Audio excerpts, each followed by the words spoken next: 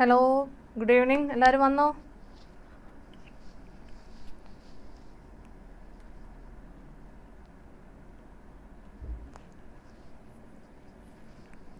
Hello. Okay. അപ്പോൾ നമുക്ക് start ചെയ്യാം. അപ്പോൾ എല്ലാവരും നീറ്റ്ഗാല എക്സാം എഴുതിയെന്ന് വിചാരിക്കുന്നു. എങ്ങനെ ഉണ്ടായിരുന്നടാ? ബയോളജിയൊക്കെ എങ്ങനെ ഉണ്ടായിരുന്നു? Hello, good evening. എല്ലാവരും വന്നോ? Okay,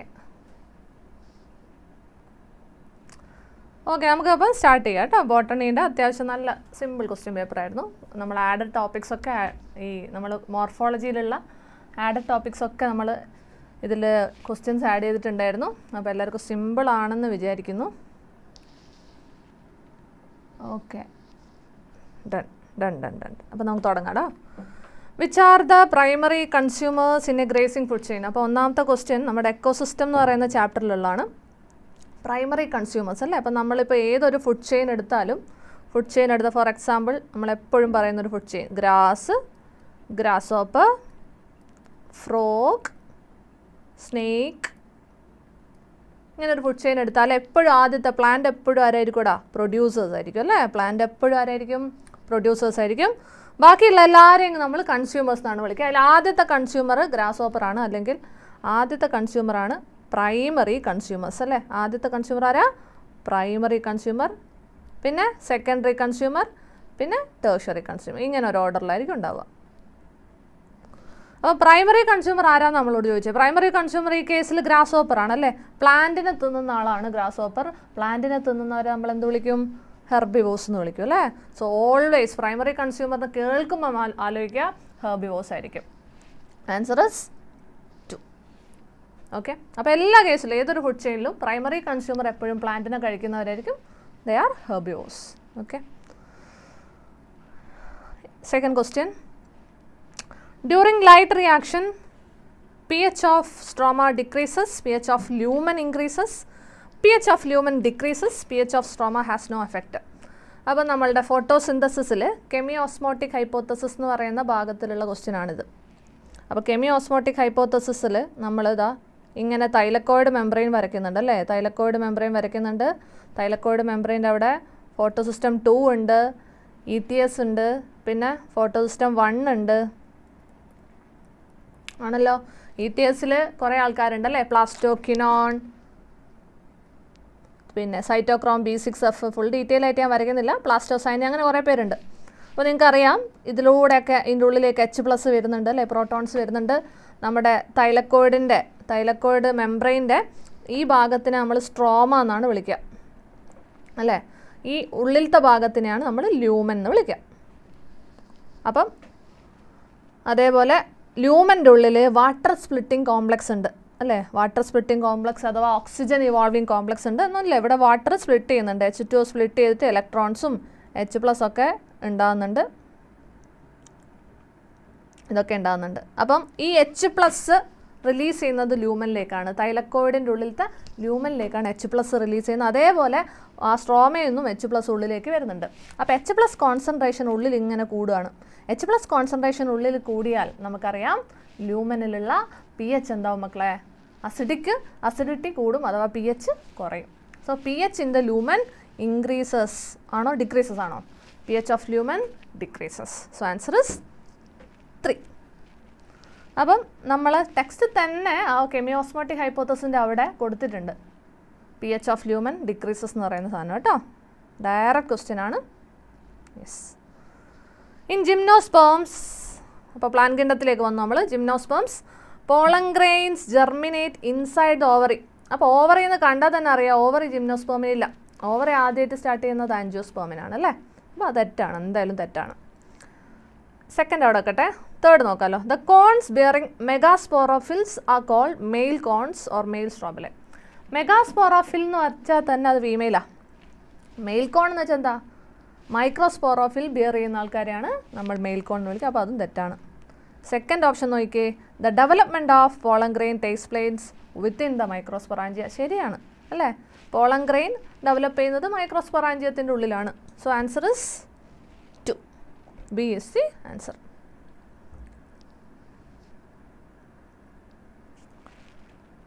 Next question.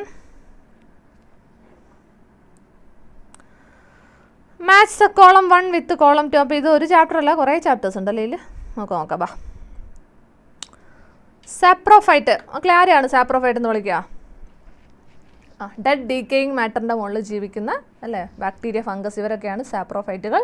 So decomposition of dead organic മെറ്റീരിയലാണ് ഇവരെ പണി. അപ്പോൾ 2 ആണ് കണക്ട് ചെയ്യാം നമുക്ക്. പാരസൈറ്റ് നോക്കിയാൽ, പാരസൈറ്റ് എന്ന് വെച്ചാൽ എന്താ? വേറൊരാളുടെ ബോഡിയിൽ ജീവിച്ച് അതൊന്ന് ഫുഡ് അടിച്ച് മാറ്റി ജീവിക്കുന്നവരാണ് parasite. So living plants or animals ആണ് അതിൽ വരിക. ലൈക്കൻസ് നോക്കിയാൽ, ലൈക്കൻ എന്ന് വെച്ചാൽ symbiotic association between algae and fungi, അല്ലെ ആൽഗയും ഫംഗസും കൂടെയുള്ള ലിവിങ് ടുഗദർ ആണെന്ത് നമ്മുടെ ലൈക്കന്. അപ്പം symbiotic association between algae and fungi. ഇനി നേരെ മൈക്രോറൈസ് എന്താ? അതൊരു ലിവിങ് ടുഗദർ ആണ്, ലിവിങ് ടുഗദർ റിലേഷൻഷിപ്പാണ്. ആരൊക്കെയാണ് living together? Fungus and plant റൂട്ടാണ്. അപ്പോൾ ഏതാ നമുക്ക് ആൻസർ വരിക? A2 B3 C4 എന്നൊക്കെ പറയുമ്പം 4 is the answer. അടുത്തത് റെസ്പിറേഷൻ ഇൻ ഹയർ പ്ലാന്റ്സ് ചാപ്റ്ററിലെ ക്വസ്റ്റ്യൻ ആണ്. Presence of oxygen is vital in aerobic respiration because. Okay, അത് ETS എന്ന് പറയുന്ന പാർട്ടിൽ വരുന്ന ഒരു സ്റ്റേറ്റ്മെൻ്റ് ആട്ടോ. ഇലക്ട്രോൺ ട്രാൻസ്പോർട്ട് സിസ്റ്റത്തിൽ വരുന്നൊരു സ്റ്റേറ്റ്മെൻ്റ് ആണത്. നമ്മൾ ഇലക്ട്രോൺ ട്രാൻസ്പോർട്ട് സിസ്റ്റം പഠിക്കുമ്പോൾ പറഞ്ഞിട്ടുണ്ട് കുറേ കോംപ്ലക്സുകളുണ്ടല്ലേ. ETSൽ കുറേ കോംപ്ലക്സ് ഉണ്ട്. 1, കോംപ്ലക്സ് 1, കോംപ്ലക്സ് 2, കോംപ്ലക്സ് 3, കോംപ്ലക്സ് 4 എന്നൊക്കെ പറഞ്ഞിട്ട് കുറേ കോംപ്ലക്സുകളുണ്ട്. ആൻഡ് കോംപ്ലക്സ് 5 ഉണ്ട്. 5 നമുക്ക് ഇവിടെ ഇപ്പോൾ ആവശ്യമില്ല. ഇവിടെ നിങ്ങൾക്കറിയാം ഒന്നാമത്തെ കോംപ്ലക്സിൻ്റെ അവിടെ NADH2 ഓക്സിഡേഷൻ നടക്കുന്നുണ്ട് അല്ലേ. NADH2 ഓക്സിഡേഷൻ എന്ന് വെച്ചാൽ NADH2 ഹൈഡ്രജൻ റിമൂവ് ചെയ്യുന്നുണ്ട്. ഹൈഡ്രജൻ റിമൂവ് ചെയ്തിട്ട് എന്താ ഇവിടെ? NAD+ ആവും. അതേ സമയത്ത് 2 ഇലക്ട്രോൺ അയാൾ റിലീസ് ചെയ്യുന്നുണ്ട്. ആ ഇലക്ട്രോൺ ഇതാ ഇങ്ങനെ മൂവ് ചെയ്ത് ഇവിടുന്ന് കോംപ്ലക്സ് 4ൻ്റെ അടുത്തെത്തുമ്പം, ഞാൻ പെട്ടെന്ന് പറയാം കേട്ടോ, എല്ലാം എക്സ്പ്ലെയിൻ ചെയ്യുന്നില്ല. ആ 2 ഇലക്ട്രോണിനെ ആര് വലിച്ചെടുക്കൂടാ? Oxygen. Oxygen is a final electron acceptor, നമ്മൾ പഠിച്ചിട്ടുണ്ട്. എന്നിട്ട് 2 H+ കൂടെ ചേർത്തിട്ട് അവിടെ ആരുണ്ടാവും? വെള്ളം ഉണ്ടാവും. ഓക്കെ, വെള്ളം ഉണ്ടാവും. അപ്പോൾ ഓക്സിജനാണ് അവസാനം ഇലക്ട്രോൺ ആക്സെപ്റ്റ് ചെയ്യുന്നത്. ആ ഇലക്ട്രോൺ വരുന്ന ഇവിടുന്ന് NADH2 എന്നാണ്. NADH2ൻ്റെ ഹൈഡ്രജൻ റിമൂവ് ചെയ്തിട്ട് NAD+ ആകുന്ന സമയത്ത് അവിടെ 2 ഇലക്ട്രോൺ റിലീസ് ചെയ്യുന്നുണ്ട്. ആ ഇലക്ട്രോൺ ആണ് മൂവ് ചെയ്യുന്നത്, അറിയാലോ. അപ്പം NADH2 ഹൈഡ്രജൻ ഇങ്ങനെ റിമൂവ് ചെയ്യുന്നതുകൊണ്ടാണ് ഇലക്ട്രോൺ ഇങ്ങനെ വരുന്നത്. ഇലക്ട്രോൺ വരുന്നതുകൊണ്ടാണ് ഓക്സിജൻ ഇലക്ട്രോൺ ആക്സെപ്റ്റ് ചെയ്തിട്ട് എന്താവുന്നത്? വെള്ളമാവുന്നത് ആണല്ലോ. അപ്പോൾ എന്താണ് ആൻസർ നോക്കാം നമുക്കിതാ. It drives the all process by removing hydrogen from system. രണ്ടാമത്തെ ഓപ്ഷൻ നോക്കിയേ. Oxygen causes phosphorylation which is light stimulated. Phosphorylation എന്ന് വെച്ചാൽ എന്തുവാ?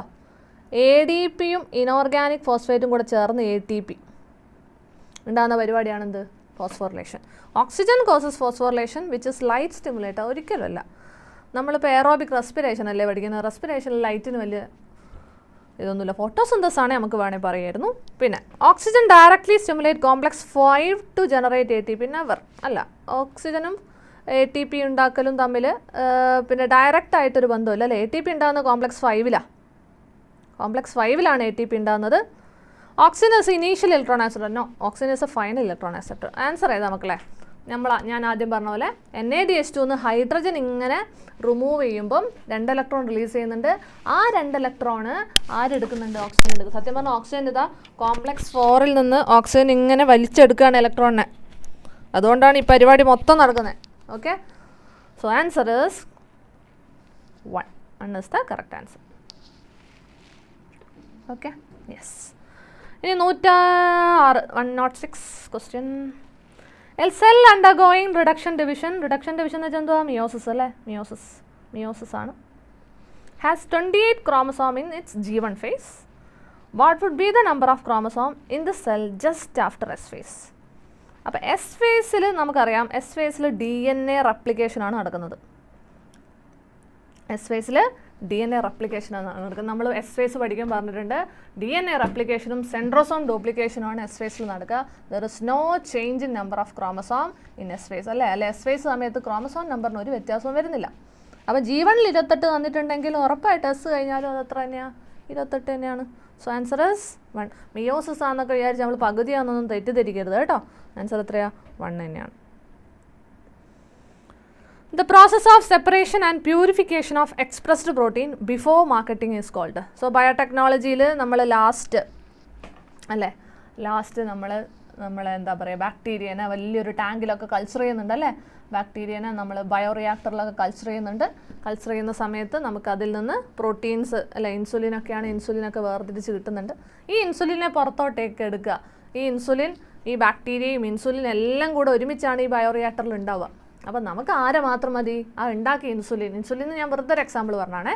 ഇൻസുലിൻ അല്ലെ, ആ പ്രോട്ടീനെ മാത്രം നമുക്ക് മതി. ആ പ്രോട്ടീനെ നമ്മൾ എന്ത് ചെയ്യണടാ, ബയോറിയാക്ടറിൽ നിന്ന് പുറത്തോട്ടേക്ക് എടുക്കണം.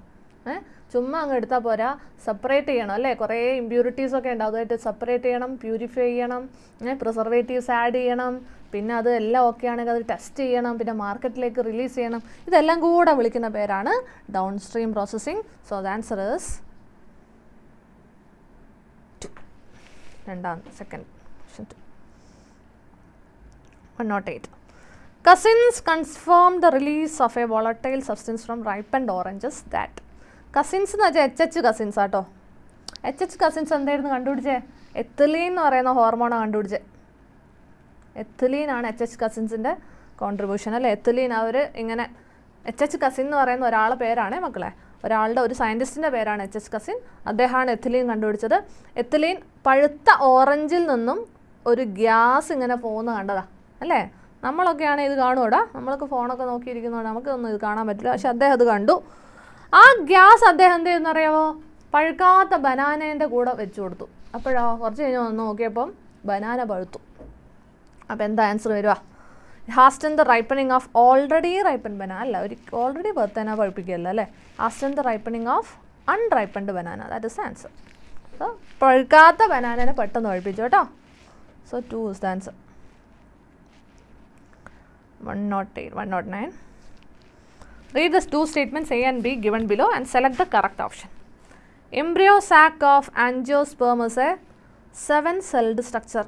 അതെ, 7-celled ആണ്. 7 സെല്ലും ഉണ്ട്, 8 ന്യൂക്ലിയേറ്റഡും ഉണ്ട് അല്ലേ. 7 സെല്ലാണ് അല്ലേ. 7 cell and 8 ന്യൂക്ലിയേറ്റഡ് നമ്മൾ പഠിച്ചതാണ്. Embryo sac has 3 synergid cells. ഒരിക്കലും അല്ല, 2 എണ്ണേ ഉള്ളൂ അല്ലേ. 2 സിനർജിഡും ഒരു എഗ്ഗൊക്കെയാണ് ഉള്ളത് നമ്മുടെ എഗ് ആപ്പാരറ്റസിൽ. അപ്പോൾ ഇത് തെറ്റാണ്, ഇത് ശരിയാണ്. അപ്പോൾ ഏതാണ് ആൻസർ വരിക? ആൻസർ വരിക? Only A is correct.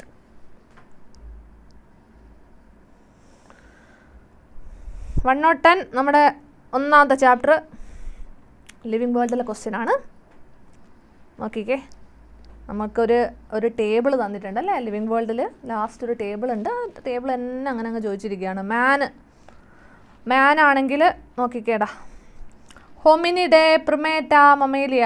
നമ്മുടെ ഡിവിഷൻ ഏതാ? Or phylum. നമ്മുടെ ഫൈലല്ലേ, ഡിവിഷൻ നമ്മൾ പറയില്ല, ഫൈലം. നമ്മുടെ ഫൈലം കോഡേറ്റയാണ്. സോ കോഡേറ്റ, A കോഡേറ്റയാണ്. ഹൗസ് ഫ്ലൈ നോക്കിയാൽ ഹൗസ് ഫ്ലൈയുടെ ക്ലാസ് ഏതാ? ഹൗസ് ഫ്ലൈ എന്ന് പറയുമ്പോൾ ആർത്രോപോഡയിലുള്ള ആളാണ്. അപ്പോൾ ഇൻസെക്റ്റാണ് ക്ലാസ് കേട്ടോ. ഇൻസെക്റ്റാണ് ക്ലാസ്. മാംഗോയുടെ ഫാമിലിയാണ് ചോദിച്ചിരിക്കുന്നത്. മാംഗോയുടെ ഫാമിലി ഏതാ? അനാകാർഡിയേസിയേ അല്ലേ. മാംഗോ മാഞ്ചിഫറ ഇൻഡിക്കയാണ്, ജീനസ് മാഞ്ചിഫറയാണ്, family Anacardiaceae and order Sapindales, ഡൈക്കോട്ടിലിടണേ. സോ ആൻസർ ഇസ് ഇവിടെ അനാകാർഡിയേസിയ വരിക. വീറ്റ് പൊയേസിയേ, പൊയേൽസ് മോണോക്കോട്ട അല്ലേ. വീറ്റ് അല്ലേ, ഗ്രാസ് ഫാമിലി. അപ്പോൾ മോണോക്കോട്ടാണ് ക്ലാസ്. അപ്പോൾ ആൻസർ ഏതാ വിടുക? 1 is the answer. A is the answer. Now RNA interference, ബയോടെക്കിലേക്ക് എത്തി നമ്മൾ പിന്നെയും. RNA interference is a method of gene silencing which when done in tobacco plant to prevent infestation by Meloidigan incognitia may involve all except. ഇതിലേതൊക്കെയാണ് involve ചെയ്യുക, ഏതാണ് പെരാത്തതെന്ന് ചോദിക്കുന്നത്. Okay, അപ്പം നോക്കിക്കടാ, അഗ്രോ ബാക്ടീരിയ മാസ് വെക്ടർ ആണല്ലേ. നമ്മൾ RNA ഇൻ്റർഫറൻസ് ചെയ്യുമ്പോൾ അതിനെ വെക്ടറായിട്ട് യൂസ് ചെയ്യുന്ന അഗ്രോ, കാരണം പ്ലാന്റിലേക്കാണ് നമുക്ക് സാധനത്തിന് കൊടുക്കേണ്ടത്. പ്ലാന്റിലേക്ക് ഒരാളെ കൊടുക്കുകയാണെങ്കിൽ എപ്പോഴും വെക്ടർ ആരായിരിക്കും? അഗ്രോ ബാക്ടീരിയ ആയിരിക്കും. സോ അത് കറക്റ്റാണേ. Introduction of single standard RNA ടോസ്റ്റ് അല്ല, ഒരിക്കലും അല്ല. അത് RNA ഇൻ്റർഫറൻസ് എന്ന് വെച്ചാൽ എന്താ? Silencing of mRNA by using double standard RNA ആണല്ലേ. സിംഗിൾ സ്റ്റാൻഡേർഡ് അല്ല, ഡബിൾ സ്റ്റാൻഡേർഡ് ആണ്. തെറ്റാണേ. Transposons that replicate by RNA ഇൻ്റർപ്രഡ് ശരിയാണ്. Silencing mRNA to stop translation അല്ല, ശരിയാണ്. ഇതൊക്കെ NCERT സെൻറ്റൻസ് ആട്ടോ, ഒന്നും നമ്മൾ പുറത്തുനിന്നൊന്നുമില്ല. Everything is from NCERT itself. So answer is 2 is the answer. നോക്കിക്കേടാ. During meiosis DNA replication occurs. മിയോസിസിൻ്റെ സമയത്ത് DNA റെപ്ലിക്കേഷൻ എപ്പോഴാണ് നടക്കുക? Once during S phase after meiosis 1. എടാ നമ്മളെ ഇങ്ങനെയല്ലേ നമ്മുടെ സ്റ്റേജ് ഉള്ളത്? 2 സ്റ്റേജ് അല്ലേ, ഇൻ്റർഫേസും എം ഫേസും. ഇൻ്റർഫേസിന് നമ്മൾ 3 തിരിക്കും, G1, S, G2 ആണല്ലോ. എം ഫേസിൽ ഏതൊക്കെയുണ്ട്? കാരിയോകൈനസിസും സൈറ്റോകൈനസിസും. ഈ കാരിയോനെയും സൈറ്റോനെയും കൂടെ ഒരുമിച്ചാണ് നമ്മൾ എന്ത് വിളിക്കുക? മൈറ്റോസിസ് എന്ന് വിളിക്കുക, എം ഫേസ് എന്ന് വിളിക്കുക ആണല്ലോ. നമ്മളോട് ചോദിച്ചിരിക്കുന്നത് മിയോസിസിനെ പറ്റിയിട്ടാണ്. അപ്പോൾ ഒരു സെല്ല് ഏത് സ്റ്റേജിൽ നിന്നാണ് മിയോസിസിലേക്ക് കയറുക? ഇപ്പോൾ നോക്കിക്കോളേ, ഒരു സെല്ലുണ്ടായി, അപ്പം മിയോസിസിലേക്ക് കയറുക. മിയോസിസ് എപ്പോഴാണ് നടക്കുക? ഗ്യാമറ്റ് പ്രൊഡക്ഷൻ, സ്പോ ഫോർമേഷൻ, ഈ സമയത്തൊക്കെയാണ് മിയോസിസ് നടക്കുക. സപ്പോസ് നമ്മളെ ബോഡിയിലാണെങ്കിൽ, ആൺകുട്ടിയിലാണെങ്കിൽ പിന്നെ മെയിൽ ജേം സെല്ല്, പെൺകുട്ടിയിലാണെങ്കിൽ പ്രൈമറി യൂസൈറ്റ്, ഇവരൊക്കെയാണ് മിയോസിസ് നടക്കുക അല്ലേ. അപ്പോൾ ഇപ്പം നമ്മളെ ജേം സെല്ലാണെന്ന് വെച്ചാൽ ഇതൊരു ജേം സെല്ലാണ് കേട്ടോ. അപ്പോൾ ജേം സെല്ലിൽ ഇനി നടക്കേണ്ടത് മിയോസിസ് ആണേ. അപ്പം മിയോസിസ് ആണ് നടക്കേണ്ടത്. ആദ്യം ജേം സെല്ലോടെ കയറൂടാ, G1 കയറും, എസ് കയറും. എസ്സിലെത്തിയിട്ട് എന്ത് സംഭവിക്കും? DNA ഡബിളാവും, റെപ്ലിക്കേഷൻ നടക്കും. G2 കഴിഞ്ഞിട്ടാണ് അവരെവിടെ കയറുകൂടാ? മിയോസിസ് 1 കയറുക. മിയോസിസ് 1 കയറുക. Meiosis 1, meiosis 2. മിയോസിസിന് 2 സ്റ്റെപ്പാണുള്ളത്, മിയോസിസ് 1ഉം മിയോസിസ് 2. മിയോസിസ് 2 കഴിഞ്ഞാലാണ് ഗ്യാമീറ്റ്സ് ഫോം ചെയ്യുക. മെയിലിലാണെങ്കിൽ സ്പേം, ഫീമെയിലാണെങ്കിൽ എഗ്. ഓക്കെ. ഇനി ഇൻ കേസ് ഫ്യൂഷൻ നടന്നാൽ, ഓക്കെ, എഗ്ഗുമായിട്ട് ഫ്യൂഷൻ നടന്നാൽ ആരുണ്ടായടാ? സൈഗോട്ടുണ്ടായി. സൈഗോട്ടുണ്ടായി. ഇനി സൈഗോട്ട് എന്ന് പറയുന്ന സെല്ല് എങ്ങോട്ടേക്ക്? സൈഗോട്ടിന് ഇനി മിയോസ് ആണോ മൈറ്റോസ് നടക്കണ്ടേ? സൈഗോട്ടിന് വലുതാവുക, ഗ്രോത്ത് ആണ് നടക്കേണ്ടത്. അപ്പോൾ സൈഗോട്ട് ഇനി എങ്ങോട്ട് കിടക്കും? സൈഗോട്ടിന് ഇനി മൈറ്റോസിസ് ആണ് നടക്കേണ്ടത്. ഓക്കെ, സൈഗോട്ടിന് എങ്ങോട്ടേക്ക് കിടക്കും?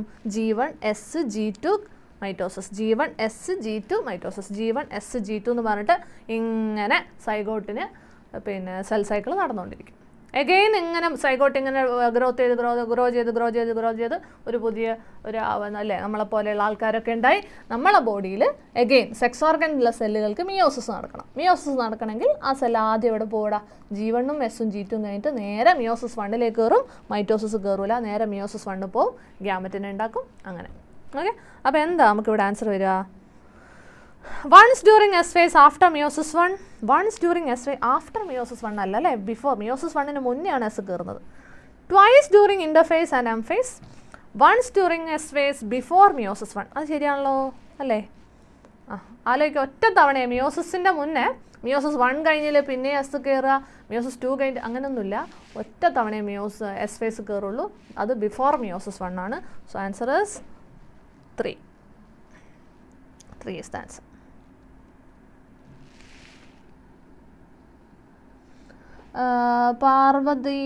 പാർവതി ട്രാൻസ്പോസൺസ് എന്ന് വെച്ചാൽ മൊബൈൽ ജനറ്റിക് എലമെൻറ്റ്സ് എന്ന് പറയുന്ന ഒരു സംഭവമാണ്. അത് നമ്മൾ RNA ഇൻ്റർഫറൻസിൽ കുറച്ച് കാര്യമായിട്ട് പഠിക്കാനുള്ള ഇങ്ങനെ എന്താ പറയുക, മൂവിങ് ജീനുകളാണ് ട്രാൻസ്പോസോൺസ് കേട്ടോ. മൂവിങ് ജീൻസ് വഴിയും ഈ നമ്മൾ RNA ഇൻ്റർഫറൻസ് നടക്കാറുണ്ട്. ഓക്കെ, ഇനി read the statements from A to E and answer the question following them. Selaginella and Salvinia both are heterosporic. നമുക്കറിയാം അല്ലേ, സിമ്പിൾ സാധനം. Pinus and Cedrus both possess branched stem. ശരിയാണോ? ആണല്ലോ, ശരിയാണ്.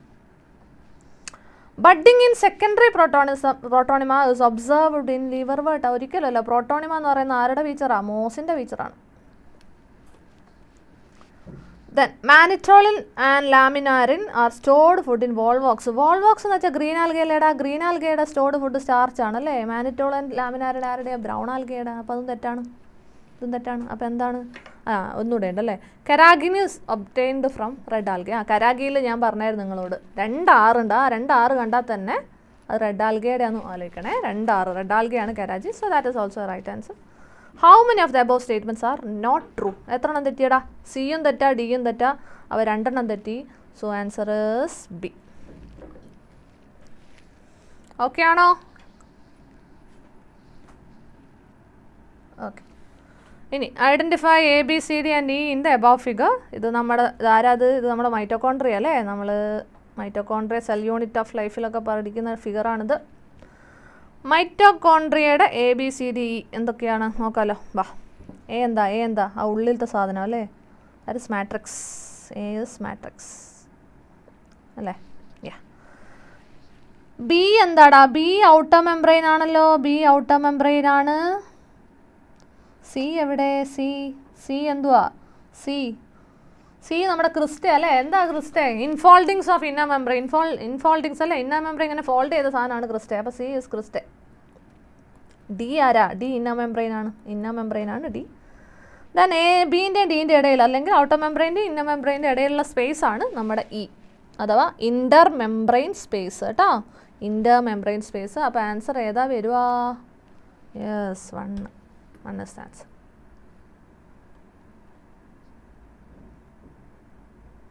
What is common between two given fungi? ഇത് ഏതാണ് chapter? നമ്മുടെ biology classification അല്ലേ. ബയോളജി ക്ലാസിഫിക്കേഷനിൽ ഇതാ 2 പിക്ചേഴ്സും ടെക്സ്റ്റിലുള്ള പിക്ചേഴ്സാണ്. ഇതാരായിരുന്നു? ഇത് ആസ്പെജില്ലസ് ആണേ, ആസ്പെജില്ലസ്. ഇത് നമ്മുടെ സ്വന്തം മഷ്റൂം. ആസ്പെജില്ലസ് എന്ന് പറയുമ്പം ഏതാ മക്കളെ, ഏതാ ആസ്പെജില്ലസ് എന്ന് വെച്ചാൽ? നമ്മുടെ ആസ്കോമൈസെറ്റ്സ് ആണോ, അല്ല ഫൈക്കോമൈസെറ്റ്സ് ആണോ, ആസ്കോമൈസെറ്റ്സ് ആണോ? ആസ്പെജില്ലസ് ആസ്കോമൈസെറ്റ്സ് ആണ് അല്ലേ, ആസ്കോ ആണ്. മഷ്റൂം എന്ന് പറയുമ്പോൾ ബസിഡിയോമൈസെറ്റ്സ് ആണ്. ഇവന്മാർക്ക് 2 പേർക്കും കോമൺ ആയിട്ട് വരുന്ന പോയിന്റ് എന്തുവാ? Mycelium septate and branch. That is very very right answer. Mycelium septate and branched 3 ഫംഗസുകൾക്കുണ്ട്. ആർക്കൊക്കെയുള്ളത്? നമ്മുടെ ഒന്നാമത്തെ ഫൈക്കോമൈസെറ്റ്സിന് മാത്രമേ അസെപ്റ്റേറ്റ് ആൻഡ് സീനോസൈറ്റിക് ഉള്ളൂ മൈസീലിയം. ബാക്കി 3 പേർക്കും എന്ന് വെച്ചാൽ ആരൊക്കെ വരും? ആസ്കോമൈസെറ്റ്സ് വരും, ബസിഡിയോമൈസെറ്റ്സ് വരും, ഡ്യൂട്രോമൈസെറ്റ്സ് വരും. 3 പേർക്കും സെപ്റ്റേറ്റ് ആൻഡ് ബ്രാഞ്ചഡ് ആണ്. Asexual reproduction occurs by conidia ആണോടാ? അല്ല, ആസ്കോമൈസെറ്റ്സിൽ അസെക്ഷൽ കൊനീഡിയ ആണ്. പക്ഷേ ബസീഡിയോയിൽ നമുക്കറിയാം, ബസീഡിയോയിൽ അസെക്ഷൽ സ്പോർസ് ആർ ആബ്സെൻറ്റ്. അതിൽ എന്ത് നടക്കുന്നുണ്ട്? ഫ്രാഗ്മെൻറ്റേഷൻ നടക്കുന്നുണ്ട്. പക്ഷേ അസെക്ഷൽ സ്പോറുകളൊന്നും ഇവിടെ ഇല്ല. അപ്പോൾ അത് തെറ്റാ അല്ലേ. കൊനീഡിയ പിന്നെ ആർക്കൊക്കെ ആയിരുന്നു കൊനീഡിയ ഉള്ളത്? കൊനീഡിയ ആർക്കൊക്കെ ഉള്ളത്? നമ്മുടെ ആസ്കോനും ഉണ്ട്, പിന്നെ അവസാനത്തെ ഡ്യൂട്രോനും, 2 പേരും കൊനീഡിയ ഉള്ളത്. Both produce ascospore. ഒരിക്കലും അല്ല, നമ്മുടെ ബസിഡിയോമൈസെറ്റ്സിന് ആസ്കോസ്പോർ ഒന്നുമില്ല. അപ്പോൾ ഇതും തെറ്റാ. Both are commonly known as sac fungi. ഇല്ല, ആസ്കോമൈസെറ്റ്സിനെയാണ് സാക്ക് ഫഞ്ച് എന്ന് വിളിക്കുക. ബസിഡിയോമൈസെറ്റ്സ് സാക്കൊന്നുമല്ല, മഷ്റൂമുകളാണ് വരിക. So answer is 115. 1 is answer. അടുത്തത് fermentation and aerobic respiration generates different amount of ATP. Correct ആണ്. ഫെർമെൻറ്റേഷൻ എന്ന് വെച്ചാൽ അനേറോബിക് റെസ്പിറേഷൻ ആണ്. അനേറോബിക് റെസ്പിറേഷൻ കഴിഞ്ഞാൽ നമുക്ക് ആകെ 2 ATP കിട്ടുള്ളൂ. എന്നാൽ എയറോബിക്കിൽ എത്ര കിട്ടൂടാ? എയറോബിക്കിൽ 38 കിട്ടും അല്ലേ, 38 കിട്ടും. Fermentation leads to partial break down of glucose, whereas aerobic respiration leads to complete breakdown of glucose into CO2 and water, which generates more amount of energy. Correct ആണ്. ഫെർമെൻറ്റേഷൻ കഴിയുമ്പോഴേക്ക് ഫുള്ളായിട്ട് കാർബൺ ബോണ്ട് പൊട്ടൂല. ഗ്ലൂക്കോസിൽ 6 കാർബൺ ബോണ്ടുണ്ട്. C6H12O6 ആണ് glucose അല്ലേ. Fermentation കഴിയുമ്പോഴേക്ക് നമുക്ക് കിട്ടും എന്താ? ഇപ്പോൾ ഈസ്റ്റിലാണെങ്കിൽ നമുക്ക് കിട്ടുക ലാസ്റ്റ് എത്തനോളാണ് കിട്ടുക. മസിൽ സെല്ലിലാണെങ്കിൽ ലാസ്റ്റ് എന്താ കിട്ടുക? ലാക്റ്റിക് ആസിഡാണ് കിട്ടുക. ലാക്റ്റിക് ആസിഡിൽ 3 കാർബൺ ഉണ്ട്, എത്തനോളിൽ സ്റ്റിൽ 2 കാർബൺ ഉണ്ട്. ഫുൾ കാർബൺ ബോണ്ട് ഇപ്പോഴും പൊട്ടിയിട്ടില്ല. എന്നാലോ നമ്മുടെ എയറോബിക്കിലാണെങ്കിലോ ഗ്ലൂക്കോസ് പൊട്ടിയിട്ട് എന്തൊക്കെയാവൂടാ? ഫുൾ ആ സാധനം 6 CO2 6 വെള്ളമായിട്ട് മാറും. ഫുൾ പൊട്ടൽ കഴിയും അല്ലേ. 6 CO2 എഗെയിൻ കാർബൺ ബോണ്ട് ഉണ്ടാവില്ല. അപ്പോൾ കംപ്ലീറ്റ് ബ്രേക്ക് ഡൗൺ എയറോബിക്കിൽ നടക്കും. എന്നാൽ അനേറോബിക്കിൽ പാർഷ്യൽ ബ്രേക്ക് ഡൗൺ മാത്രമേ നടക്കുള്ളൂ. അതുകൊണ്ടാണ് ഇതിൽ 2ഉം മറ്റേതിൽ 38 ആവുന്നത്. അപ്പോൾ അത് വളരെ അടിപൊളി റീസണാണ്. അസേർഷനും കറക്റ്റാണ്. അപ്പോൾ ആൻസർ ഏതാ വരിക? Both assertion and reason is true and reason is the correct explanation of assertion. 1 is the answer. Okay. Yes. In animal cells, the cytokines is marked by the appearance of a furrow in plasma membrane. അതെ, cytokinesis ആനിമൽസിൽ ferro formation ആണ്. എന്താ ഈ ferro formation എന്ന് വെച്ചാൽ? ഇതാണൊരു plasma membrane എങ്കിൽ അതിൻ്റെ ഈ ഭാഗത്ത് അല്ലേ, ഇതാ ഈ ഭാഗത്ത് ചെറുതായിട്ട് ഒരു കീറ് പോലെ അല്ലേ, ചെറിയൊരു കീറൽ ഫോം ചെയ്യും. That is ferro. ഈ കീറൽ ഇങ്ങനെ എക്സ്റ്റെൻഡ് ചെയ്ത് അവസാനം സെല്ല് 2 പീസായിട്ട് മാറും. അങ്ങനെയല്ലേ മാറുക? ഇങ്ങനെ കീറൽ ഇങ്ങനെ കൂടി അല്ലെ ഫെറോ ഫോർമേഷൻ ഇങ്ങനെ പെരിഫറിയിൽ നിന്ന് സെൻറ്ററിലേക്കാണ് സാധനം എക്സ്റ്റെൻഡ് ചെയ്യുക. അവസാനം സെല്ല് 2 എണ്ണമായി മാറും. ശരിയാണ്. എന്നാൽ പ്ലാന്റിൽ ഫെറോ അല്ല ഫോം ചെയ്യുക. കാരണം പ്ലാന്റ് സെല്ലിന് സെൽവാളും കൂടെ ഉണ്ട്. ആനിമൽ സെല്ലിന് സെൽവാൾ ഇല്ലാത്തതുകൊണ്ടാണ് ഫെറോ. പ്ലാന്റ് സെല്ലിന് സെൽ പ്ലേറ്റ് എന്ന് പറയുന്ന ഒരു സാധനം സെൻറ്ററിൽ ഫോം ചെയ്യുന്നുണ്ട്. സെൽ പ്ലേറ്റ് ഒരു സെൽ പ്ലേറ്റ് എന്ന് പറയുന്ന ഒരു സെൽവാളിൻ്റെ അതാണ് പിന്നെ സെൽവാളായിട്ട് മാറുക. അത് സെൻറ്ററിൽ നിന്ന് പെരിഫറിയിലേക്ക് ഇങ്ങനെ ഫോം ചെയ്യും. ഫുള്ള് ഫോം ചെയ്താൽ സെല്ല് 2 സെപ്പറേറ്റ് ആവും. Okay. In plant cell the formation of the new cell wall starts with the formation of simple precursor called cell plate. Cell plate എന്ന് പറയുന്ന സാധനം സെൻറ്ററിൽ ഫോം ചെയ്യുന്നുണ്ട്. അത് പിന്നെ പെരിഫറിയിലേക്ക് എക്സ്റ്റെൻഡ് ആവുകയാണ് ചെയ്യുന്നത്. അപ്പോൾ ഏതാ മക്കളെ ഇതിൽ ആൻസർ വരിക? രണ്ടും കറക്റ്റ് സ്റ്റേറ്റ്മെൻ്റ് ആണ് അല്ലേ? ഒന്ന് ആനിമലിനെ പറ്റിയിട്ടാണ് പറഞ്ഞിരിക്കുന്നത്, ഒന്ന് പ്ലാന്റിനെ പറ്റിയാണ് പറഞ്ഞിരിക്കുന്നത്. എക്സ്പ്ലനേഷൻ ഒന്നും അവർ തന്നിട്ടൊന്നുമില്ല. സോ ആൻസർ ഏതാടാ? Not the correct explanation of assertion അല്ലേ? Reason is not the correct explanation. അപ്പം 2 ഇസ് ദ ആൻസർ. 117 ബി ആണ് ആൻസർ വരിക കേട്ടോ. 4 types of placentations are indicated in the diagram. Identify the option with correct identification of at least 2 of them. ഇതാരാടാ placentation? Marginal placentation ആണ്. ഇതാരാ? ഇത് നമ്മുടെ axial placentation ആണ്. ഇത് നമ്മുടെ പെരിഫറിയിലാണ് അല്ലേ ഉള്ളത്. അപ്പോൾ ഒബ്യൂൾ പെരിഫറിയിൽ, അപ്പോൾ പെറൈറ്റലാണ്. ഇത് നമ്മുടെ ബേസലാണ്. ഏതാ മക്കളെ ആൻസർ വരിക? ഏത് ആൻസർ വരിക നിങ്ങൾ പറഞ്ഞേ? Q axile R parietal. ശരിയാണല്ലോ അല്ലേ? Q axile R parietal. ബാക്കിയൊക്കെ തെറ്റാ. അപ്പോൾ A's answer. In electrophoresis DNA is moved towards anode. Anode എന്ന് വെച്ചാൽ പോസിറ്റീവ്ലി ചാർജ്ഡ് ആണല്ലേ? DNA എന്തുകൊണ്ടാണ് ആനോഡിലേക്ക് പോകുന്നത്? റീസൺ നോക്കിയേ. DNA is positive charged molecule. ഒരിക്കലും അല്ല, DNA നെഗറ്റീവാണ്. DNA നെഗറ്റീവ്ലി ചാർജ്ഡ് മോളിക്യൂളാണ്. അപ്പം negatively charged DNA molecule move towards positively charged ആനോഡാണ്. അപ്പോൾ ഇത് ശരിയാണേ, ഇത് തെറ്റാട്ടെ. അപ്പോൾ ആൻസർ ഏതാ വരിക? assertion is true but the reason is false. 3 is the answer.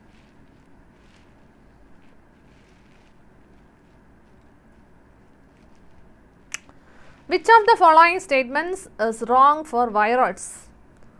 Viroid അല്ലേ? വൈറോയിഡ് നമ്മുടെ ഫൈക്കേറ്റം ക്ലാസിഫിക്കേഷൻ ഇല്ലാത്ത ആളാണ്.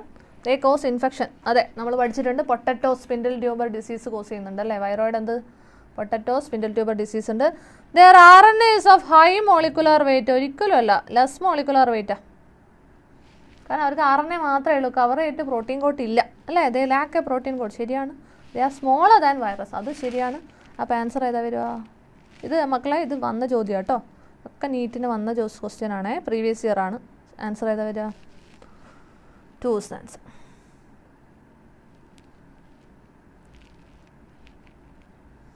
Which of the following group of organisms is not included in the ecological pyramid? പിരമിഡിൽ ഇല്ലാത്ത, പിരമിഡിൻ്റെ ഡീമെറിറ്റ്സിൽ നമ്മൾ പറഞ്ഞിട്ടുണ്ട്. പിരമിഡിൽ ഇല്ലാത്ത ഒരാളെന്ന് പറയുന്നത് നമ്മുടെ ഡീകമ്പോസേഴ്സ് ആണ്, അഥവാ സാപ്രോഫൈറ്റുകളാണ്. ബാക്കി എല്ലാവർക്കും പിരമിഡിൽ സ്ഥലം കൊടുത്തിട്ടുണ്ട് അല്ലേ? ഹെർബിവോറിനുണ്ട് സ്ഥലം, കാർണിവോറിനുണ്ട്, പ്രിഡേറ്റർ, എല്ലാവർക്കും ഉണ്ട്. ആർക്കാ ഇല്ലാത്ത സ്ഥലം? 3. സാപ്രോഫൈറ്റിന് സ്ഥലമില്ല.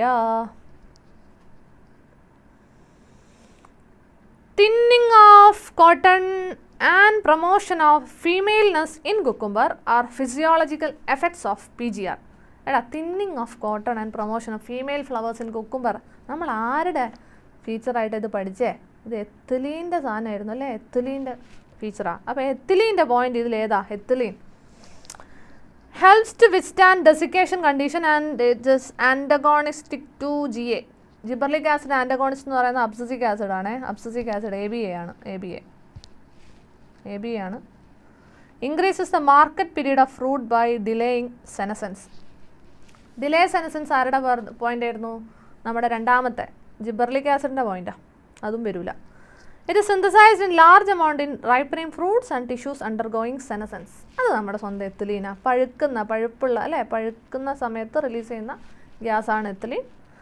Prevents leaf and fruit drop at early stages and produced by growing apex of stem. അപ്പെക്സിലുള്ള ആളാരാ? നമ്മുടെ ഓക്സിനാ. അപ്പം ആൻസർ ഏതാ വരിക? Ethylene is the answer. So 3. Third one is answer കേട്ടോ.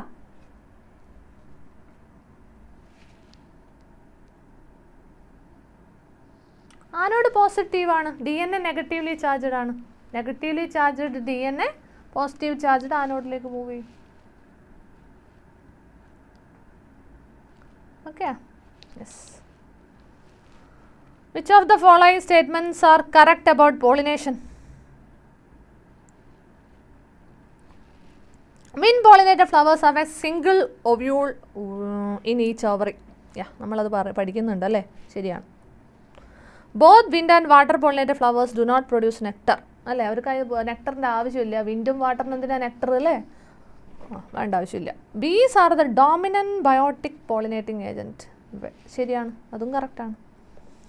In geitonogamy transfer of pollen grains from anther to the stigma of another flower of different plant ആണോ? അല്ല, another flower of ഒരേ പ്ലാന്റിലെ രണ്ട് പൂക്കൾ തമ്മിലുള്ള ട്രാൻസ്ഫർ ആണ് ജിഡ്നോഗമി. അത് തെറ്റാണല്ലേ. അപ്പോൾ ആൻസർ ഏതാ? A and B and C only. 3 is the answer. അടുത്ത പ്രോട്ടോണിമ. പ്രോട്ടോണിമ ആരാന്നാ ചോദിച്ചേ? പ്രോട്ടോണിമ ആരാ എന്നോടാ? മോസിൽ കാണുന്ന ജുവനൈൽ ഗ്യാമറ്റോഫൈറ്റ് ആണ് പ്രോട്ടോണിമ. ഗ്യാമറ്റോഫൈറ്റ് എന്ന് വെച്ചാൽ ആരാ? Gametophyte is always haploid. അതിപ്പം നമ്മുടെ ബ്രയോഫൈറ്റിലെ പ്രോട്ടോണിമ ആയിക്കോട്ടെ, ടെറിഡോയിലുള്ള പ്രോത്താലസ് ആയിക്കോട്ടെ, ഗ്യാമറ്റോഫൈറ്റ് എന്ന് കേട്ട എഴുതിക്കോളൂ, ദേ ആർ ഹാപ്ലോയിഡ്. ഓക്കെ, ഇനി നേരെ മറിച്ച് സ്പോറോഫൈറ്റ് ആണെങ്കിലോ, സ്പോറോഫൈറ്റ് ഈസ് ഓൾവേസ് ഡിപ്ലോയിഡ്. അപ്പോൾ എന്താ വരുക? Haploid and it is found in mosses അല്ലേ. മോസസിൽ മാത്രമേ ഉള്ളൂ, ലിവർ വേർഡിലൊന്നും നമ്മുടെ പ്രോട്ടോണിമ ഇല്ല. അപ്പോൾ ആൻസർ ഏതാ? 1 is the answer.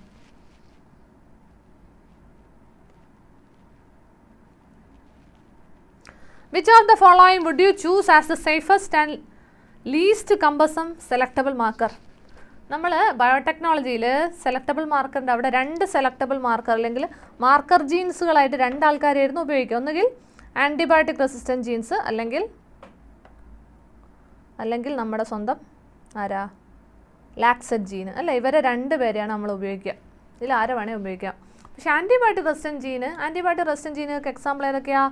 Ampicillin resistant gene, tetracycline resistant gene, kanamycin resistant gene ഒക്കെ നമ്മൾ പഠിച്ചിട്ടുണ്ട് അല്ലേ. Ampicillin resistant gene, tetracycline resistant gene and kanamycin, ഇവരൊക്കെയാണ് എന്തിന് എക്സാമ്പിൾ? പിന്നെ ക്ലോറാംഫെനിക്കോൾ അല്ലേ, ഇതൊക്കെയാണ് എന്തിന് എക്സാമ്പിൾ? ആൻറ്റിബയോട്ടിക് റെസിസ്റ്റൻറ്റ് ജീനുകൾക്ക് എക്സാമ്പിൾ. ഇവരെ സെലക്ടബിൾ മാർക്കറായിട്ട് ഉപയോഗിക്കുമ്പോൾ എന്താ പ്രശ്നം? ടെക്സ്റ്റിലുള്ള സ്റ്റേറ്റ്മെൻ്റ് ആണ്. ഇവരെ സെലക്ടബിൾ മാർക്കറായിട്ട് എന്താ procedure? A cumbersome procedure because it requires simultaneous plating on 2 plates containing ampicillin and tetracycline medium എന്ന് പറയുന്ന ഒരു സെൻറ്റൻസ് ഉണ്ട്. എന്ന് വെച്ചാൽ ഇത് ചെയ്യുന്ന സമയത്ത് നമ്മൾ ഭയങ്കര പെട്ടെന്ന് തന്നെ എന്തുവായി സെലക്ടബിൾ മാർക്കർ എന്ന് വെച്ചാൽ ട്രാൻസ്ഫോർമേഷൻ നടന്നിട്ടുണ്ടോ ഇല്ലയോ എന്ന് അറിയാൻ വേണ്ടി നമ്മളെ സഹായിക്കുന്ന ജീനുകളാണ് ആര്? Selectable marker. അപ്പോൾ ഇത് ചെയ്യുന്ന സമയത്ത് സൈമൾട്ടേനിയസ്ലി നമ്മൾ ആദ്യം ഒന്നിൽ ആംബിസിലിൻ മീഡിയത്തിൽ അടിക്കണം, അപ്പം തന്നെ ടെട്രയിൽ അടിക്കണം, അങ്ങനെ ഒരു പരിപാടി ഉണ്ട്. അപ്പോൾ അത് ഇച്ചിരി ഡിഫിക്കൽട്ടാണ്. അപ്പോൾ പെട്ടെന്ന് തന്നെ സാധനം ഒബ്സർവ് ചെയ്യണം, അല്ലെങ്കിൽ ബാക്ടീരിയ മൂവ് ആയി പോകും, അങ്ങനെ കുറേ പ്രശ്നങ്ങളുള്ളതുകൊണ്ട് അതൊരു ഡിഫിക്കൽട്ട് പ്രൊസീജിയറാണ്. അതിനേക്കാളും കുറച്ചുകൂടെ സിമ്പിളാണ് ഇത് ലാക്സറ്റ് ജീനെ സെലക്ടബിൾ മാർക്കറായിട്ട് എടുക്കുന്നത്. അതൊക്കെ നമ്മൾ ബയോടെക്കിൽ ഡീറ്റെയിൽ ആയി പഠിക്കുന്നുണ്ട്. നമ്മുടെ NCERTയിലെ സെൻറ്റൻസ് തന്നെയാണ്. അപ്പോൾ ആൻസർ ഏതാ വരിക? സേഫസ്റ്റ് ആൻഡ് ലീസ്റ്റ് കമ്പസം, ഡിഫിക്കൽട്ടി കുറവായത് ഏതാണെന്നാണ് ചോദിക്കുന്നത്. അപ്പോൾ ഏതാ? ബീറ്റാ ഗാലക്ടോസിഡേസ് ജീൻ അല്ലേ, അഥവാ ലാക്സറ്റ് ജീൻ അഥവാ ബീറ്റാ ഗാലക്ടോസിഡേസ്. അത് അത്ര പ്രശ്നമല്ല. പക്ഷെ മറ്റേത് നമ്മൾ ഒരുമിച്ച് പെട്ടെന്ന് തന്നെ 2 പ്രൊസീജിയേഴ്സ് ഒരുമിച്ച് ചെയ്യണം, അത് ഇച്ചിരി പാടാണ്. Read the given statements and select the correct option. Statement 1. In prokaryotes, mitochondria are absent. ശരിയാണ്, പ്രൊക്കാരിയോട്ടിൽ മൈറ്റോകോൺട്രിയ ഒന്നും ഇല്ല അല്ലേ, ശരിയാ. മൈറ്റോകോൺട്രിയ യൂക്കാരിയോട്ടിനെ മാത്രം പ്രത്യേകത കേട്ടോ. മൈറ്റോകോൺട്രിയ, ഗോൾജി അപ്പാരറ്റസ്, എൻഡോപ്ലാസ്മിക് ഇങ്ങനത്തെ മെംബ്രെയിൻ ബോണ്ടഡ് ഓർഗനൽസ് ഒക്കെ യൂക്കാരിയോട്സിന് മാത്രമേ ഉള്ളൂ. പിന്നെ in prokaryotes mesosomes are the present which is help in respiration. പ്രൊക്കാരിയോട്ടിൽ respiration, DNA replication, cell wall formation എന്നൊക്കെ പറഞ്ഞിട്ട് സെക്രീഷൻ, ഈ പണിയൊക്കെ എടുക്കുന്ന ആരാ? മീസോസോമാണ്. അപ്പോൾ ആൻസർ ഏതാ? Both statement 1 and 2 are correct. 2 കറക്റ്റാണേ.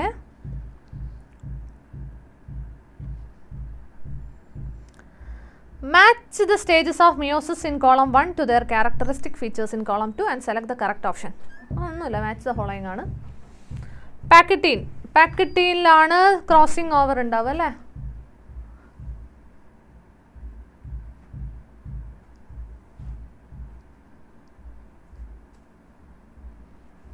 പാക്കറ്റീൻ crossing over takes place. മെറ്റാഫേസിൽ എന്താണ് നടക്കുക? മെറ്റാഫേസിൽ അല്ലേ, ക്രോമസോംസ് എല്ലാവരും ഇക്വറ്റോറിയൽ പ്ലേറ്റിൽ മീറ്റ് ചെയ്യുന്ന സ്ഥലമാണ് മെറ്റ എന്ന് കേൾക്കുമ്പോൾ മീറ്റിംഗ് എന്ന് ആലോചിച്ചാൽ മതി. ഡയാകൈനസിസിൽ എന്താ നടക്കുക? ഡയാകൈനസിസിലാണ് ടെർമിനലൈസേഷൻ ഓഫ് കയാസ്മേറ്റ് നടക്കുക അല്ലേ? സൈഗോട്ടിൻ എന്താ? Pairing of സൈഗോട്ടിൻ. സൈ എന്ന് കാണുമ്പോൾ സിനാപ്സിസ് ഓർമ്മിക്കാം നമുക്ക്. സിനാപ്സിസ് എന്ന് വെച്ചാൽ എന്താ? പെയറിങ് ഓഫ് ഫോർമുല അല്ലേ? രണ്ടിലും സൈയും ഒന്ന് സൈയും ആണ്. അപ്പോൾ സിനാപ്സിസ് നടക്കുന്നത് സൈഗോട്ടീനാണ്. അപ്പോൾ ഇതിലേതാണ് വരിക? മാച്ച് ദ ഫോളോയിങ് ചെയ്താൽ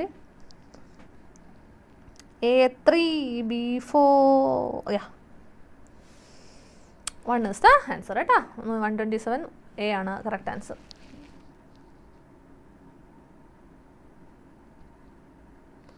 Cumbersome means a difficult procedure. Okay.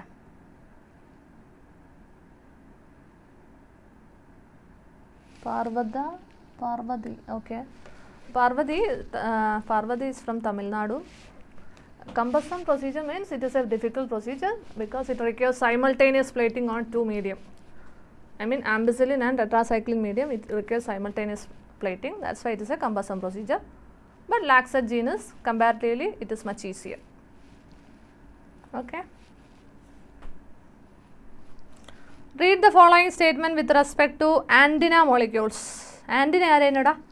Antenna നമ്മളെ ഫോട്ടോസിസ്റ്റത്തിൽ അല്ലേ? ഫോട്ടോസിസ്റ്റത്തിൽ നമ്മളെ നടുവിലുള്ള ക്ലോറോഫിൽ എ ഒഴിച്ച് ബാക്കിയുള്ള റിയാക്ഷൻ സെൻറ്ററിൽ ക്ലോറോഫിൽ എ ഒഴിച്ച് ബാക്കി എല്ലാവരെയും കൂടിയാണ് നമ്മൾ എന്ത് വിളിക്കുക? ആൻറ്റിന എന്ന് വിളിക്കുക. നോക്കിയേ, the LHC are made up of hundreds of pigment molecules bound to protein. ശരിയാണ്.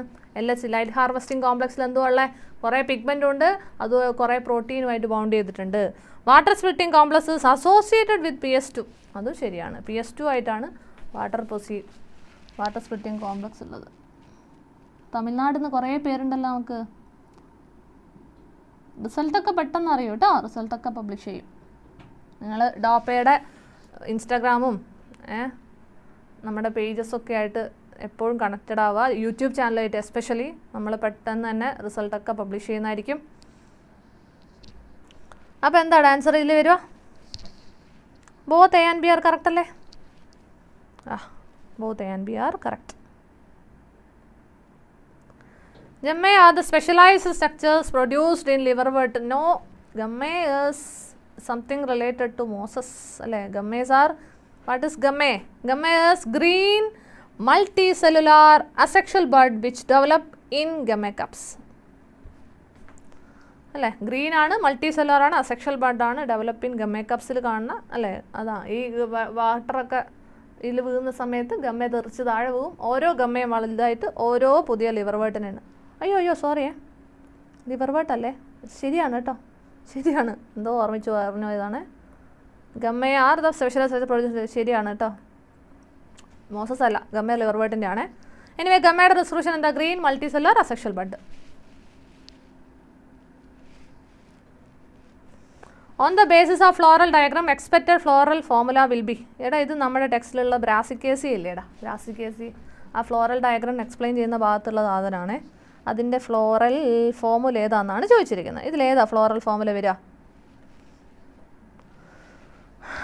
നോക്കിക്കേ, എ ആണ് ആൻസർ. ഇത് പിക്ചർ കണ്ടാൽ തന്നെ നമുക്ക് മനസ്സിലാവും അല്ലേ? K2+2 കാലിക്സ് 4 എണ്ണം. കാലിക്സ് 4 എണ്ണം അല്ലേ? 1 2 3 4 അല്ലേ? 2 എണ്ണം പുറത്ത്, 1 3 പുറത്താണ്, 2 3 ഉള്ളിലാണ്. അതുകൊണ്ടാണ് 2+2. ഇനി കൊറോള 4 എണ്ണമാണ് പറഞ്ഞിരിക്കുന്നത്. കൊറോള 4 എണ്ണം 1 2 3 4 എല്ലാവരും ഒരുപോലെ വാൽവേറ്റ് എസ്റ്റിമേഷനാണ് ചെയ്തിരിക്കുന്നത്. ഇനി ആൻഡ്രീഷ്യം അഗൈൻ 2+4 2 എണ്ണം പുറത്ത്, 4 എണ്ണം ഉള്ളിൽ. 1 2 3 4 എണ്ണം ഉള്ളിൽ, 2 എണ്ണം പുറത്ത്. ഇനി ഗൈനീഷ്യം 2. ഇത് പെറൈറ്റൽ പ്ലാസൻറ്റേഷൻ ആണ് കാണിച്ചിരിക്കുന്നത് കേട്ടോ, പെറൈറ്റൽ പ്ലാസൻറ്റേഷൻ. അപ്പോൾ എന്തായാലും ആൻസർ ഏതാ വരിക? ഇത് നിങ്ങൾ പഠിക്കണം. ആ എല്ലാ ഫ്ലോറൽ ഫോമുലയും നമ്മൾ എന്തായാലും പഠിക്കണം കേട്ടോ. സോ ആൻസർ ഏതാ? A is the right answer.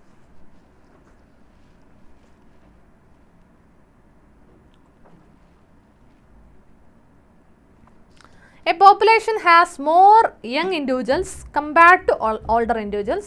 What would be the status of the population after some years? ഇത് നമ്മൾ ഓർഗാനിസം ആൻഡ് പോപ്പുലേഷനിൽ ഏജ് പിരമിഡ് എന്ന് പറയുന്ന ഭാഗത്ത് വരുന്ന സാധനമാണ്. അപ്പോൾ 3 തരം പോപ്പുലേഷൻ ഉണ്ട് അല്ലേ?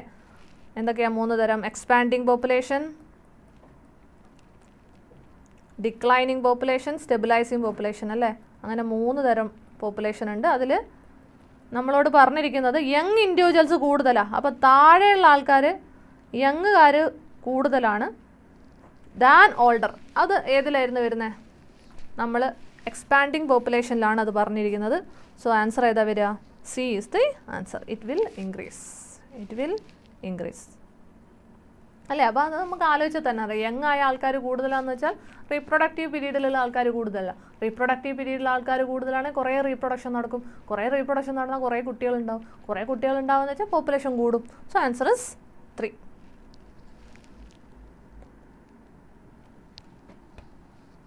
Given below are the 3 basic steps in genetically modifying an organism. എന്താ ചോദിച്ചിരിക്കുന്നത്? കറക്റ്റ് സീക്വൻസ് ആണ് ചോദിച്ചിരിക്കുന്നത് അല്ലേ? ഓക്കെ, നമുക്ക് നോക്കാം. ആദ്യം എന്താ വരിക? Identification of DNA with desirable gene. ഇതാണ് ഫസ്റ്റ് വരിക. പിന്നെ എന്താ വരിക? പിന്നെ ഈ ഡിസൈറബിൾ ജീൻ ഐഡൻറ്റിഫൈ ചെയ്തതിനു ശേഷം ഈ ഐഡൻറ്റിഫൈഡ് DNA ഹോസ്റ്റിലേക്ക് ഇടുക. That is second. പിന്നെ എന്ത് വരും? Maintenance of introduce DNA in the host and transfer of the DNA to its progeny 3. ഇത് വരും. അപ്പം നമ്മുടെ ബയോടെക്കിലുള്ള സ്റ്റെപ്പാണ് ചോദിച്ചിരിക്കുന്നത് അല്ലേ? അപ്പോൾ എന്താ ഇതിൻ്റെ ഓർഡർ? CAB അല്ലേ വരിക? CAB. So 3 is the answer.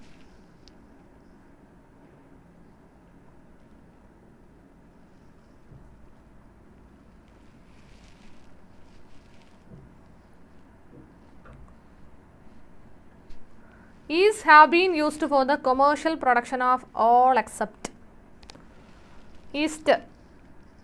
East എന്തിനാടാ? ഈസ്റ്റിൽ നമ്മൾ അല്ലേ ഫെർമെൻറ്റേഷൻ നടന്നാൽ എത്തനോളാണ് ഉണ്ടാവുക. ഈഥൈൽ ആൽക്കഹോളാണ് ഈസ്റ്റ് ഉണ്ടാക്കുക. അപ്പോൾ ഈഥൈൽ ആൽക്കഹോൾ എന്ന് പറയുമ്പോൾ ആൽക്കഹോൾ എന്ന് വെച്ചാൽ വൈൻ ആൽക്കഹോളാണ്, വിസ്കി ആൽക്കഹോളാണ്, എത്തനോൾ ആൽക്കഹോളാണ്. കേട് വേണമെങ്കിൽ നമ്മൾ ഈസ്റ്റ് വെച്ചാൽ പോലെ ലാക്ടോബാസിലസ് ആവേണ്ടത്. അപ്പോൾ ഏതാണ് ആൻസർ? 4 is the answer അല്ലേ? 4 is the answer. Find out the incorrect statement from the following. Incorrect ഏതാ? Dark reaction depends on the product formed by light reaction. വളരെ ശരിയാണ്. ലൈറ്റ് റിയാക്ഷനിൽ നമ്മൾ ATP NADPH ഉണ്ടാക്കുന്നു. ആ ATP NADPHും ആണ് raw materials of dark reaction ആണല്ലോ. അപ്പോൾ അത് ശരിയാണേ. In stroma, enzymatic reactions incorporate CO2 into the plant leading to synthesis of sugar. അതെ, സ്ട്രോമയിൽ വെച്ചിട്ടാണ് CO2 അതേപോലെ നമ്മുടെ വാട്ടറൊക്കെ ചേർന്നിട്ട് എന്തുണ്ടാവുന്നത്? ഗ്ലൂക്കോസ് ഉണ്ടാകുന്നത്. അല്ലെങ്കിൽ ഡാർക്ക് റിയാക്ഷൻ നടക്കുന്ന സ്ട്രോമയിലാണ് അല്ലേ? ഷുഗർ ഉണ്ടാകുന്നത് സ്ട്രോമയിലാണ്. അത് ശരിയാണ്. Purple and green sulphur bacteria uses H2S as hydrogen acceptor. ഇത് എവിടെയാണ് പറയുന്നത്? ഇത് നമ്മൾ കൊർണീലിയസ് വാനിലിൻ്റെ ഒരു എക്സ്പെരിമെൻ്റ് ഉണ്ട്. വാട്ടറിന് ഈ ഓക്സിജൻ എവിടെ നിന്ന് ഇവോൾവ് ചെയ്യുന്നത്? H2O എന്നാണോ H2O എന്നാണോ CO2 എന്നാണോ ഇവോൾവ് ചെയ്യുന്നതെന്ന് കണ്ടുപിടിക്കാൻ ഒരു എക്സ്പെരിമെൻ്റ് ഉണ്ട്. ഏർലി എക്സ്പെരിമെൻ്റ് എന്ന് പറയുന്ന പാർട്ടിൽ കൊടുത്തിരിക്കുന്ന ഒരു സാധനമാണ് ഇത്. അപ്പം പേർപ്പിൾ ആൻഡ് ഗ്രീൻ സൾഫർ ബാക്ടീരിയയിൽ H2S ആണ് ഹൈഡ്രജൻ ഡോണർ. ശരിയാണേ. There is no division of labour in chloroplast. ഒരിക്കലുമല്ല. ക്ലോറോപ്ലാസ്റ്റ് ഡിവിഷൻ ഓഫ് ലേബർ എന്ന് വെച്ചാൽ എന്താ? ഓരോരുത്തർ ഈ ജോലി പല ആൾക്കാർ ചെയ്യും. ഇപ്പം നമ്മുടെ ക്ലോറോപ്ലാസ്റ്റിൽ കുറേ പേരുണ്ട് അല്ലേ? ഗ്രാനയുണ്ട്, നമ്മുടെ സ്ട്രോമയുണ്ട്, കുറേ ആൾക്കാരുണ്ട്. ഓരോരുത്തർക്കും ഓരോ ജോലിയാണ്. ഗ്രാനയിലാണ് നമ്മുടെ ലൈറ്റ് റിയാക്ഷൻ നടക്കുക, സ്ട്രോമയിലാണ് ഡാർക്ക് റിയാക്ഷൻ നടക്കുക. കൃത്യമായി ജോലികൾ ഡിവൈഡ് ചെയ്തിട്ടുണ്ട്. So there is no division of labour എന്ന് പറഞ്ഞാൽ തെറ്റാണ്. So this is incorrect statement. 4 is the answer. 4 is the answer.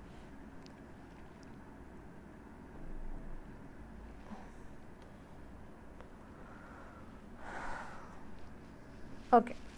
Seed formation is more dependable in angiosperm or more assured in angiosperm. Seed formation more assured. കാരണം എന്താ? Reproductive process such as pollination and fertilization are dependent on water in. ഒരിക്കലും അല്ല അല്ലേ? നമ്മുടെ ആൻജിയോസ്പേമിൽ pollination എന്ന് പറയുന്ന വാട്ടറിലൂടെ മാത്രമാണോ? ഒരിക്കലും അല്ല. വാട്ടർ ഉണ്ട്, വിൻഡ് ഉണ്ട്, ബീസ് ഉണ്ട് അല്ലേ? ഇൻസെക്റ്റ് ഉണ്ട്. അപ്പം പല തരത്തിലുള്ള പോളിനേഷൻ മെത്തേഡും കാര്യങ്ങളൊക്കെ ഉള്ളതുകൊണ്ട് ആൻജിയോസ്പേമിൽ കുറച്ചും കൂടെ അഷ്വേർഡ് ആണ് എന്ത്? സീഡ് ഫോർമേഷൻ എന്നുള്ളത്. പക്ഷേ നേരത്തെ തിരിച്ച് ആൽഗയിൽ അല്ലെ ബ്രയോ ടെറിഡോയിലൊക്കെ എന്താ, ബ്രയോയ്ക്കും ടെറിഡോയ്ക്കും ഒക്കെ വാട്ടർ നിർബന്ധമാണ്. മെയിൽ ഗ്യാമറ്റ്സ് ഫീമെയിലിൻ്റെ അടുത്ത് എത്താൻ വാട്ടർ നിർബന്ധമാണ് സെക്ഷൽ റീപ്രൊഡക്ഷൻ. അപ്പോൾ വാട്ടർ ഇല്ലാത്ത സമയത്ത് അവർക്ക് ഈ പരിപാടി നടക്കില്ല, ഫെർട്ടിലൈസേഷൻ എന്ന് പറഞ്ഞ സാധനം നടക്കില്ല. എന്നാൽ ആൻജിയോയുടെ ഗുണം എന്താ, ആൻജിയോയ്ക്ക് പല മീഡിയ ഉള്ളതുകൊണ്ട് എങ്ങനെയെങ്കിലുമൊക്കെ സാധനം നടന്നു പോകും. അതുകൊണ്ട് തന്നെ ഫെർട്ടിലൈസേഷൻ നടക്കും, സീഡ് എന്തായാലും ഉണ്ടാവും. സോ നോട്ട് ഡിപ്പെൻഡൻ്റ് എന്നാണ് ശരിക്കും വരേണ്ടത് അവിടെ, അല്ലേ? നോട്ട് ഡിപ്പെൻഡൻ്റ് ആണ് വരേണ്ടത്. അപ്പോൾ ഏതാ ആൻസർ വരിക? ഏതാ ആൻസർ വരിക? എ ശരിയാണ്, 6 തെറ്റാണ്. എ ശരിയാണ്, 6 തെറ്റാണ്.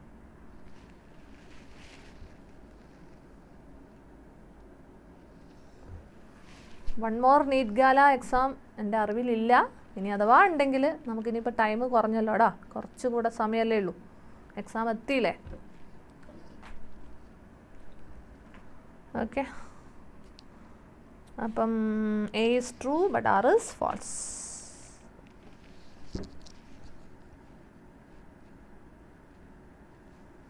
ലേഡീസ് ഫിംഗർ ബിലോങ്സ് ടു ഫാമിലി. ഇത് നമ്മൾ ആഡ് ടോപ്പിക്കാണ്. പ്രാക്ടിക്കൽ സിലബസ് എന്ന് പറഞ്ഞിട്ട് കുറച്ച് സാധനം, കുറച്ച് പുതിയ ഫാമിലീസ് അവർ ആഡ് ചെയ്തിട്ടുണ്ട്, അതിലുള്ള സാധനമാണ് വന്നിട്ടുണ്ട്. ലേഡീസ് ഫിംഗർ ബിലോങ്സ് ടു ഏത് ഫാമിലിയാ? മാൽവേസിയ കേട്ടോ, മാൽവേസിയ. നമ്മുടെ ഹിബിസ്കസ് ഒക്കെ അല്ലേ, ചെമ്പരത്തിൻ്റെ ഒക്കെ ഒപ്പം മാൽവേസിയാണ് നമ്മുടെ ലേഡീസ് ഫിംഗർ ഉള്ളത്. ക്രൂസിഫറെ എന്ന് വെച്ചാൽ ക്യാബേജ് ഫാമിലിയാണ്. സൊളനേസിയെ നമ്മുടെ പൊട്ടറ്റോ ഫാമിലിയാണ്. ഫാബേസിയെ പീ ഫാമിലിയാണ്. ഇത് പീ ഫാമിലിയാണ്. ആൻഡ് സൊളനേസിയെ പൊട്ടറ്റോ ഫാമിലിയാണ്. ക്രൂസിഫറെ ക്യാബേജും ആണ്. അപ്പോൾ ആൻസർ ഏതാടാ? 1 is the answer. Select the wrong set of features regarding the prothallus of pteridophyte. Wrong എന്തൊക്കെയാ? Multicellular and free living. ശരിയാണല്ലോ അല്ലേ? ഫ്രീ ലിവിങ് ആണ്, മൾട്ടി സെല്ലുലാർ ആണ്. It is a gametophytic stage. വളരെ ശരിയാണ്. Usually non photosynthetic and weld. ഒരിക്കലും അല്ല, non photosynthetic ആണെങ്കിൽ ഫ്രീ ലിവിങ് ആവാൻ പറ്റൂല അല്ലേ? ഒറ്റയ്ക്ക് ജീവിക്കുകയാണെങ്കിൽ സ്വന്തമായി ഫുഡ് ഉണ്ടാക്കണം. അപ്പോൾ ഇത് തെറ്റാ. സ്മോൾ ആൻഡ് ഇൻകോൺസ്പിക്വസ് ശരിയാണ്. അപ്പം നമ്മൾ പ്രൊത്താലസിൻ്റെ ഡിസ്കഷൻ പതിക്കുന്നുണ്ട്. Small, inconspicuous, multi cellular, free living, thalloid gametophyte of നമ്മുടെ ടെറിഡോഫൈറ്റ് ആണ് prothallus. So answer is 3. Assertion angiosperm exhibit double fertilisation. ശരിയാണല്ലോ, ശരിയാണ്. 2 fusion event syngamy and triple fusion occur in മൈക്രോസ്പൊറാഞ്ചിയത്തിലാണോ? ഒരിക്കലല്ല, മെഗാസ്പൊറാഞ്ചിയത്തിലാണ് ഫ്യൂഷൻ നടക്കുന്നത് അല്ലേ? നമ്മുടെ ഒവ്യൂളിൻ്റെ ഉള്ളിലോ എംബ്രിയോസാക്കിൻ്റെ ഉള്ളിലാണ് ഫ്യൂഷൻ നടക്കുന്നത്. അപ്പോൾ ഇത് തെറ്റല്ലേ? തെറ്റാണ്. അപ്പോൾ ആൻസർ ഏതാ വരിക? A is true but R is false.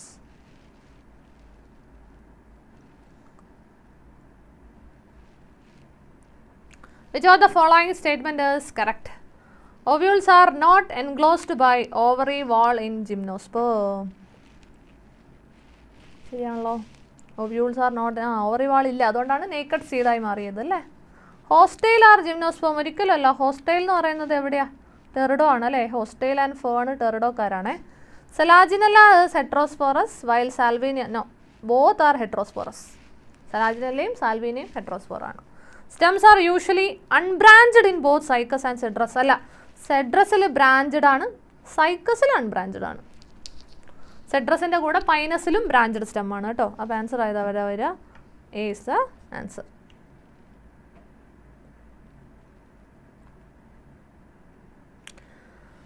അടുത്ത അഗെയിൻ അസേർഷൻ ആൻഡ് റീസൺ ആണ്. Golgi apparatus remains in close association with the endoplasmic reticulum.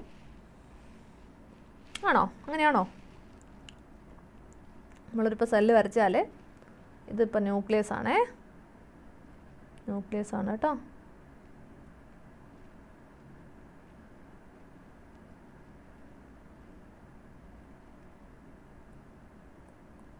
Nucleus ഇതല്ലേ endoplasmic reticulum.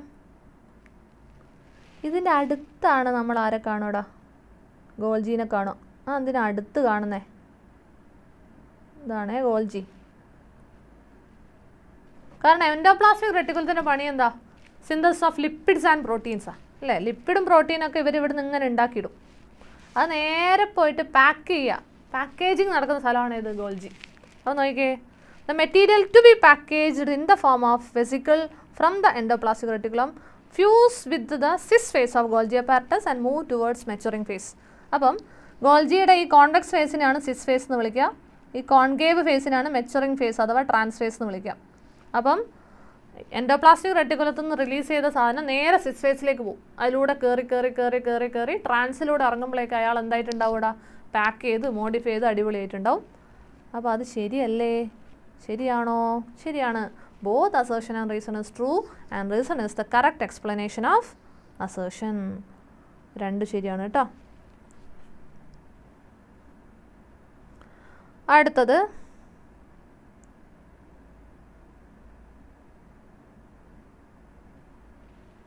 the events of aerobic respiration include. aerobic respiration event ആണ് ചോദിച്ചിരിക്കുന്നത് കേട്ടോ. The complete oxidation of pyruvate by the stepwise removal of all the hydrogen atoms leaving 2 molecules of CO2. ഒരിക്കലല്ല, 2 അല്ല വരുന്നത്, എത്രയാ? 3 CO2 ആണ് അല്ലേ. ഒരു പൈറുവിക് ആസിഡ് എന്ന് വെച്ചാൽ 3 കാർബണുള്ള കോമ്പൗണ്ടാണ്. ഇതിന് ഓക്സിഡേഷൻ നടന്ന് 3 CO2 റിലീസ് ചെയ്യുന്നത്. ഗ്ലൂക്കോസ് ആണെങ്കിലോ 6C6H12O6 6 കാർബൺ. അപ്പോൾ എത്ര CO2 റിലീസാവും? 6 CO2. പക്ഷേ പൈറുവിക് ആസിഡിൽ 3 CO2 ആണ്. അപ്പോൾ അത് തെറ്റാ. The passing on of the electron removes as part of the hydrogen atom to molecular oxygen with simultaneous synthesis of ATP. ശരിയാണല്ലേ. ഇലക്ട്രോൺ ഇങ്ങനെ മൂവ് ചെയ്ത് അവസാനം ഇലക്ട്രോൺ ഓക്സിജൻ സ്വീകരിക്കുന്നു. അതിനോടൊപ്പം തന്നെ കോംപ്ലക്സ് 5ൽ ആരുണ്ടാവും? ATP ഉണ്ടാവും. Pyruvate is transported from cytoplasm to mitochondrial matrix. ശരിയാണ്. പൈറുവിക് ആസിഡ് ഗ്ലൈക്കോളിസിസ് കഴിഞ്ഞിട്ട് സൈറ്റോപ്ലാസത്തിലാണ് ഉണ്ടാകുന്നത്. അത് പിന്നെ എങ്ങോട്ടേക്ക് പോവടാ? നമ്മുടെ ഓക്സിഡേറ്റീവ് ഡീകാർബോക്സിലേഷൻ അഥവാ ലിങ്ക് റിയാക്ഷന് വേണ്ടിയിട്ട് നേരെ മൈറ്റോകോൺഡ്രിയയുടെ മാട്രിക്സിലേക്ക് പോകും. ശരിയാണ്. 2 events of aerobic respiration takes place within the mitochondria. ശരിയാ അല്ലേ. എയറോബിക് റെസ്പിറേഷൻ്റെ 2 events നടക്കുന്നത് എവിടെ നിന്നാണ്? മൈറ്റോകോൺഡ്രിയൻ്റെ ഉള്ളിൽ വെച്ചിട്ടാണ്. The first process takes place in the matrix of mitochondria while the second process is located on the inner membrane of mitochondria. ആണല്ലോ, ശരിയാണല്ലോ. First process takes place മാട്രിക്സിൽ എന്തൊക്കെയാണ് നടക്കുക? മാട്രിക്സിൽ ലിങ്ക് റിയാക്ഷൻ നടക്കും, നമ്മുടെ ക്രബ് സൈക്കിൾ നടക്കും. മറ്റേ 2 പരിപാടി എന്ന് വെച്ചാൽ ഇലക്ട്രോൺ ട്രാൻസ്പോർട്ട് സിസ്റ്റം അതേപോലെ ഓക്സിഡേറ്റീവ് ഫോസ്ഫോറിലേഷൻ നടക്കുന്ന സ്ഥലമാണ് നമ്മുടെ ഇന്നർ മെംബ്രെയിൻ ഓഫ് മൈറ്റോകോൺഡ്രിയ. അത് ശരിയാണല്ലേ. അപ്പോൾ ആൻസർ ഏതാ വരിക? ക്യൂവും ആറും എസും ടിയും ശരിയാണ്. So answer is 2.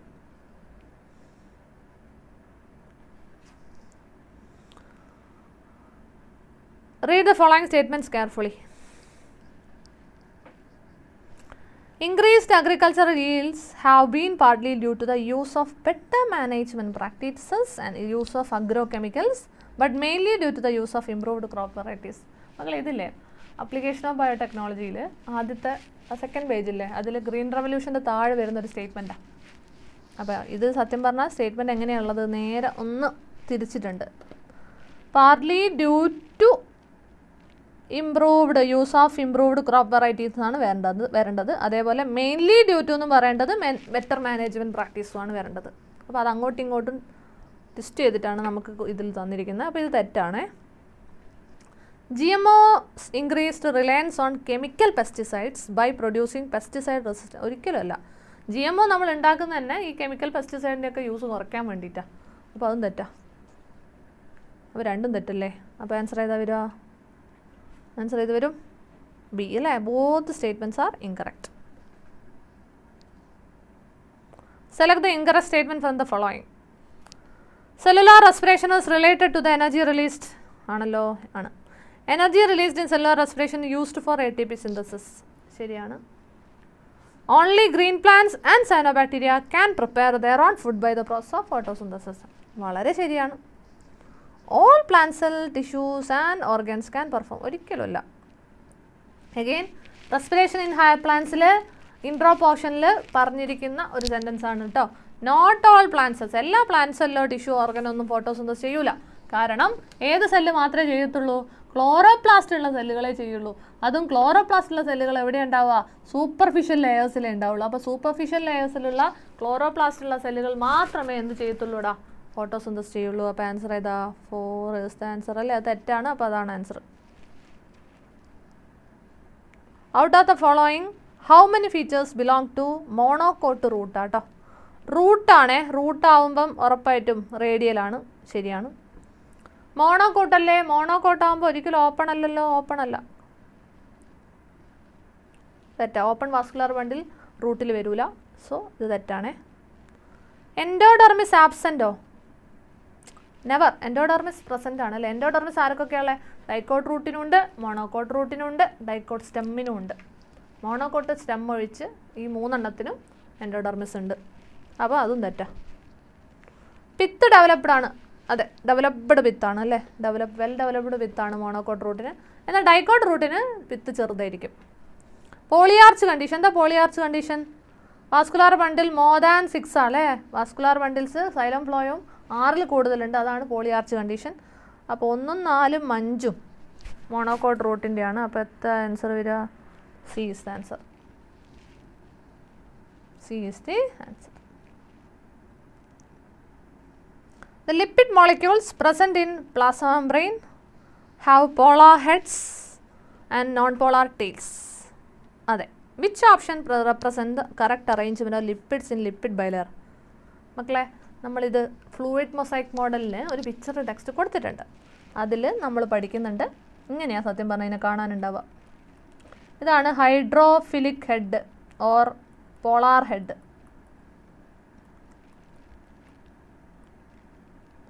ഇതാണ് നോൺ പോളാർ ടെയിൽ അല്ലെങ്കിൽ ഹൈഡ്രോഫോബിക് ടെയിൽ. അപ്പോൾ ഇങ്ങനെയാണ്. അപ്പം ഇതൊരു ബൈലെയർ അല്ലേ? അപ്പം നമ്മൾ പ്ലാസ്മ മെംബ്രെയിൻ സൂം ചെയ്താൽ ഇങ്ങനെ ബൈലെയർ ആയിട്ടുള്ള ഒരു സാധനം കിട്ടുക. അപ്പോൾ അതിൽ ഇങ്ങനെയാണ് സാധനം ഉണ്ടാവുക കേട്ടോ. അപ്പോൾ ഏതാ വരിക? 2 അല്ലേ വരിക?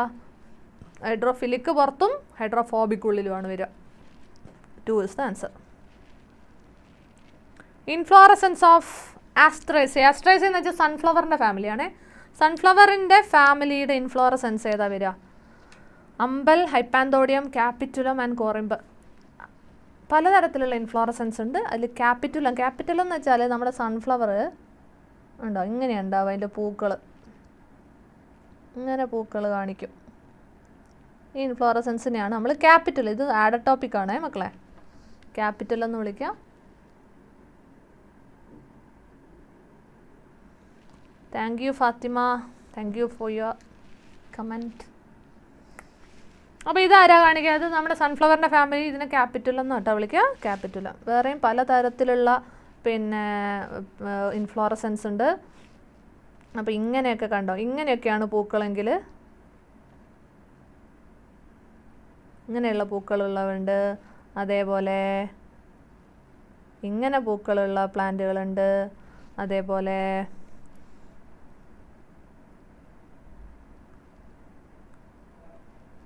ഇങ്ങനെ പൂക്കൾ കണ്ടോ? ഇങ്ങനെ പലതരത്തിലുള്ള ഇൻഫ്ലോറസൻസ് ഉണ്ട് കേട്ടോ. അപ്പോൾ ക്യാപിറ്റുല ഇതാട്ടോ. ഇതാരാ? ക്യാപിറ്റുല. ഇതാണ് അമ്പൽ. ഇതാണ് കോറിമ്പ്.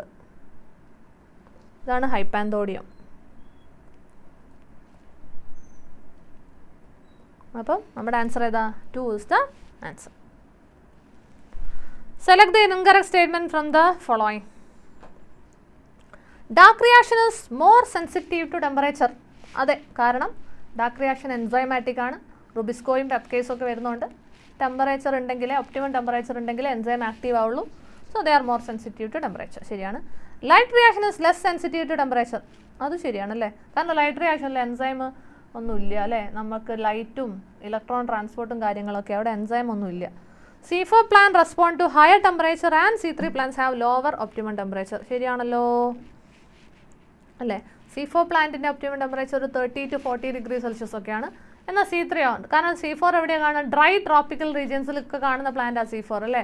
അപ്പോൾ അവർക്ക് ഫോട്ടോ റെസ്പിറേഷൻ നടക്കാത്തതുകൊണ്ട് തന്നെ C4 ആയതുകൊണ്ട് തന്നെ അവർക്ക് നല്ല ടെമ്പറേച്ചർ ഒപ്റ്റിമമാണ്. 30 to 40 ആണ്. എന്നാൽ C3 പ്ലാന്റിന് ഒരു 20-25 ഒക്കെ വരത്തുള്ളൂ. Tropical plants have lower optimum temperature for photos. ഒരിക്കലല്ല. ട്രോപ്പിക്കൽ പ്ലാന്റ് എന്ന് പറയുന്നത് C4, അവർക്ക് ഹയർ ടെമ്പറേച്ചർ ഒപ്റ്റിമാണ്. അപ്പോൾ ഇൻകറക്റ്റ് സ്റ്റേറ്റ്മെൻറ്റ് 4 ആണ്. 148. Restriction enzymes are obtained only from eukaryote. Never restriction enzyme നമ്മൾ prokaryote bacteria എന്നാണ് എടുക്കാറ്. First discovered restriction endonuclease for hint 2 അല്ലേ? ആൻസർ ഏതാടാ? രണ്ടും തെറ്റല്ലേ? Both statements are incorrect. Consider the following statements. When certain exotic species are introduced into a geographical area, they become invasive because the invaded land does not have its natural predator. എന്തായി പറഞ്ഞിരിക്കുന്നത്? ഒരു എക്കോസിസ്റ്റത്തിലേക്ക് ഏതെങ്കിലും ഒരു സ്പീഷീസിനെ introduce ചെയ്താൽ ആ species ആ വന്നിരിക്കുന്ന എക്കോസിസ്റ്റത്തിൽ ഭയങ്കരമായിട്ട് കൂടും, നമ്പർ കൂടും. എപ്പം? ആ വന്ന സ്പീഷീസിൻ്റെ പ്രിഡേറ്റർ ഈ എക്കോസിസ്റ്റത്തിൽ ഇല്ലെങ്കിൽ.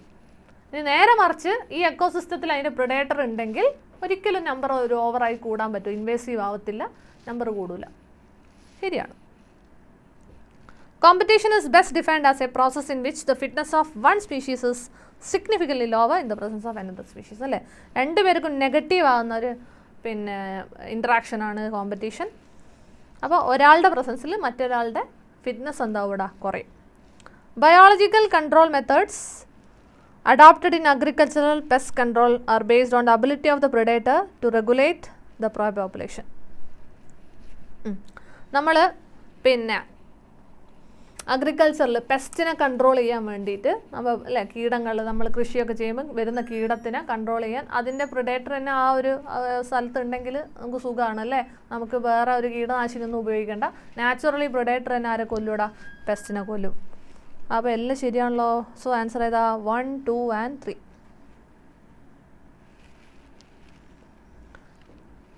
അടുത്തത് നമ്മുടെ last question. A good producer of citric acid. Citric acid ആരാണ്ടാക്കുക? നമ്മുടെ മൈക്രോബ്സിലെ ക്വസ്റ്റ്യൻ അതല്ലേ? ആസ്പെർജില്ലസ് ആണ് സിട്രിക് ആസിഡ് ഉണ്ടാക്കുക. ക്ലോസ്ട്രിഡിയം നമ്മളെ ബ്യൂട്ടിലിക്കും, ക്ലോസ്ട്രിഡിയം ബ്യൂട്ടിലിക്കം ബ്യൂട്രിക് ആസിഡ് ഉണ്ടാക്കും. സെക്കാരോമൈസസ് സെർവീസിയെ അതായത് ഈസ്റ്റ്, എത്തനോള് ഒക്കെ ഉണ്ടാക്കും. സ്യൂഡോമോണാസ് വിറ്റാമിനൊക്കെ ഉണ്ടാക്കാൻ ഉപയോഗിക്കുന്ന സാധനമാണ് സ്യൂഡോമോണാസ് കേട്ടോ. അപ്പോൾ നമ്മുടെ ആൻസർ വരും ആസ്പെർജില്ലസ്. അപ്പം ഇത്രയും 50 ക്വസ്റ്റ്യൻസ് നമ്മൾ ഡിസ്കസ് ചെയ്തു.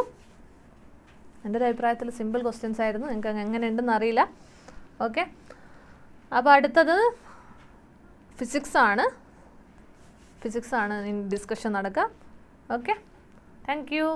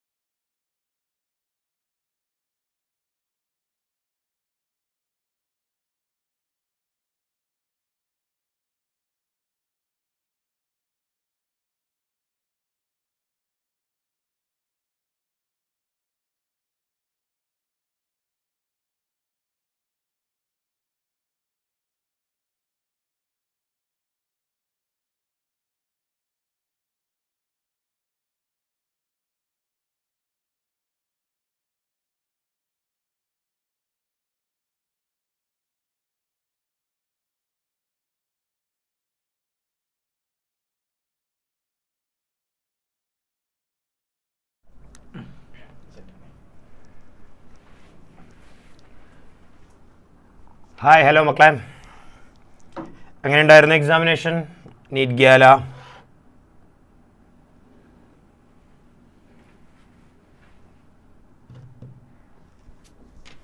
ഹലോ, കേൾക്കാൻ പറ്റുന്നുണ്ടോ? റെഡിയാണോ?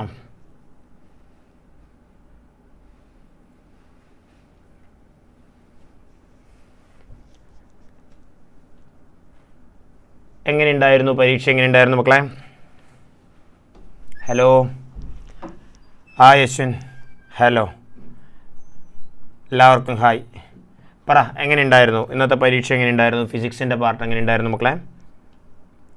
ടൈം കിട്ടിയില്ല. ഓക്കെ, അതല്ലാതെ കോംപ്ലിക്കേഷൻസ് എങ്ങനെയുണ്ടായിരുന്നു? കൂടുതലായിരുന്നോ? ഒരു ടഫ് ലെവൽ നിങ്ങളെങ്ങനെയാണ് ഒരു 10 എത്ര മാർക്ക് കൊടുക്കും ഈ ക്വസ്റ്റ്യന് എന്ന് വെച്ചാൽ അതിൻ്റെ ഒരു ലെവലിൽ?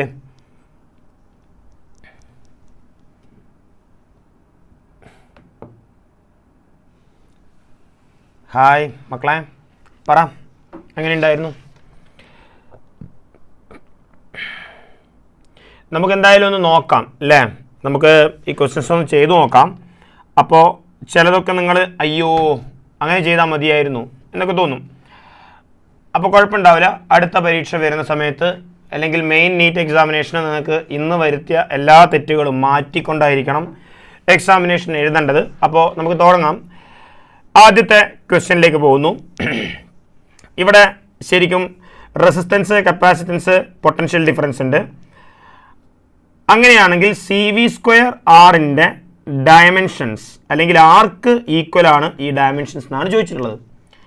അപ്പോൾ ഇങ്ങനെ ഒരു ക്വസ്റ്റ്യൻ വരുമ്പോൾ നമ്മൾ ഇൻഡിവിജ്വലി കപ്പാസിറ്റിയുടെ ഡയമെൻഷൻ, അതേപോലെ തന്നെ പൊട്ടൻഷ്യൽ ഡിഫറൻസിൻ്റെ ഡയമെൻഷൻ, അതേപോലെ തന്നെ റെസിസ്റ്റൻസിൻ്റെ ഡയമെൻഷൻ, ഇതൊക്കെ കണ്ടിട്ട് വേണമെങ്കിൽ ചെയ്യാം. പക്ഷേ അങ്ങനെ ചെയ്ത് കഴിയുമ്പോൾ നമ്മളത് ഭയങ്കര ടൈം എടുക്കുന്ന ക്വസ്റ്റ്യനായി മാറും. അപ്പോൾ അതിന് പകരം നമുക്കറിയുന്ന ഏതെങ്കിലും ഫിസിക്കൽ ക്വാണ്ടിറ്റിയിലേക്ക് ഇതിനെ എത്തിക്കാൻ കഴിയുമോ എന്നുള്ളത് നോക്കിയാൽ നമുക്കിത് ചെയ്യാൻ പറ്റും. ഉദാഹരണത്തിന് ഞാനിതിനെ ഒന്ന് മാറ്റുകയാണ്.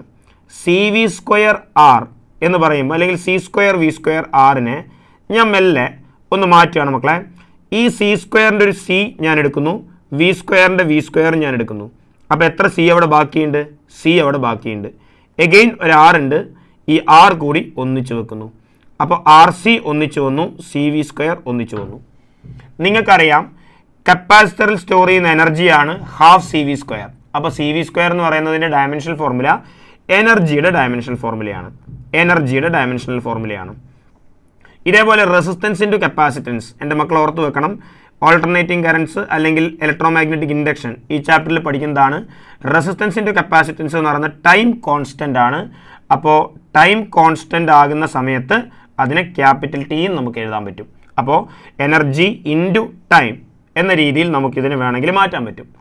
എനർജി നമുക്കറിയാം, എനർജിയുടെ ഡയമെൻഷണൽ ഫോർമുല mL² T⁻² ആണ്. ടൈമിൻ്റെ ഡയമെൻഷൻ T തന്നെ. ചെയ്യുമ്പോൾ mL² T⁻⁻1 എന്ന് കിട്ടും. mL² T⁻⁻1 വരുന്നത് ആംഗുലാർ മൊമെൻറ്റത്തിൻ്റെ ഡയമെൻഷണൽ ഫോർമുലയായിട്ടാണ്. സോ നമ്മുടെ ആൻസർ എന്ന് പറയുന്നത്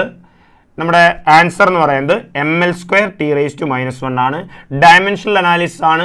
ഈ ക്വസ്റ്റ്യൻ നിങ്ങൾക്ക് വേണമെങ്കിൽ റെസിസ്റ്റൻസിൻ്റെ ഡയമെൻഷനും പൊട്ടൻഷ്യൽ ഡിഫറൻസിൻ്റെ ഡയമെൻഷനും കപ്പാസിറ്റിയുടെ ഡയമെൻഷനും ഒക്കെ അതാത് ഇക്വേഷൻസ് ഉപയോഗിച്ച് ചെയ്ത് കുറേ കഷ്ടപ്പെട്ട് ഉണ്ടാക്കിയെടുക്കാം. ഫൈനലി ആൻസർ കിട്ടിയിരിക്കും, ഉറപ്പാണ്. കാരണം ഡയമെൻഷൻ എപ്പോഴും സേഫ് ക്വസ്റ്റ്യൻസ് ആണ്. സമയമാണ് ഇവിടെ വ്യത്യാസം വരിക. വളരെ ഷോർട്ടായി ഈ രീതിയിൽ ചെയ്യാൻ പറ്റും. എൻ്റെ മക്കൾക്ക് ക്ലിയറായി എന്ന് വിചാരിക്കുന്നു. റെഡിയല്ലേ കാര്യം? ഒന്നാമത്തെ ചോദ്യം മക്കളെ ഒന്ന് റെസ്പോണ്ട് ചെയ്തേ. റെഡിയല്ലേ? ഈ ക്വസ്റ്റ്യൻ PDF ആയിട്ട് നിങ്ങൾക്ക് ഷെയർ ചെയ്ത് കിട്ടും കേട്ടോ. എന്തായാലും ഇത് സ്ലൈഡായിട്ടോ അങ്ങനെ എങ്ങനെയാണെന്ന് വെച്ച് കഴിഞ്ഞാൽ നിങ്ങളിലേക്ക് ഷെയർ ചെയ്യും കേട്ടോ. സോ ഡോണ്ട് വറി, അതിനെപ്പറ്റി ചിന്തിക്കണ്ട, അതെന്തായാലും നിങ്ങൾക്ക് കിട്ടും. ഓക്കെ മക്കൾസ്, അടുത്ത ക്വസ്റ്റ്യനിലേക്ക് പോയിക്കോട്ടെ. അടുത്ത question, particle is moving along straight line such that the position of the particle changes with the time as x proportional to 1 divided by t³. So 1/t³ എന്നുള്ള രീതിയിലാണ് ഡിസ്പ്ലേസ്മെൻറ്റ് ചേഞ്ച് ചെയ്യുന്നത്. അങ്ങനെയാണെങ്കിൽ ആ പാർട്ടിക്കിൾ എങ്ങനെയാണ് മൂവ് ചെയ്യുന്നത്, constant വെലോസിറ്റിയിലാണോ, constant ആക്സലറേഷനിലാണോ, variable ആക്സലറേഷനാണോ, ഇനി variable acceleration തന്നെയാണെങ്കിൽ ആ ആക്സലറേഷൻ കൂടുകയാണോ കുറയുകയാണോ തുടങ്ങിയ കാര്യങ്ങളാണ് അവർ ചോദിക്കുന്നത്. ഇങ്ങനെ ചോദിക്കുന്ന സമയത്ത് എൻ്റെ മക്കളെ ഇങ്ങോട്ടേക്ക് നോക്കുക. എക്സ് റൈസ് ടു എന്നിൻ്റെ ഡെറിവേറ്റീവ് ഒരു ബേസ് അവിടെ ഉണ്ടാക്കി വെക്കുന്നത് നല്ലതാണ്. Derivative of x raise to n x raise to n minus one ആണ്. N x raise to n minus one ആണ്. അത് x raise to n minus വണ്ണിന് പ്രപ്പോർഷനിലാണ്. എന്നാൽ x raise to minus n അഥവാ 1 എക്സ് റൈസ് ടു എൻ എന്ന് പറയുന്നത് എപ്പോഴും proportional to 1 x raise to n plus വണ്ണിന് പ്രപ്പോർഷണലായിരിക്കും. അങ്ങനെ വരുമ്പോൾ ഉദാഹരണത്തിന് ഇവിടെ എക്സ് പ്രപ്പോർഷണൽ ടു 1/t³ ആണ്. വെലോസിറ്റി ഇൻസ്റ്റന്റേനിയസ് വെലോസിറ്റി എന്ന് പറയുന്നത് ഉറപ്പായിട്ടും dx/dt ആണ്. അപ്പോൾ ആ dx/dt എന്ന് പറയുന്നത് ഡയറക്ട്ലി പ്രപ്പോർഷണൽ ടു 1 എന്തായിരിക്കും മക്കളെ വരിക, t⁻3+1 അതായത് 4 ആയിരിക്കും വരിക. എഗെയിൻ ആക്സലറേഷൻ എന്ന് പറയുമ്പം it is rate of change of velocity ആണ്, dv/dt ആണ്. അങ്ങനെ dv/dt ഡയറക്ട്ലി പ്രപ്പോർഷണൽ ടു എന്തായിരിക്കും വരിക, 1/x⁻n+1 എന്നുള്ള ഫോമിലേക്ക് പോകുമ്പം 1/t⁵ പ്രപ്പോർഷണലായിരിക്കും. ഇവിടെ നോക്കൂ, ടൈം ഇൻക്രീസ് ചെയ്യുമ്പോൾ ഡിനോമിനേറ്ററാണ് ഇൻക്രീസ് ചെയ്യുന്നത്. ഡിനോമിനേറ്റർ ഇൻക്രീസ് ചെയ്യുമ്പം ആ വാല്യൂ എന്ത് ചെയ്യും, കുറയും. അപ്പോൾ ടൈം ഇൻക്രീസ് ചെയ്യുമ്പം ആക്സലറേഷൻ ഓട്ടോമാറ്റിക്കലി എന്തായിരിക്കും മക്കളെ സംഭവിക്കുക, ഡിക്രീസ് ചെയ്യും. അങ്ങനെ ഒരു ഓപ്ഷൻ നമുക്ക് അവിടെ ഉണ്ടോ, ഉറപ്പായിട്ടുണ്ട്. With an acceleration that decreases with time എന്നൊരു ഓപ്ഷൻ അവിടെ ഉണ്ട്. സോ നമുക്കത് കുത്താം, കുഴപ്പമൊന്നുമില്ലല്ലോ. സോ ഇതാണ് കാര്യങ്ങളുടെ ഒരു കിടപ്പ്. പിന്നെ കോൺസ്റ്റന്റ് വെലോസിറ്റി ആണെങ്കിൽ എപ്പോഴും എങ്ങനെയായിരിക്കും എന്നറിയോ, displacement directly proportion to t⁻1 ആയിരിക്കും. എഗെയിൻ കോൺസ്റ്റന്റ് ആക്സലറേഷൻ ആണെങ്കിൽ displacement directly proportion to t² ആയിരിക്കും. കുഴപ്പമൊന്നുമില്ലല്ലോ. Again acceleration increases with time ആണെങ്കിൽ x directly proportion to t⁻n ആയിരിക്കും and n must be greater than 1 ആയിരിക്കും വരിക, അല്ലെങ്കിൽ n must be greater than 2 ആയിരിക്കും വരിക. ഈ രീതിയിലായിരിക്കും വരിക. അങ്ങനെ വരുമ്പോൾ സ്വാഭാവികമായും ഇവിടുത്തെ ആൻസർ എന്ന് പറയുന്നത് 4th ഓപ്ഷനാണ് വരേണ്ടത്. സെറ്റല്ലേ കാര്യം? അപ്പോൾ അടുത്ത ക്വസ്റ്റ്യനിലേക്ക് പതിയെ നമ്മൾ പതിയെ കടക്കുകയാണ്. മൂന്നാമത്തെ ചോദ്യം നല്ലൊരു ചോദ്യമാണ്. Particle is projected from surface of earth with a velocity 40I plus 30J meter per second. The ratio of maximum height to horizontal range of the projectile must be. രണ്ട് കാര്യങ്ങൾ നമ്മൾ അറിയണം. ഒന്ന്, ഒബ്ജക്റ്റ് എങ്ങനെ വിടുന്നു എർത്തിലൂടെ. നോക്കൂ, നമ്മുടെ ഭൂമിയുടെ സർഫസിൽ നിന്ന് ഒരു ഒബ്ജക്റ്റിനെ നമ്മൾ പ്രൊജക്റ്റ് ചെയ്യാണ്. അങ്ങനെ പ്രൊജക്റ്റ് ചെയ്യുന്ന ഇനീഷ്യൽ വെലോസിറ്റിയെ രണ്ട് കമ്പോണൻറ്റുകൾ 40I 30J അങ്ങനെ രണ്ട് കമ്പോണൻറ്റുകളാക്കി നമുക്ക് തിരിക്കാം. ഒന്ന് ഇങ്ങോട്ടേക്കുള്ള കമ്പോണൻറ്റ്, അത് 40I, അപ്പോൾ initial velocity at X direction എന്ന് പറയുന്നത് 40 ആണ്. എഗെയിൻ ഇതേപോലെ തന്നെ initial velocity at Y direction അത് 30J ആണ്, ദറ്റ് ഈസ് 30 ആണ്. ബുദ്ധിമുട്ടൊന്നുമില്ല എന്ന് വിചാരിക്കുന്നു. അപ്പോൾ ഇവിടെ ഒരു ആംഗിൾ ഓഫ് പ്രൊജക്ഷൻ ഉണ്ടാവും. പ്രൊജക്ടൈൽ കണ്ടിന്യൂസ് ആയി ഇങ്ങോട്ടേക്ക് പോകും. ഒരു പ്രൊജക്ടൈൽ ഒരു ട്രാജക്ടറി ഉണ്ടാക്കും, എന്തോ ആയിക്കോട്ടെ. ഇവിടെ ചോദിച്ചത് ഇതൊരു ഒബ്ലീക്ക് പ്രൊജക്ടൈലാണ്. ഇവിടെ ചോദിച്ചത് the ratio of maximum height to horizontal range എന്നാണ്. Maximum height to horizontal range എന്ന് പറയുമ്പോൾ എൻ്റെ മക്കളെ ഇങ്ങോട്ടേക്ക് നോക്കുക. മാക്സിമം ഹൈറ്റ് h ആണെങ്കിൽ ഹൊറിസോണ്ടൽ റേഞ്ച് r ആണെങ്കിൽ ഇത് തമ്മിലുള്ള റേഷ്യോ ആണ് ചോദിച്ചിട്ടുള്ളത്. എച്ചിൻ്റെയും ആറിൻ്റെയും ഇക്വേഷനൊക്കെ നമുക്കറിയാം. u² sin² θ/2g എന്നും ഹൊറിസോണ്ടൽ റേഞ്ച് 2 പിന്നെ u² sin 2θ/g എന്നുള്ള ഇക്വേഷൻസ് ഒക്കെ നമുക്കറിയാം. പക്ഷേ ഈ ഒരു ക്വസ്റ്റ്യൻ ചെയ്യുമ്പോൾ നമ്മൾ പ്രൊജക്ടൈൽ പഠിക്കുമ്പോൾ എൻ്റെ മക്കൾ നിർബന്ധമായും അറിയേണ്ട ഒരു കാര്യമുണ്ട്. That is 4h equal to ഏതൊരു ഒബ്ലീക്ക് പ്രൊജക്ടൈലിലും, അതായത് ഇങ്ങനെയുള്ള പ്രൊജക്ടൈലിലും ആക്സലറേഷൻ കോൺസ്റ്റൻ്റ് ആണെങ്കിൽ 4h equal to r tan θ exactly equal to ½ gt² ആയിരിക്കും. h മാക്സിമം ഹൈറ്റ് ആണ്, r റേഞ്ച് ആണ്, t ടൈം ഓഫ് ഫ്ലൈറ്റ് ആണ്. അപ്പോൾ നമുക്ക് ഈ റേഷ്യോ എടുക്കുമ്പോൾ മക്കളെ നോക്കൂ, എച്ചിന് പകരം എനിക്ക് r tan θ/4 എടുക്കാമല്ലോ. അപ്പോൾ ഈ എച്ചിന് പകരം ഞാൻ എന്ത് ചെയ്യാണ്, എച്ചിന് പകരം ഞാൻ r tan θ/4 എന്നെടുക്കുന്നു. ഓൾറെഡി താഴെ ഒരു r ഉണ്ട്, ആ r അവിടെ തന്നെയുണ്ട്.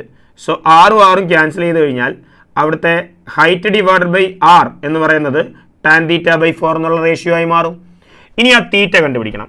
അത് കണ്ടുപിടിക്കാനാണ് നമുക്കിവിടെ 40 30 തന്നിട്ടുള്ളത്. ഈ ഒരു ട്രയാങ്കിളിൽ എൻ്റെ മക്കളെ ഇങ്ങോട്ടേക്ക് നോക്കുക, ഇത് 30 ആണ്, ഈ ഭാഗം 40 ആണ്. എങ്കിൽ അവിടുത്തെ tan θ എന്ന് പറയുന്നത് opposite by adjacent, that is 30/40 വരും. സോ 30/40 വരും. ഓൾറെഡി താഴെ ഒരു 4 ഉണ്ട്, ക്യാൻസൽ ചെയ്യുന്നു. സോ 3:16 അല്ലെങ്കിൽ 3/16 എന്ന റേഷ്യോ നമുക്ക് കിട്ടും. സെറ്റാണോ കാര്യം? മക്കൾ ക്ലിയർ ആവുന്നുണ്ടോ? റെഡി ആവുന്നുണ്ടോ നിങ്ങൾക്ക്?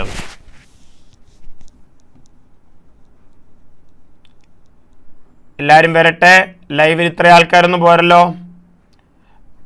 നോക്ക്, കിഡിലൻ ചോദ്യങ്ങളാണ്.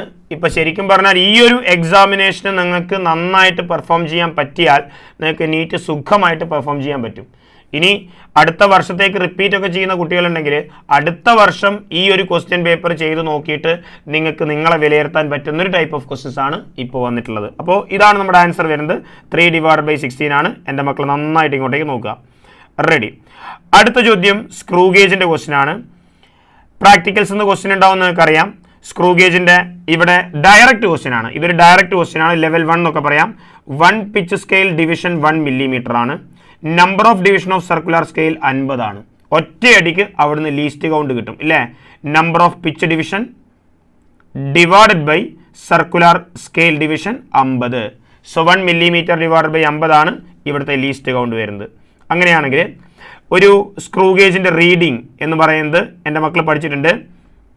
പിച്ച് സ്കെയിലിലെ റീഡിങ്ങും പിന്നെ സർക്കുലർ സ്കെയിലിലെ റീഡിങ് ഇൻറ്റു ലീസ്റ്റ് കൗണ്ടുമാണ് നമ്മുടെ സ്ക്രൂ ഗേജിൻ്റെ മെഷർമെൻ്റ് എന്ന് പറയുന്നത്. എറർ ഉണ്ടെങ്കിൽ +or-0 എറർ കൂടി ചെയ്യണം. ഇവിടെ നോ സീറോ കറക്ഷൻ എന്ന് പറയുന്നത് കൊണ്ട് എററിനെ പറ്റി ചിന്തിക്കേണ്ട ആവശ്യം പോലുമില്ല. അപ്പോൾ പിച്ച് സ്കെയിൽ റീഡിങ് പ്രത്യേകിച്ചൊന്നും ഇല്ലാത്തത് കൊണ്ട് 0. സർക്കുലർ സ്കെയിലിൽ 25 റീഡിങ് വരുന്നുണ്ട്. ആൻഡ് ലീസ്റ്റ് കൗണ്ട് എന്ന് പറയുന്നത് 1/50 മില്ലിമീറ്റർ ആണ്. നമുക്ക് ചെയ്താൽ 25/2 അഥവാ 1/2 മില്ലിമീറ്റർ നമുക്ക് 0.5 മില്ലിമീറ്റർ ആൻസർ ആയിട്ട് കിട്ടും. സാധനം റെഡി അല്ലേ? വളരെ വളരെ ഡയറക്റ്റ് ആയിട്ടുള്ള ചോദ്യമാണ്. നമുക്ക് ഒന്ന് പ്രാക്ടിക്കൽസ് ചെയ്തൊരു ഓർമ്മയുണ്ടെങ്കിൽ തന്നെ നിങ്ങൾക്ക് ചെയ്യാൻ പറ്റുന്നൊരു ചോദ്യമാണ് സ്ക്രൂ ഗേജിൻ്റെ ക്വസ്റ്റ്യൻ. ഡയറക്റ്റ് ആയിട്ടുള്ള ചോദ്യമായിരുന്നു. മക്കളെ, 5ാമത്തെ ചോദ്യം. Particle is projected from the surface of earth with velocity n times of escape velocity. When it reaches at infinity of the velocity become √8 times the escape velocity. എങ്കിൽ n എത്രയാണ്? ഇതൊരു JEE level question ആണെന്ന് ഞാൻ പറയും. അപ്പോൾ ഈ question എങ്ങനെയാണ് നമ്മൾ ചെയ്യുക? നമ്മുടെ ഭൂമിയുടെ സർഫസിൽ നിന്ന് ഒരു ഒബ്ജക്റ്റ്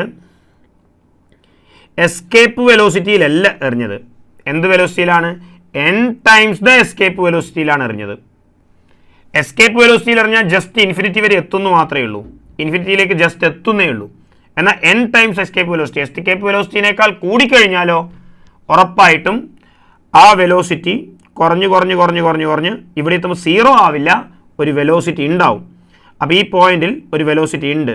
ആ പോയിന്റിലെ വെലോസിറ്റി എത്രയാണ്? √8 times of the escape velocity എന്നാണ്.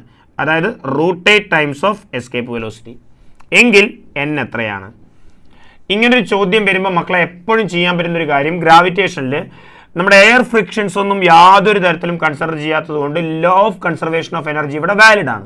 അതുകൊണ്ട് ഇപ്പോൾ ഈ പോയിന്റ് സർഫസ് എടുക്കുകയാണെങ്കിൽ, ഈ പോയിന്റ് ഹൈറ്റ് എടുക്കുകയാണെങ്കിൽ മക്കളെ നമുക്ക് പറയാം total energy at A exactly equal to total energy at infinity അഥവാ ബി. നമുക്ക് ധൈര്യമായിട്ട് എടുക്കാം.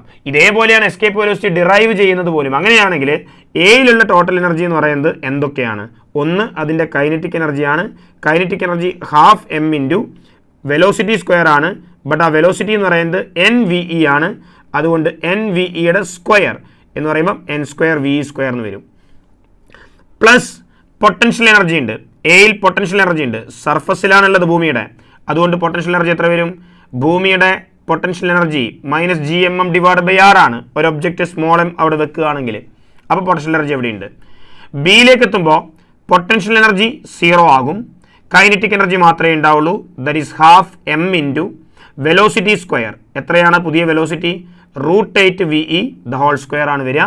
ആൻഡ് പൊട്ടൻഷ്യൽ എനർജി 0 ആണ്. കാരണം ഇൻഫിനിറ്റിയിലേക്ക് എത്തുമ്പം ഭൂമിയായിട്ട് യാതൊരു ബന്ധവും ബോഡിക്കില്ല. അപ്പോൾ ഒരു ബന്ധവും ഇല്ല എന്ന് പറയുമ്പോൾ ഭൂമിയായിട്ട് ഉണ്ടാക്കുന്ന പൊട്ടൻഷ്യൽ എനർജി 0 ആയിരിക്കും വരിക. ഇനി നമ്മളിത് സോൾവ് ചെയ്യലാണ്. സ്മോൾ എമ്മും ക്യാൻസൽ ചെയ്യുന്നു. എസ്കേപ്പ് വെലോസിറ്റി എൻ്റെ മക്കൾക്ക് ഓർമ്മയുണ്ട്. It is √2 GM divide by R ആണ്. ഡയറക്റ്റ് ആയിട്ട് ചെയ്യുമ്പോൾ നമുക്ക് എന്ത് കിട്ടും? 12 ഇൻറ്റു n² അങ്ങനെ തന്നെ വരട്ടെ. VE സ്ക്വയർ എടുത്താൽ ഈ റൂട്ട് അങ്ങ് പോകും. അപ്പോൾ നമുക്ക് എന്ത് വരും? നമുക്ക് വെറും 2gm ഡിവൈഡ് ബൈ r വരും. കാരണം ഈ സ്ക്വയർ ആണ്, അപ്പോൾ ഈ റൂട്ട് അങ്ങ് പോയി കിട്ടും. Again minus gm divide by r അവിടെ ഉണ്ട്, equals to half into root 8നെ സ്ക്വയർ ചെയ്താൽ 8 ആണ്, എസ്കേപ്പ് വെലോസിറ്റിനെ സ്ക്വയർ ചെയ്താൽ that is 2gm divide by r ആണ് വരിക. അപ്പോൾ ഇതാണ് ഇവിടുത്തെ ഇക്വേഷൻ എന്ന് പറയുന്നത്. ഇനി നമ്മളിത് സോൾവ് ചെയ്യലാണ്. 2ഉം ക്യാൻസൽ ചെയ്യുന്നു. ഇത്രയും മാത്രമേ ശരിക്കും ഫിസിക്സിൽ റോൾ ഉള്ളൂ. പിന്നെ അങ്ങോട്ടേക്ക് നിങ്ങളുടെ മാത്താണ്. അപ്പോൾ എന്ത് കിട്ടും? നമുക്ക് ഇവിടെ 2 ക്യാൻസൽ ചെയ്യുന്നു. n² gm/r മൈനസ് gm/r, അതിൽ gm divide by r outside എടുത്താൽ n² മൈനസ് 1 അകത്താവും. 8ഉം 2ഉം cancel, 4 4 × 2 8 gm divide by r വരുന്നു. gm/r രണ്ട് ഭാഗത്തും പോകുന്നു. n² മൈനസ് 1 ഈക്വൽ ടു 8 ആണെങ്കിൽ n² ഈക്വൽ ടു 9 വരുന്നു, n ഈക്വൽ ടു 3 വരുന്നു. സോ അവിടുത്തെ നമ്പർ എന്ന് പറയുന്നത് എന്തായിരിക്കും മക്കളെ വരിക? 3 ആയിരിക്കും വരിക. റെഡിയാണോ കാര്യം?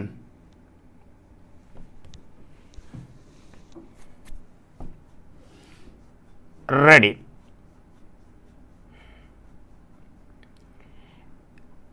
എഗെയിൻ ഷോർട്ട് കട്ടുകൾ ഉപയോഗിക്കാം. നിങ്ങൾക്കിടയിൽ പഠിച്ച ഷോർട്ട് കട്ടുകളൊക്കെ ഉപയോഗിക്കാം, ഒരു കുഴപ്പമില്ല.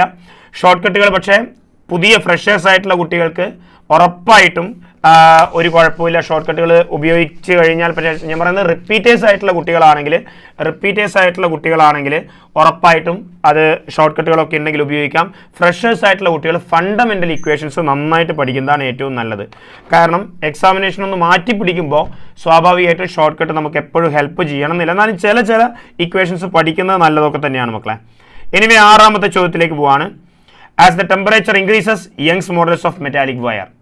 ഉറപ്പായിട്ടും ഈ മെറ്റാലിക് വയറിൻ്റെ സ്റ്റിഫ്നെസ് ആണ് ശരിക്കും, അതായത് ഈ വയർ വലിക്കാനുള്ള ബുദ്ധിമുട്ടാണ് ശരിക്കും യങ്സ് മോഡൽസ് പറയുന്നത്. വലിച്ചു കഴിഞ്ഞാൽ ആ സാധനം തിരിച്ചു വരും. അത് മാത്രമല്ല, യങ്സ് മോഡൽസ് ഉള്ളൊരു സാധനമാണെങ്കിൽ, നല്ല യങ്സ് മോഡൽസ് ആണെങ്കിൽ ഇത് വലിക്കാൻ ഭയങ്കര ബുദ്ധിമുട്ടായിരിക്കും, പക്ഷേ തിരിച്ചു വരും. അങ്ങനെയാണെങ്കിൽ നിങ്ങൾ ചൂട് കൂട്ടിക്കഴിഞ്ഞാൽ, ടെമ്പറേച്ചർ കൂട്ടിക്കഴിഞ്ഞാൽ സ്വാഭാവികമായും ഈ പാർട്ടിക്കിൾസ് എന്ത് ചെയ്യും? പരക്കം പായാൻ തുടങ്ങും. അപ്പോൾ അവന്മാർ തന്നെ ഇതിൻ്റെ മുകളിൽ വാളിൽ ഇടിച്ചിടിച്ചിടിച്ചിടിച്ച് ഇതിനെ വളരെ എളുപ്പം ഇതിനെ തുറക്കാൻ പറ്റും, അല്ലെങ്കിൽ വലുതാക്കാൻ പറ്റും. എന്ന് പറയുമ്പോൾ ടെമ്പറേച്ചർ ഇൻക്രീസ് ചെയ്യുന്ന സമയത്ത് അവിടെ യങ്സ് മോഡൽസ് ഡിക്രീസ് ചെയ്യുകയാണ് ചെയ്യുക. ഈ സമയത്തൊക്കെ ഇത് ബൈഹാർട്ട് ചെയ്യുന്നതാണ് നല്ലത്. ഇതിന് കുറേ കാര്യങ്ങൾ നമ്മൾ പറയുകയാണെങ്കിൽ അത് കറക്റ്റ് പ്രൂഫ് വെച്ച് നമുക്ക് പറയാൻ പറ്റും. എനിവേ ഇപ്പോൾ ഡയറക്റ്റായിട്ട് ഇത് ബൈഹാർട്ട് ചെയ്യുന്നതാണ് നല്ലത്. ഓക്കെ ആണല്ലോ? നമ്മുടെ ആൻസർ ഡിക്രീസസ് ആണ് വരിക. നൗ അടുത്തതിലേക്ക് പോകുന്നു. 7ാമത്തെ ചോദ്യം. എന്താണ് 7ാമത്തെ ചോദ്യം വരുന്നത് മക്കളെ? Water is falling vertically downward from A water tap of area of cross section 1 cm² with a velocity 1 m/s at what distance below tap area of water column become ½ cm². Super ചോദ്യമാണ്. 2 ചാപ്റ്റേഴ്സിനെ mix ചെയ്ത concept ആണ് ഇവിടെ വന്നിട്ടുള്ളത്. 1ാമത്തെ chapter motion in a straight line അഥവാ 1 dimension motion, 2ാമത്തെ chapter fluid. ഈ 2 ചാപ്റ്റേഴ്സിനെ മിക്സ് ചെയ്യുന്ന കോൺസെപ്റ്റാണ് നമുക്കിവിടെ വന്നിട്ടുള്ളത്. മക്കളൊന്ന് ഇങ്ങോട്ടേക്ക് നോക്കുക. Water is falling vertically downward from A water tap എന്നാണ് പറഞ്ഞിട്ടുള്ളത്. അപ്പോൾ നമ്മുടെ വാട്ടർ ടാപ്പ് എന്ന് അതിൻ്റെ ഏരിയ ഓഫ് ക്രോസ് സെക്ഷൻ ഒക്കെ തന്നിട്ടുണ്ട്. A1 എന്ന് പറയാം. ആ A1 1 cm² ആണ്. അതേപോലെ അവിടുന്ന് പുറത്തേക്ക് വരുന്ന വെള്ളത്തിൻ്റെ വെലോസിറ്റി V1 എന്നെഴുതാൻ ഞാൻ, അത് 1 m/s ആണ്. അങ്ങനെയാണെങ്കിൽ ഇത് ഇങ്ങനെ വരുമ്പോൾ നിങ്ങൾക്കറിയാലോ, വെള്ളം ഇങ്ങനെ വരുമ്പോൾ ഇതൊന്ന് ഡിക്രീസ് ചെയ്യും. വെള്ളം ഇങ്ങനെ വരുമ്പം ഇതിങ്ങനെ ആ ഒരു വരുന്ന പാത്ത് ഒന്ന് ഡിക്രീസ് ചെയ്യും, ചെറുതാവും. ഏരിയ ഓഫ് ദ പാത്ത് ചെറുതാവും. അങ്ങനെ വരുമ്പോൾ ഈ ഒരു ഭാഗത്തെത്തുമ്പോൾ എന്ന് പറയാം. അങ്ങനെയാണെങ്കിൽ അവിടെ ഏരിയ ഒന്ന് റെഡ്യൂസ് ചെയ്യുന്നുണ്ട്. ഏരിയ എന്ന് പറയുന്നത് മക്കളെ എന്തായിട്ട് വരികയാണ്? ½ ആയിട്ട് വരികയാണ്. അങ്ങനെയാണെങ്കിൽ ആ പോയിന്റിൽ എത്ര ഹൈറ്റ് കഴിയുമ്പോഴാണ് ആ ഏരിയ ½ ആയി മാറുന്നത് എന്നാണ് ചോദ്യം. നമുക്കറിയാം ഇത് ഒരു നോൺ വിസ്കസ് ഫ്ലൂയിഡ് ആണെങ്കിൽ ഇക്വേഷൻ ഓഫ് കണ്ടിന്യൂറ്റി കൂളായിട്ട് നമുക്കിത് അപ്ലൈ ചെയ്യാം. അപ്പോൾ നമുക്ക് പറയാം, ഇത് 1 എന്ന് പറയുന്ന ഭാഗവും ഇത് 2 എന്ന് പറയുന്ന ഭാഗവും ആണെങ്കിൽ A1 V1 exactly equal to A2 V2. അപ്പോൾ എൻ്റെ മക്കൾ പറ, A1 എന്ന് പറയുന്നത് 1 ആണ്, V1 വെലോസിറ്റി എന്ന് പറയുന്നത് 1 m/s ആണ്, ഏരിയ A2 എന്ന് പറയുന്ന ½ ആണ്. cm/s m/s ആക്കേണ്ട ആവശ്യമില്ല, കാരണം ലെഫ്റ്റിലും റൈറ്റിലും m/s അല്ല cm/s ആണ്. അതുകൊണ്ട് യാതൊരു കുഴപ്പമില്ല, യൂണിറ്റ് കൺവേർഷൻ നടത്തേണ്ട ആവശ്യമില്ല. വെലോസിറ്റി V2 എന്ന് എഴുതാം. എങ്കിൽ ആ പോയിന്റിലെ വെലോസിറ്റി എന്താ മക്കളെ വരിക? ക്രോസ് മൾട്ടിപ്ലൈ ചെയ്യുമ്പോൾ 2 മീറ്റർ/സെക്കൻഡ് വെലോസിറ്റി എന്ന് കിട്ടും നമുക്ക്. ഇതാണ് ഈ പോയിന്റിലെ വെലോസിറ്റി. ഇനി എൻ്റെ മക്കളെ ഇങ്ങോട്ടേക്ക് നോക്കുക. ഈ ഒരു ഭാഗത്ത്, അതായത് ഈ ഒരു മൊത്തം മോഷനിൽ ഒരു 1 ഡയമെൻഷൻ മോഷനായിട്ട് നിങ്ങൾ കണക്കാക്കുകയാണെങ്കിൽ ഇനീഷ്യൽ വെലോസിറ്റി u എന്ന് പറയുന്നത് 1 മീറ്റർ/സെക്കൻഡ് ആണ്. ഫൈനൽ വെലോസിറ്റി v 2 മീറ്റർ/സെക്കൻഡ് ആണ്. ഇവിടെ ആക്സലറേഷൻ ഡ്യൂ ടു ഗ്രാവിറ്റി ഉണ്ട്, a എന്ന് പറയുന്നത് g ആണ്. അപ്പോൾ തീർച്ചയായിട്ടും ഒരു 1 ഡയമെൻഷൻ മോഷൻ ആണ്. അങ്ങനെയാണെങ്കിൽ ആ ഹൈറ്റ് കിട്ടണമെങ്കിൽ v² - u² = 2as ചെയ്യുകയാണെങ്കിൽ ആ s എന്ന് പറയുന്നതാണ് h ആയിട്ട് വരുന്നത്. അപ്പോൾ h എന്ന് പറയുമ്പോൾ നമുക്കത് എന്ത് കിട്ടും? v² - u² / 2 എന്ന് കിട്ടും. v² എന്ന് പറഞ്ഞാൽ 2ന്റെ സ്ക്വയർ 4 ആണ്. u² എന്ന് പറഞ്ഞാൽ 1ന്റെ സ്ക്വയർ 1 ആണ്. /2 ഇൻറ്റു ആക്സലറേഷൻ എന്ന് പറയുന്നത് 10 ആണ്. അങ്ങനെയാണെങ്കിൽ 4/2 2, 2/10 എന്ന് കിട്ടും നമുക്ക്. ക്ലിയർ ആണോ നിങ്ങൾക്ക്?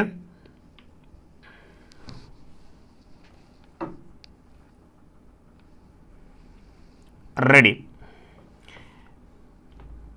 v² 2 അല്ലേ കിട്ടുന്നത്? Yes. u², okay, 2 into as ആണ് വരിക. അപ്പോൾ 2 ഇൻറ്റു v² എന്ന് പറയുമ്പോൾ 4 വരും. u² 1 ആണ്, 20 വരും. Okay, sorry 3/20. സോറി മക്കളെ, 3/20 ആണ് കിട്ടുക. 3/20 എന്ന് പറയുമ്പം അത് ഒരു 15 സെൻറ്റിമീറ്റർ ആണ് നമുക്ക് കിട്ടുക. 3/20 മീറ്റർ ആണ്. അപ്പോൾ 3/20 × 100 സെൻറ്റിമീറ്ററിലേക്ക് മാറ്റണം. മീറ്ററിന് നമ്മൾ സെൻറ്റിമീറ്ററിലേക്ക് എങ്ങനെയാണ് മാറ്റുക? അവിടെ ആ വാല്യൂവിനെ 100 കൊണ്ട് ഗുണിച്ചാൽ മതി അല്ലേ? അപ്പോൾ 100 20 ക്യാൻസൽ ചെയ്താൽ 5 കിട്ടും. 15 സെൻറ്റിമീറ്റർ എന്ന് നമുക്ക് ആൻസർ കിട്ടും. So answer should B 4th option. Clear ആണോ കാര്യം? മക്കൾസ് കയറുന്നുണ്ടോ നിങ്ങൾക്ക്? 2 കോൺസെപ്റ്റാണ്. എന്തൊരു അടിപൊളി ചോദ്യമാണെന്ന് നോക്കിയേ. അടിപൊളി ചോദ്യമാണ്. അപ്പോൾ നിങ്ങൾ വിഷമിക്കേണ്ട ആവശ്യമൊന്നുമില്ല. കാരണം ഈ ക്വസ്റ്റ്യൻ ബുദ്ധിമുട്ടാണെങ്കിൽ ഒന്നും പേടിക്കേണ്ട ആവശ്യമില്ല. കാരണം എന്താണെന്ന് വെച്ചാൽ ഇത് ഒരു എബവ് ആവറേജ് ക്വസ്റ്റ്യൻ പേപ്പറാണ്. മനസ്സിലായല്ലോ?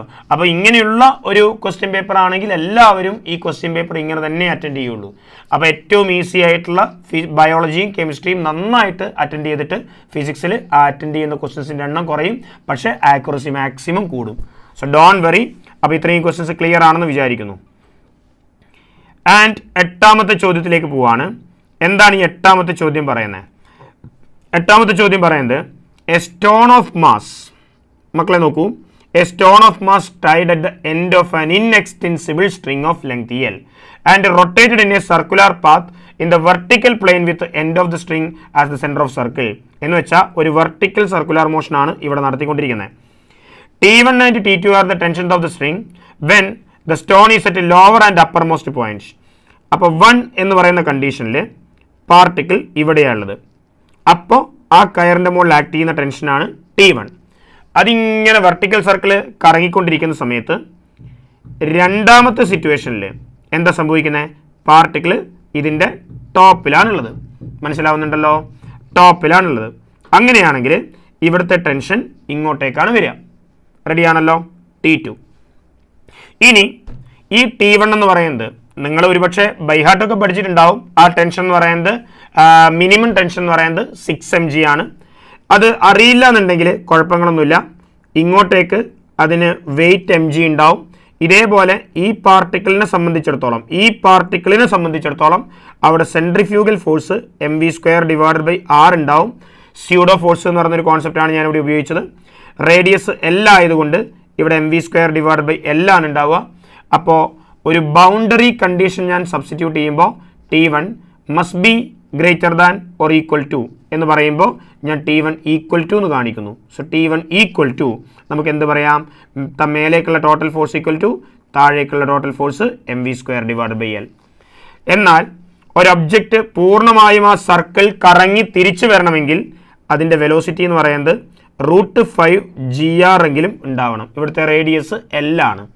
അപ്പോൾ ആ കറക്കം പൂർണ്ണമാവണമെങ്കിൽ താഴത്തെ വെലോസിറ്റി √5 gl എങ്കിലും ഉണ്ടാവണം. എങ്കിൽ ഇവിടത്തേക്ക് സബ്സ്റ്റിറ്റ്യൂട്ട് ചെയ്താൽ mg plus m/L into v² എന്ന് പറയുന്നത് 5 gl വരും. റൂട്ട് പോവും. L ക്യാൻസൽ ചെയ്താൽ 5 mg + mg 6 mg എന്ന് നമുക്ക് T1 കിട്ടും. സോ ഇതാണ് നമുക്ക് അവിടെ T1 ടെൻഷനായിട്ട് കിട്ടുന്നത്. ഇതേപോലെ T2 വരും. അങ്ങനെ T2 കണ്ടുപിടിക്കുമ്പം ടോപ്പ് മോസ്റ്റ് പോയിന്റിലെ ടെൻഷൻ നിങ്ങൾക്ക് 0 ആണ് കിട്ടുക. അതെങ്ങനെ കിട്ടുന്നു എന്ന് ചോദിച്ചാൽ ഇതേപോലെയാണ്. മുകളിലേക്ക് സെൻട്രി ഫ്യൂഗൽ ഫോഴ്സ് mv²/L ഉണ്ടാവും. സെൻറ്ററിലേക്ക് mg ഉണ്ടാവും, കാരണം വെയിറ്റ് താഴോട്ടേക്കാണ്. അങ്ങനെയാണെങ്കിൽ ഇവിടുത്തെ ഇക്വേഷൻ T2 + mg എന്ന് പറയുന്നത് mv²/L ആണ്. ആൻഡ് മക്കളെ മേലെയുള്ള വെലോസിറ്റി എന്ന് പറയുന്നത് √GL ആണ് വരേണ്ടത്. ഇത് സബ്സ്റ്റിറ്റ്യൂട്ട് ചെയ്യുമ്പം ടെൻഷൻ T2 എന്ന് പറയുന്നത് 0 ആണ്. തീർച്ചയായും T1 ഉം T2 തമ്മിലുള്ള ബൗണ്ടറി കണ്ടീഷനിലെ റിലേഷൻ എന്ന് പറയുന്നത് T1 എന്ന് പറയുന്നത് T2 + 6mg അല്ലേ മക്കളെ വരിക. 0 + 6mg അല്ലേ T1 എന്ന് പറയുന്നത്. അപ്പോൾ T1 എന്ന് പറയുന്നത് T2 + 6mg ആണ് നമ്മുടെ ആൻസർ വരേണ്ടത്. നല്ല ചോദ്യമാണ്. ഇതിൻ്റെ ഏറ്റവും ബൗണ്ടറി കണ്ടീഷൻസ് വെച്ചിട്ടാണ് നമ്മൾ ചെയ്തത്. ഇതൊരു JE ലെവലിൽ ക്വസ്റ്റ്യൻ ഒക്കെ എന്നൊക്കെ പറയാം നമുക്ക്. ഓക്കെ ആണല്ലോ. സോ നെക്സ്റ്റ് ക്വസ്റ്റ്യൻ ഇതാണ് 8ാമത്തെ ചോദ്യം. നല്ല ചോദ്യമാണ്. അടുത്ത ചോദ്യം 9ാമത്തെ ചോദ്യത്തിലേക്ക് പോകുന്നു. Body which is initially at rest exploded. മക്കളെ എക്സ്പ്ലോഡഡ് എന്ന് പറയുന്ന ഒരു വാക്ക് കണ്ടാൽ ഉടനെ നമ്മൾ മനസ്സിലാക്കണം എക്സ്പ്ലോഷൻ കൊളീഷൻ. ഈ രണ്ട് വാക്ക് കണ്ടാലും the total momentum of the system will be constant. എന്ന് വെച്ചാൽ എക്സ്പ്ലോഷന് മുമ്പുള്ള ടോട്ടൽ മൊമെന്റവും എക്സ്പ്ലോഡ് ചെയ്ത് കഴിഞ്ഞാൽ ഉണ്ടാകുന്ന ടോട്ടൽ മൊമെന്റവും കോൺസ്റ്റന്റ് ആണ്, സെയിം ആണ്. അങ്ങനെയാണെങ്കിൽ ഇത് എങ്ങനെയാണ് ഫ്രാഗ്മെന്റ് ആയിട്ട് കട്ട് ചെയ്തത്? ഇതൊരു ഭയങ്കര ട്രിക്കി ചോദ്യമാണ്. ഇതൊരു ബ്യൂട്ടിഫുൾ ക്വസ്റ്റ്യൻ ആണ്. ഇത് ശരിക്കും ഒരു മിനിറ്റ് കൊണ്ട് നിങ്ങൾക്ക് വേണമെങ്കിൽ ചെയ്യാം. ഒരു സിമ്പിൾ ടെക്നിക്ക് ഉണ്ട് ഇതിൽ. വിതൗട്ട് എനി എക്സ്റ്റേണൽ ഫോഴ്സ് ഈ സാധനം പൊട്ടിത്തെറിക്കുന്നു. Exploded into all 3 particles move with same speed എന്നാണ് പറയുന്നത്. അതേപോലെ തന്നെ ഒരേ മാഗ്നിറ്റ്യൂഡ് ഓഫ് വെലോസിറ്റി എന്നും ആണ് പറയുന്നത്. അപ്പോൾ 3 ഈക്വൽ ഫ്രാഗ്മെന്റ് ഈക്വൽ വെലോസിറ്റിയിലാണ് പോകുന്നത്. Same speed, same particles. അങ്ങനെ പോവുകയാണെങ്കിൽ എൻ്റെ മക്കളെ ഇങ്ങോട്ടേക്ക് നോക്കുക. ഒരു പാർട്ടിക്കിൾ പൊട്ടിത്തെറിച്ച് ഈക്വൽ മാസ് ആൻഡ് ഈക്വൽ വെലോസിറ്റിയിലാണ് പോകുന്നതെങ്കിൽ ആ പൊട്ടിത്തെറിക്ക് ശേഷം ആ വസ്തുക്കൾ യാത്ര ചെയ്യുന്നത് സിമെട്രിക്കലായിട്ടായിരിക്കും. അങ്ങനെ സിമെട്രിക്കലായിട്ടാവുമ്പോൾ ഇപ്പോൾ ഒരു ഒബ്ജക്റ്റ് 3 ഈക്വൽ പാർട്ടുകളായിട്ട് തിരിക്കുകയാണ്. ആ 3 ഈക്വൽ പാർട്ടുകൾ ഒരേ വെലോസിറ്റിയിലാണ് പോകുന്നതെങ്കിൽ അവർ പോകുന്നത് സിമെട്രിക് ആയിട്ടായിരിക്കുമെന്ന് പറയുമ്പോൾ ആ യാത്രയെ നന്നായിട്ട് ഇങ്ങോട്ടേക്ക് കൺവേർജ് ചെയ്തൊരു പോയിന്റിലേക്ക് എത്തിച്ചു കഴിഞ്ഞാൽ നിങ്ങൾക്ക് കൃത്യം 120, 120, 120 എന്ന് പറയുന്ന ആംഗിളിലേക്ക് അവർ കിട്ടും. ഇനി അത് 4 ഈക്വൽ പാർട്ടായി തിരിക്കുകയാണെന്ന് വിചാരിക്കുക. 4 ഈക്വൽ പാർട്ടാണെങ്കിൽ ഇങ്ങോട്ടേക്കും ഇങ്ങോട്ടേക്കുമായിട്ട് 90, 90, 90, 90 എന്ന് അത് കട്ട് ചെയ്തു പോകും. പക്ഷേ വെലോസിറ്റി സെയിം ആയിരിക്കണം, മാസ് സെയിം ആയിരിക്കണം. റെഡിയാണല്ലോ. 5 ഈക്വൽ പാർട്ട് ആണെങ്കിൽ 360/5 ആയിരിക്കും അവർ തമ്മിലുള്ള ആംഗിൾ. 6 ഈക്വൽ പാർട്ടായി തിരിക്കുകയാണെങ്കിൽ 360/6 ആയിരിക്കും അവിടുത്തെ ആംഗിൾസ് എന്ന് പറയുന്നത്. അങ്ങനെയാണെങ്കിൽ ഇവിടെ നിങ്ങളോട് ചോദിക്കുന്നത് ഇവൻ്റെ വെലോസിറ്റി v ആണ്, ഇവൻ്റെ വെലോസിറ്റി v ആണ്. ഞാനിതിന് v1 എന്ന് എഴുതുന്നു, അതിന് v എന്ന് എഴുതാം. v2 എന്ന് എഴുതുന്നു, അതും v ആണ്. നിങ്ങളോട് ചോദിക്കുന്ന ചോദ്യം മാഗ്നിറ്റ്യൂഡ് ഓഫ് വെലോസിറ്റി ഓഫ്. അപ്പോൾ ഇത് മാത്രം ഒരു ചോദ്യമാണ്, ഇത്രയും ഭാഗം മാത്രം ഒരു ചോദ്യമാണ്. ഇത് കഴിഞ്ഞിട്ട് ഒരു അഡീഷണൽ ഒരു ക്വസ്റ്റ്യൻ കൂടി അതിലേക്ക് കയറ്റുകയാണ്. എന്താണ്? The magnitude of velocity of one of the fragments with respect to another one. അതായത് magnitude of one particle v1 with respect to other particle v2. റെഡിയാണല്ലോ. എന്താണ് മക്കളെ velocity of one particle with respect to other particle? Velocity of second particle with respect to first particle എന്ന് പറയുകയാണെങ്കിൽ അത് v2 - v1 എന്നാണ് നമ്മൾ എഴുതുക. അപ്പോൾ അവിടെ നമുക്ക് എന്ത് പറയാം? v2 + -v1 എന്നാണ് നമ്മളത് പറയാം. അങ്ങനെയാണെങ്കിൽ എൻ്റെ മക്കളെ ഇങ്ങോട്ടേക്ക് നോക്കുക. v2 ഇങ്ങനെ തന്നെ പോകുന്നുണ്ട്. അവർ തമ്മിൽ ആംഗിൾ 120 ഡിഗ്രി ഉണ്ട്. റെഡിയല്ലേ? കുറച്ചുകൂടി ക്ലിയർ ആയിട്ട് കാണാൻ വേണ്ടിയിട്ട് ആ ആംഗിൾസ് ഒന്ന് ഞാൻ വൃത്തിയിലാക്കി തരാം. 120 ഡിഗ്രി എന്ന് പറയുമ്പോൾ ഇങ്ങനെയാണെന്ന് വിചാരിച്ചോ. അപ്പോൾ ഇവർ തമ്മിൽ 120 ഡിഗ്രി ആംഗിൾ ഉണ്ട്. റെഡിയാണോ?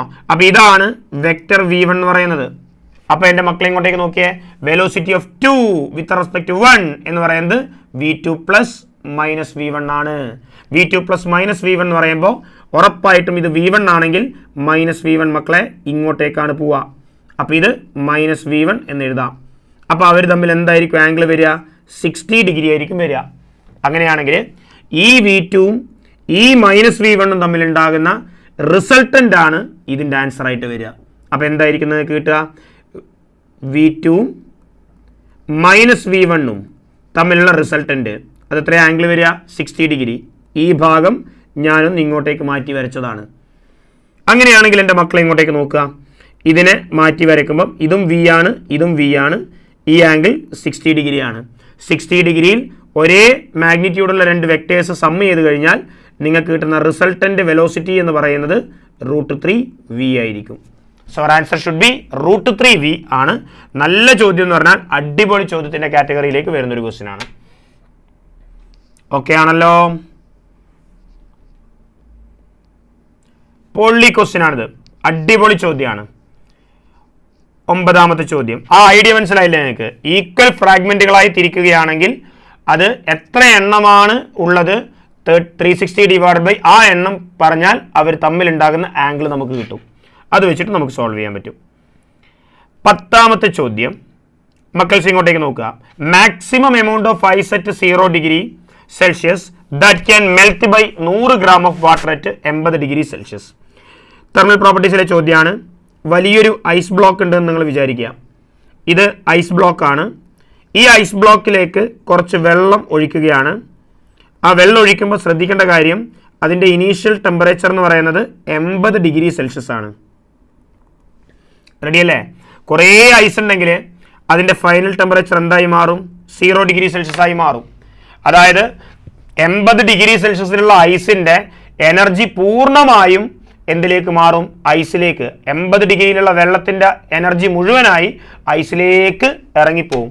അപ്പോൾ ഐസിൻ്റെ സ്റ്റേറ്റ് ചേഞ്ച് ആവും. അങ്ങനെയാണെങ്കിൽ loss of heat in water എന്ന് പറയുന്നതാണ് gain of heat in ice ആയിട്ട് വരുന്നത്. മക്കൾസ്, loss of heat in water എന്ന് പറയുമ്പോൾ മാസ് ഓഫ് ദ വാട്ടർ, ഇവിടെ mass of the water 100 gram തന്നിട്ടുണ്ട്. ഇവിടെ latent heat 80 calorie per gram ആണ്. Specific heat 1 calorie per gram ആണ്. ഇങ്ങനെയൊക്കെ പറയുമ്പോൾ തന്നതെല്ലാം CGS യൂണിറ്റിലാണ്. ഓപ്ഷൻസ് തന്നിട്ടുള്ളതെല്ലാം CGSലാണ്. അപ്പോൾ നമ്മൾ CGSൽ ചെയ്യാം. അങ്ങനെയാണെങ്കിൽ ഉറപ്പായിട്ടും ലോസ് ഓഫ് ഹീറ്റ് അല്ലെങ്കിൽ ഗെയിൻ ഓഫ് ഹീറ്റ് എന്ന് പറയുന്നത് ടെമ്പറേച്ചർ ചേഞ്ച് ചെയ്യുമ്പം MS ΔT ആണ് അതിൻ്റെ ആൻസർ. അതേപോലെ തന്നെ gain of heat in ice എന്ന് പറയുമ്പം ഐസ് ജസ്റ്റ് മെൽറ്റ് ആവുന്നേ ഉള്ളൂ, ഐസ് ചൂടാവുന്നില്ല. അതുകൊണ്ട് തന്നെ അതിൻ്റെ സ്റ്റേറ്റ് ചേഞ്ച് ആവുന്നേ ഉള്ളൂ. അപ്പോൾ mass of ice into latent heat ഇതാണ് നമുക്ക് വരിക. ഇത് മാസ് ഓഫ് വാട്ടർ. ഇവിടെ കൃത്യമായി സബ്സ്റ്റിറ്റ്യൂഷൻ കൊടുത്താൽ 100 ഗ്രാം വെള്ളമുണ്ട്. വെള്ളത്തിൻ്റെ സ്പെസിഫിക് ഹീറ്റ് 1 ആണെന്നറിയാം. ടെമ്പറേച്ചർ 80ൽ നിന്ന് 0യിലേക്ക് പോയി. അപ്പോൾ 80 ആണ് ചേഞ്ച് ഇൻ ടെമ്പറേച്ചർ. അവിടെ ലോസ് ആയത് ഇപ്പുറത്തെ ഗെയിൻ ആവും. മാസ് ഓഫ് ഐസ് ഇൻറ്റു അത് ഉരുകിപ്പോയി. അപ്പോൾ ലാറ്റന്റ് ഹീറ്റ് എത്രയാണ്? 80 എന്ന് ക്വസ്റ്റ്യനിൽ തന്നിട്ടുണ്ട്. അങ്ങനെയാണെങ്കിൽ ഈ 80 ക്യാൻസൽ ചെയ്ത് കഴിഞ്ഞാൽ mass of ice melted will be equal to 100 gram എന്ന് നമുക്ക് വളരെ കൂളായിട്ട് അതിൻ്റെ ആൻസർ കിട്ടും. ഇതൊരു സിമ്പിൾ ലെവൽ ചോദ്യം എന്ന് പറയാം. നമുക്ക് റെഡിയാണെന്ന് വിചാരിക്കുന്നു. ഓക്കെ, കത്തുന്നില്ലേ നിങ്ങൾക്ക്?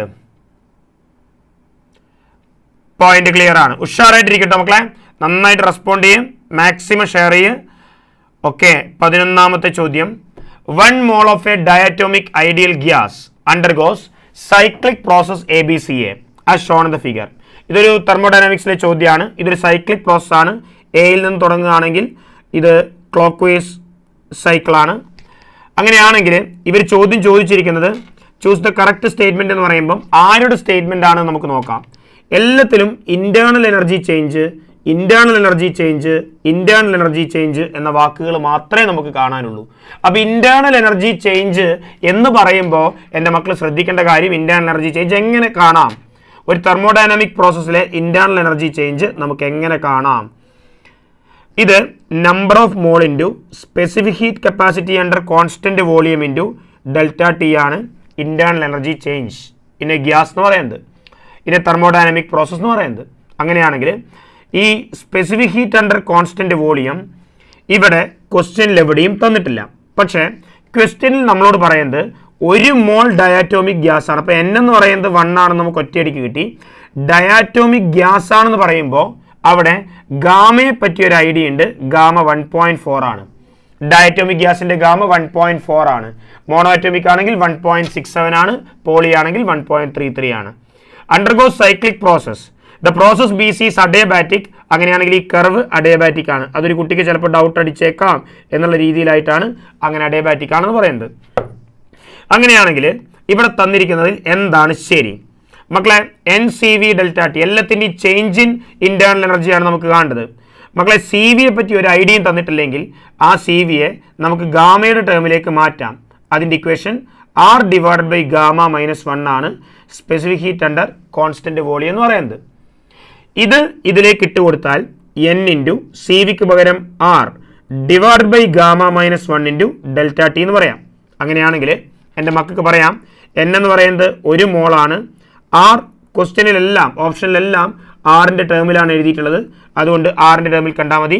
ഡെൽറ്റ ടി എന്ന് പറയുന്നത് ഓരോ പ്രോസസ്സിലും മാറുന്നുണ്ട്. ബി സി ആണെങ്കിലും എ സി ആണെങ്കിലും എ ബി ആണെങ്കിലും ഒക്കെ ഡെൽറ്റ ടി മാറുന്നുണ്ട്. ഓരോന്നിലും ഞാൻ പറഞ്ഞുതരാം. ഡിവൈഡ് ബൈ ഗാമ -1 എന്ന് പറയുന്നത് നമ്മുടെ ഡയറ്റോമിക് ആയതുകൊണ്ട് 1.4 -1 ആണ് വരുന്നത്. അപ്പോൾ നമുക്ക് കിട്ടുക എന്താണ്? R divide by 0.4 into delta T ആണ്. ഇനി ഓരോ കേസുകളായിട്ട് നമുക്ക് എടുക്കാം. ഓപ്ഷൻ എ ബി എന്ന് പറയുന്ന പ്രോസസ്സ് എടുക്കുകയാണ്. എ ബി എന്ന് പറയുന്ന പ്രോസസ്സിലെ ചേഞ്ച് ഇൻ ടെമ്പറേച്ചർ എന്ന് പറയുന്നത് final temperature minus initial temperature 800 - 400 400 ആണ് വരിക. അങ്ങനെയാണെങ്കിൽ ചേഞ്ച് ഇൻ ഇന്റേണൽ എനർജി എന്ന് പറയുന്നത് ആർ ഡിവൈഡ് ബൈ 0.4 ഇൻറ്റു 400 എന്ന് കിട്ടും. ഇത് 400 ബൈ 0.4 1000 ആണ്. 1000 ആറാണ് ചേഞ്ച് ഇൻ ഇന്റേണൽ എനർജി കിട്ടുക. ബി സി എന്ന് പറയുന്ന പ്രോസസ്സിൽ ഡെൽറ്റ ടി എന്ന് പറയുന്നത് ഫൈനൽ 600 മൈനസ് ഇനീഷ്യൽ പിന്നെ 800 ആണ്. അത് -200 ആണ് വരിക. Change in internal energy R divide by 0.4 into അവിടെ -200 ആണ് വരുന്നത്. അപ്പോൾ 200 ബൈ 0.4 എന്ന് പറയുമ്പോൾ അത് 20 ബൈ 4 500 വരും. അപ്പോൾ അത് -500 ആർന്ന് വരും. ഇനി അതേപോലെ സി എ എന്ന് പറയുന്ന പ്രോസസ്സ് എടുക്കുകയാണെങ്കിൽ അവിടുത്തെ ഡെൽറ്റ ടി എന്ന് പറയുന്നത് 400 - 600 ആണ്. എഗെയിൻ അത് -200 ആണ് വരിക. അപ്പോൾ ഡെൽറ്റ യു എന്ന് പറയുന്നത് again you will get the same answer -500 R തന്നെയാണ് വരിക. ഇതെല്ലാം കൂടി കൂട്ടിയാൽ നിങ്ങൾക്ക് എത്ര കിട്ടുക? 1000 R -500 R -500 R. Change in internal energy the whole process 0 എന്ന് കിട്ടും. കാരണം ഏതൊരു സൈക്ലിക് പ്രോസസ്സിലും ചേഞ്ച് ഇൻ ഇന്റേണൽ എനർജി 0 ആണ് ആ ഫുൾ സൈക്കിളിൽ. അപ്പോൾ ഇവിടെ തന്നിരിക്കുന്നതിൽ ഏതാണ് ബെസ്റ്റ് ആൻസർ എന്ന് പറയുന്നത്? ബി സിയിൽ -500 ആറാണ്. ഒറ്റ നോട്ടത്തിൽ ഇത് കിട്ടുന്നുണ്ട്. -350 700 ഒന്നും നമ്മൾ എവിടെയും പറഞ്ഞിട്ടില്ല. ഹോൾ സൈക്ലിക് പ്രോസസ്സിലെ ചേഞ്ച് ഇൻ ഇന്റേണൽ എനർജി 0 ആണ് നമുക്കറിയാം. അത് ഇതും തെറ്റാണ്. So the best answer should be the fourth option. കത്തിയിട്ടുണ്ടല്ലോ. നല്ല ചോദ്യമാണ്, കുഴപ്പമില്ലാത്ത ചോദ്യമാണ്. മക്കളെ ക്ലിയർ ആണോ?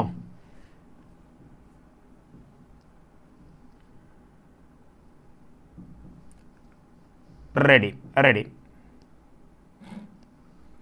ഓക്കെ, അങ്ങനെയാണെങ്കിൽ അടുത്ത ചോദ്യത്തിലേക്ക് പോകുന്നു. അടുത്ത ചോദ്യം 12ാമത്തെ ചോദ്യമാണ്. In A simple harmonic motion particle oscillates along X axis. ശരി, എക്സ് ആക്സിലൂടെയാണ് പാർട്ടിക്കിൾ ഓസിലേറ്റ് ചെയ്യുന്നത്.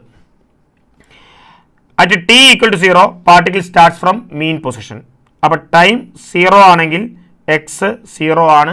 എക്സ് 0 ആണെങ്കിൽ അതായത് ഒബ്ജക്റ്റിനെ റെഫർ ചെയ്ത് തുടങ്ങുന്ന സമയം, ഒരിക്കലും ഒബ്ജക്റ്റ് ഓസിലേറ്റ് ചെയ്ത് തുടങ്ങുന്ന സമയം എന്നല്ല അതിൻ്റെ അർത്ഥം. ഒബ്ജക്റ്റിനെ റെഫർ ചെയ്ത് തുടങ്ങുന്ന സമയം എന്നാണ്. ഒബ്ജക്റ്റിനെ റെഫർ ചെയ്ത് തുടങ്ങുന്ന സമയം 0യിൽ എക്സ് = 0 ആണെങ്കിൽ, അതായത് മീൻ പൊസിഷനിലാണ് റെഫർ ചെയ്ത് തുടങ്ങുന്നതെങ്കിൽ അതിൻ്റെ SHM equation a sin ω t എന്ന് മതി. കാരണം അവിടെ ഇനീഷ്യൽ ഫേസ് 0 ആയിട്ടാണ് വരിക. അപ്പോൾ x = a sin ω t ആണ്. എന്തോ ആയിക്കോട്ടെ. Particle starts from mean position x = 0 with 1/3 second ആവുമ്പോൾ phase of the oscillation become π/6. Find the maximum velocity of the oscillation. മക്കളെ, find the maximum velocity of the oscillation എന്ന് പറയുമ്പോൾ Vmaxന്റെ equation നമുക്കറിയാം. എന്താണ് maximum velocity എന്ന് പറയുന്നത്? ആംപ്ലിറ്റ്യൂഡ് ഇൻറ്റു ആംഗുലാർ ഫ്രീക്വൻസി ആണ്. a ഒമേഗയാണ് വരിക. അങ്ങനെയാണെങ്കിൽ എയും ഒമേഗയും കിട്ടാനുള്ള ഡാറ്റാസ് ഇതിൻ്റെ ഉള്ളിൽ തന്നെ ഉണ്ടാവും. എങ്ങനെയാണ് നമുക്ക് കിട്ടുക? ആദ്യമായിട്ട് അവർ പറയുന്നുണ്ട് 1/3 സെക്കൻഡ് സമയം കൊണ്ട് ഫേസ് ബിക്കം π/6. ഒരു ഒബ്ജക്റ്റ് ടി സമയം കൊണ്ട് കവർ ചെയ്യുന്ന ഫേസ് ആണ് ω_t. ടി സമയം കൊണ്ട് ഒരു ഒബ്ജക്റ്റ് കവർ ചെയ്യുന്ന ഫേസ് ആണ് ω_t എങ്കിൽ ഉറപ്പായിട്ടും ആ ഫേസ് π/6 ആണ്. ഒമേഗ ഇൻറ്റു ടൈം എന്ന് പറയുന്നത് 1/3 സെക്കൻഡ് ആണ്. ഇതിൽ നിന്ന് ഒമേഗ എന്ന് പറയുന്നത് ഈ 3ഉം 6ഉം ക്യാൻസൽ ചെയ്ത് കഴിഞ്ഞാൽ π/2 എന്ന് കിട്ടും. അപ്പോൾ ഇതാണ് ഒമേഗ. ഇനി ആംപ്ലിറ്റ്യൂഡ് കിട്ടേണ്ട പണിയാണ്. അതിന് വേണ്ടിയിട്ട് വേറൊരു പരിപാടി കൂടിയുണ്ട്. ഈ the displacement in 1/3 second 1 centimetre ആണെന്ന് തന്നിട്ടുണ്ട്. എന്ന് പറയുമ്പോൾ ടൈം 1/3 സെക്കൻഡ് ആവുന്ന സമയത്ത് അതിൻ്റെ ഡിസ്പ്ലേസ്മെന്റ് 1 സെന്റിമീറ്റർ ആണ്. അങ്ങനെയാണെങ്കിൽ എൻ്റെ മക്കളെ ഇങ്ങോട്ടേക്ക് നോക്കുക. X equal to a sine omega t എന്ന് പറയുന്ന ഇക്വേഷനിലേക്ക് ഇത് സബ്സ്റ്റിറ്റ്യൂട്ട് ചെയ്യുമ്പോൾ നമുക്ക് എന്താണ് കിട്ടേണ്ടത്? X equal to a sine omega ടിയിലേക്ക് എക്സിന് 1 കൊടുത്തു, എ നമുക്കറിയില്ല, സൈൻ ഓഫ് ഒമേഗ നമുക്കറിയാം π/2 ആണ്, കണ്ടുപിടിച്ചിട്ടുണ്ട്, ഇൻറ്റു ടൈം എത്രയാണ്? 1/3 ആണ്. അപ്പോൾ നമുക്ക് 1 equal to a sine π/2 into 1/3 that is π/6 എന്ന് കിട്ടും.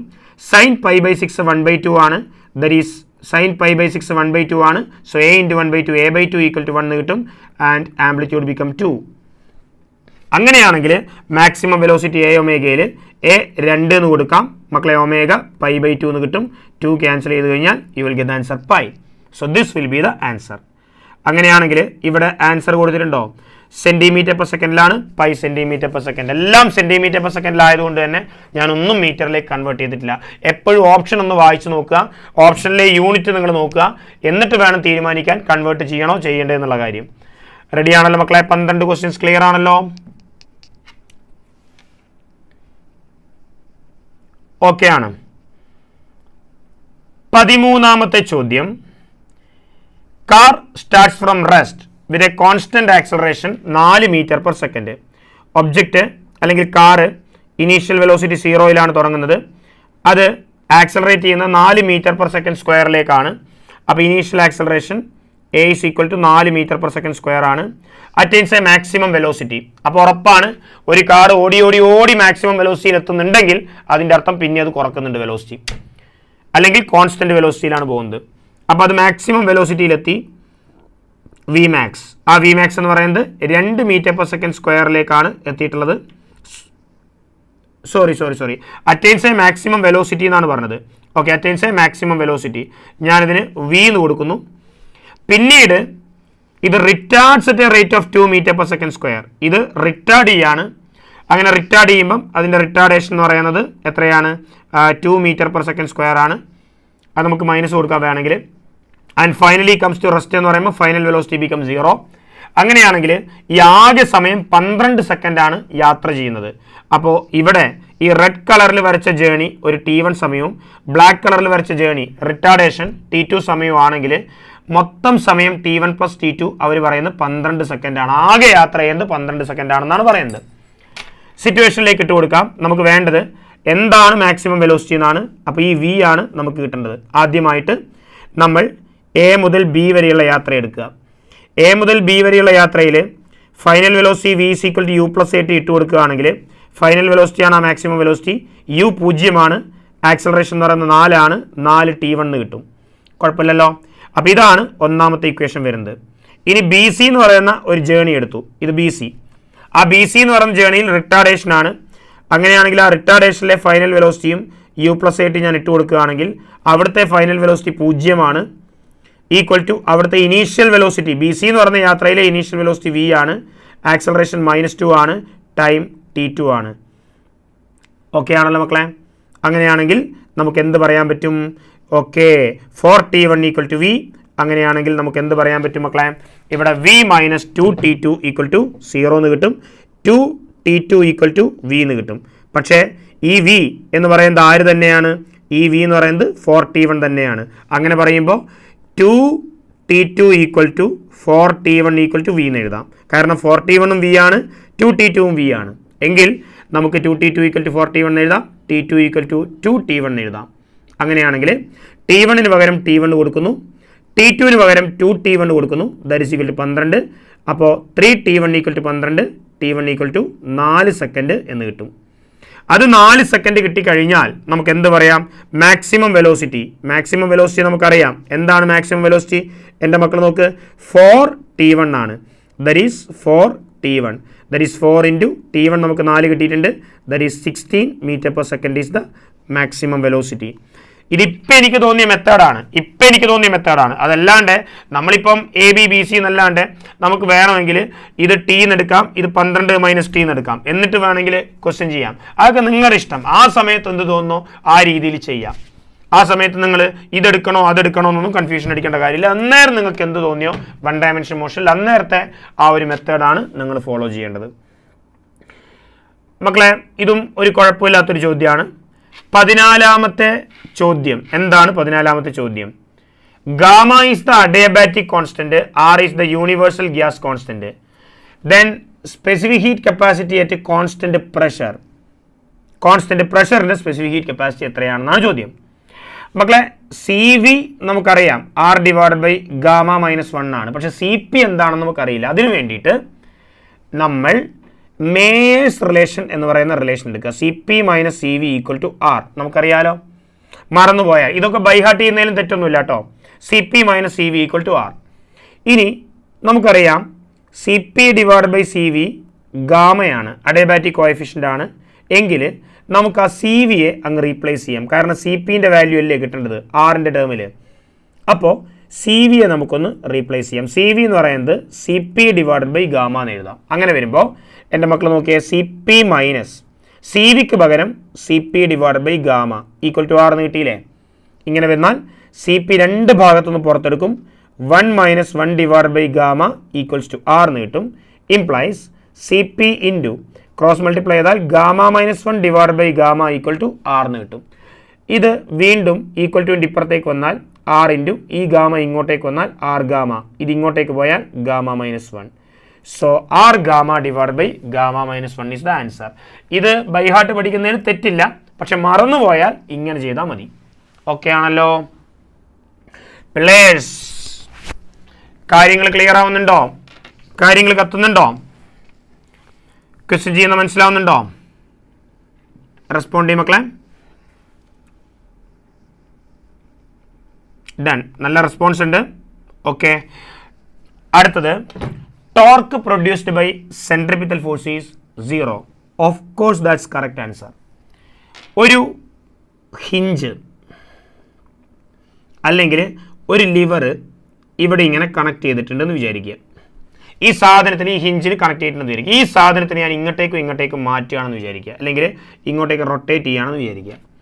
അങ്ങനെ റൊട്ടേറ്റ് ചെയ്യുന്ന സമയത്ത് ഇവിടുത്തെ റേഡിയൽ വെക്റ്റർ ആൻഡ് ഇവിടുത്തെ സെൻട്രിപിറ്റൽ ഫോഴ്സ് നോക്കിക്കഴിഞ്ഞാൽ നിങ്ങൾക്ക് ആംഗിൾ 180 ഡിഗ്രി എന്ന് കിട്ടും. അപ്പോൾ R×F എടുക്കുമ്പോൾ അവിടെ ടോർക്ക് എന്ന് പറയുന്നത് എത്രയാണ് വരിക? 0 ആണ് കിട്ടുക. അപ്പോൾ നിങ്ങളൊരു സാധനത്തിനെ അയ്യോ പോയി വെള്ളം മറിഞ്ഞു. ഈ സാധനത്തിന് ഇങ്ങനെ വലിച്ചു കഴിഞ്ഞാൽ റൊട്ടേറ്റ് ചെയ്യാൻ പറ്റില്ല. ടോർക്ക് ഉണ്ടാവുമോ? ഇല്ല. അപ്പോൾ സ്വാഭാവികമായും സെൻട്രിപിറ്റൽ ഫോഴ്സ് കാരണം നമുക്ക് ഒരിക്കലും ടോർക്ക് ജനറേറ്റ് ചെയ്യാൻ പറ്റില്ല, ആംഗുലാർ ആക്സലറേഷൻസും ഉണ്ടാവില്ല. അപ്പോൾ അതൊരു കറക്റ്റായ സ്റ്റേറ്റ്മെൻ്റ് ആണ്, പെർഫെക്റ്റ് ആണ്. രണ്ടാമത്തെ statement, radial component of force can produce torque എന്നാണ്. ഒരിക്കലും പ്രൊഡ്യൂസ് ചെയ്യാൻ പറ്റില്ല എന്നാണ് ആൻസർ. റേഡിയൽ കമ്പോണൻറ്റ് എന്ന് പറയുമ്പോൾ ഇങ്ങോട്ടേക്കുള്ള കമ്പോണൻ്റ് ആണ്, ഇതിനൊരിക്കലും ടോർക്ക് പ്രൊഡ്യൂസ് ചെയ്യാൻ പറ്റില്ല. സോ തെറ്റായ സ്റ്റേറ്റ്മെൻ്റ് ആണ്. സ്റ്റേറ്റ്മെൻറ്റ് എ കറക്റ്റ് ആണ്, ബി റോങ് ആണ്. അങ്ങനെ ഒരു ഓപ്ഷൻ ഉണ്ടോ? മൂന്നാമത്തെ ഓപ്ഷനാണ് നമ്മുടെ ആൻസർ വരിക. റെഡി മക്കൾസ്? 16ാമത്തെ ചോദ്യം, equation of standing wave is given by 20 cos πx sin 100 πt. ഈ സാധനം കാണുമ്പോൾ തന്നെ സ്റ്റാൻഡിംഗ് വേവ് ആണെന്ന് ആരും പറയാണ്ട് തന്നെ നമുക്ക് മനസ്സിലാവണം. കാരണം സ്റ്റാൻഡിംഗ് വേവിൻ്റെ ഒരു ജനറൽ ഫോർമാറ്റ് ഒരു ഫംഗ്ഷൻ kxൻ്റെ ടേമിലും മറ്റൊരു ഫംഗ്ഷൻ ഒരു ω_t ടേമിലുമാണ് വരിക. ഇത് പ്രൊഡക്റ്റായിട്ടാണ് നമുക്ക് കിട്ടുക. രണ്ട് trigonometric functions, sine functions, harmonic functions, സൈനോ കോസോ, അത് ഒന്ന് kxൻ്റെ ടേമിലും ഒന്ന് ω_t ടേമിലും പ്രൊഡക്റ്റായിട്ടാണ് വരിക. അങ്ങനെ വരുമ്പോൾ ഇവിടെ ഇയാൾ kx ആണ്. നമ്മളോട് ചോദിച്ചത് ഡിസ്റ്റൻസ് ബിറ്റ്വീൻ ടു നിയറസ്റ്റ് നോഡാണ്. നോഡെന്ന് പറഞ്ഞാൽ എന്താ മക്കളെ? ഒരു സ്റ്റേഷനറി വേവ് മാക്സിമം ഇങ്ങനെ പോയാൽ അത് താഴേക്ക് ഇങ്ങനെ പോകും. അങ്ങനെ വരുമ്പോൾ ഈ രണ്ട് പോയിന്റുകളെയാണ് നോഡുകൾ എന്ന് വിളിക്കുന്നത്. ഇതൊക്കെ നോഡുകളാണ്. അപ്പോൾ ഈ നോഡ് തമ്മിലുള്ള ദൂരം എപ്പോഴും λ/2 ആണ് നമുക്കറിയാം. അങ്ങനെയാണെങ്കിൽ ഇവിടെ ലാംഡ കണ്ടുപിടിച്ച പ്രശ്നം തീരും. അതിനുവേണ്ടി പ്രൊപ്പഗേഷൻ കോൺസ്റ്റന്റ് എന്ന് പറയുന്നത് 20 cos kx എന്ന് പറയുന്നത് k ആരാണ്? 20 π ആണ്. പക്ഷേ പ്രൊപ്പഗേഷൻ കോൺസ്റ്റന്റ് നമുക്കറിയാം 2π / λ ആണ്. π ക്യാൻസൽ ചെയ്ത് കഴിഞ്ഞാൽ lambda will be equal to 2 divide by 20 അഥവാ 1 ഡിവൈഡ് ബൈ 10 സെൻറ്റിമീറ്ററിലായതുകൊണ്ട് സെൻറ്റിമീറ്റർ എഴുതാം. 1/10 സെൻറ്റിമീറ്റർ. അങ്ങനെയാണെങ്കിൽ ലാംഡ ബൈ 2 ആണ് നമുക്ക് ആ നോഡിൻ്റെ ആൻസർ വേണ്ടത്. That is again 1/20. So answer will be 1/20 centimetres. മനസ്സിലായിട്ടുണ്ടോ? ആൻസർ 1/20 സെൻറ്റിമീറ്റേഴ്സ് ആണ് നമുക്ക് ആൻസർ വരിക.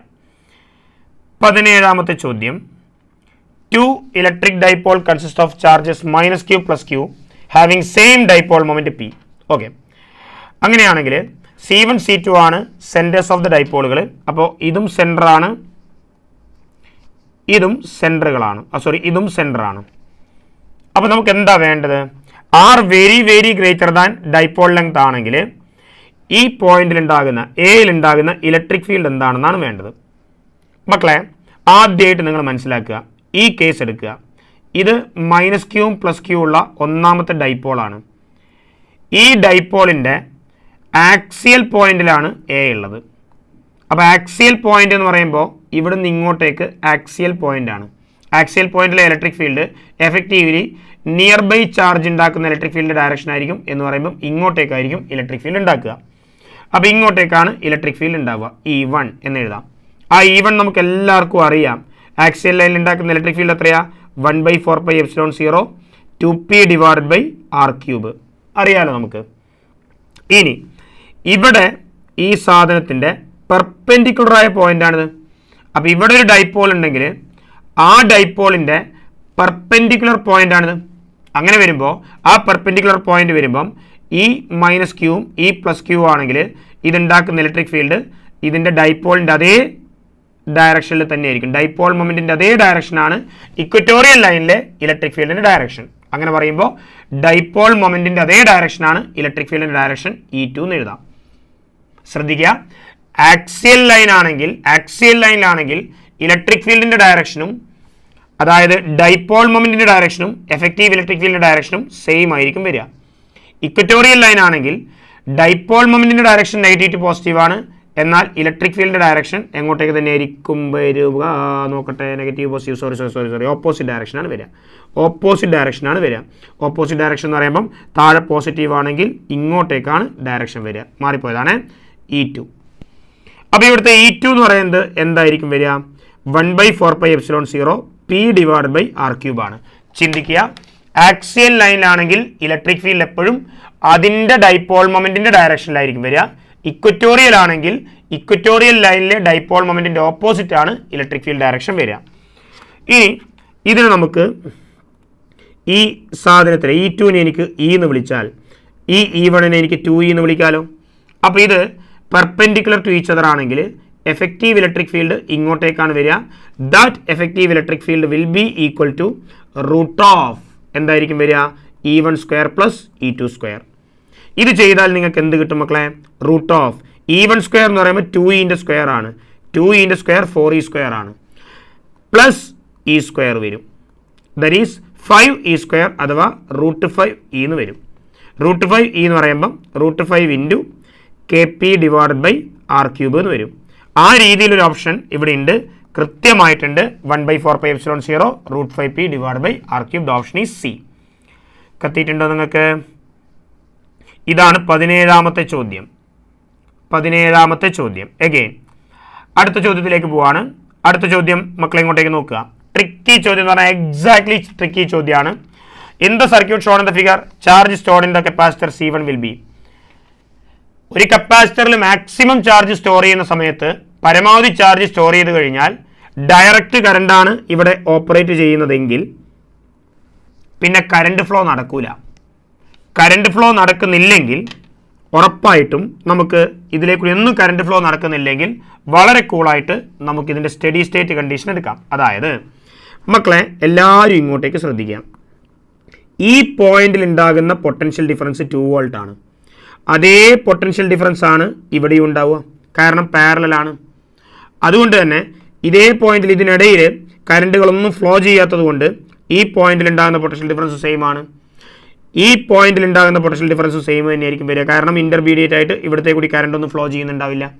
ദാറ്റ് മീൻസ് ഈ പോയിന്റിന് അക്രോസ് ആയിട്ടുള്ള ഈ രണ്ട് പോയിന്റിന് അക്രോസ് ആയിട്ടുള്ള പൊട്ടൻഷ്യൽ ഡിഫറൻസ് എന്ന് പറയുന്നത് എത്രയായിരിക്കും വരിക? ഈ 2 വോൾട്ട് ആയിരിക്കും വരിക. അപ്പോൾ ഇവിടുത്തെ വോൾട്ടേജ് 2 വോൾട്ടാണ് വരിക. തീർച്ചയായും ഈ മൊത്തം സർക്യൂട്ടുകളെ നിങ്ങൾ നോക്കുകയാണെങ്കിൽ അതിൽ മക്കളെ ഇങ്ങോട്ടേക്ക് നോക്കുക, ഇത് 6 വോൾട്ടാണ്.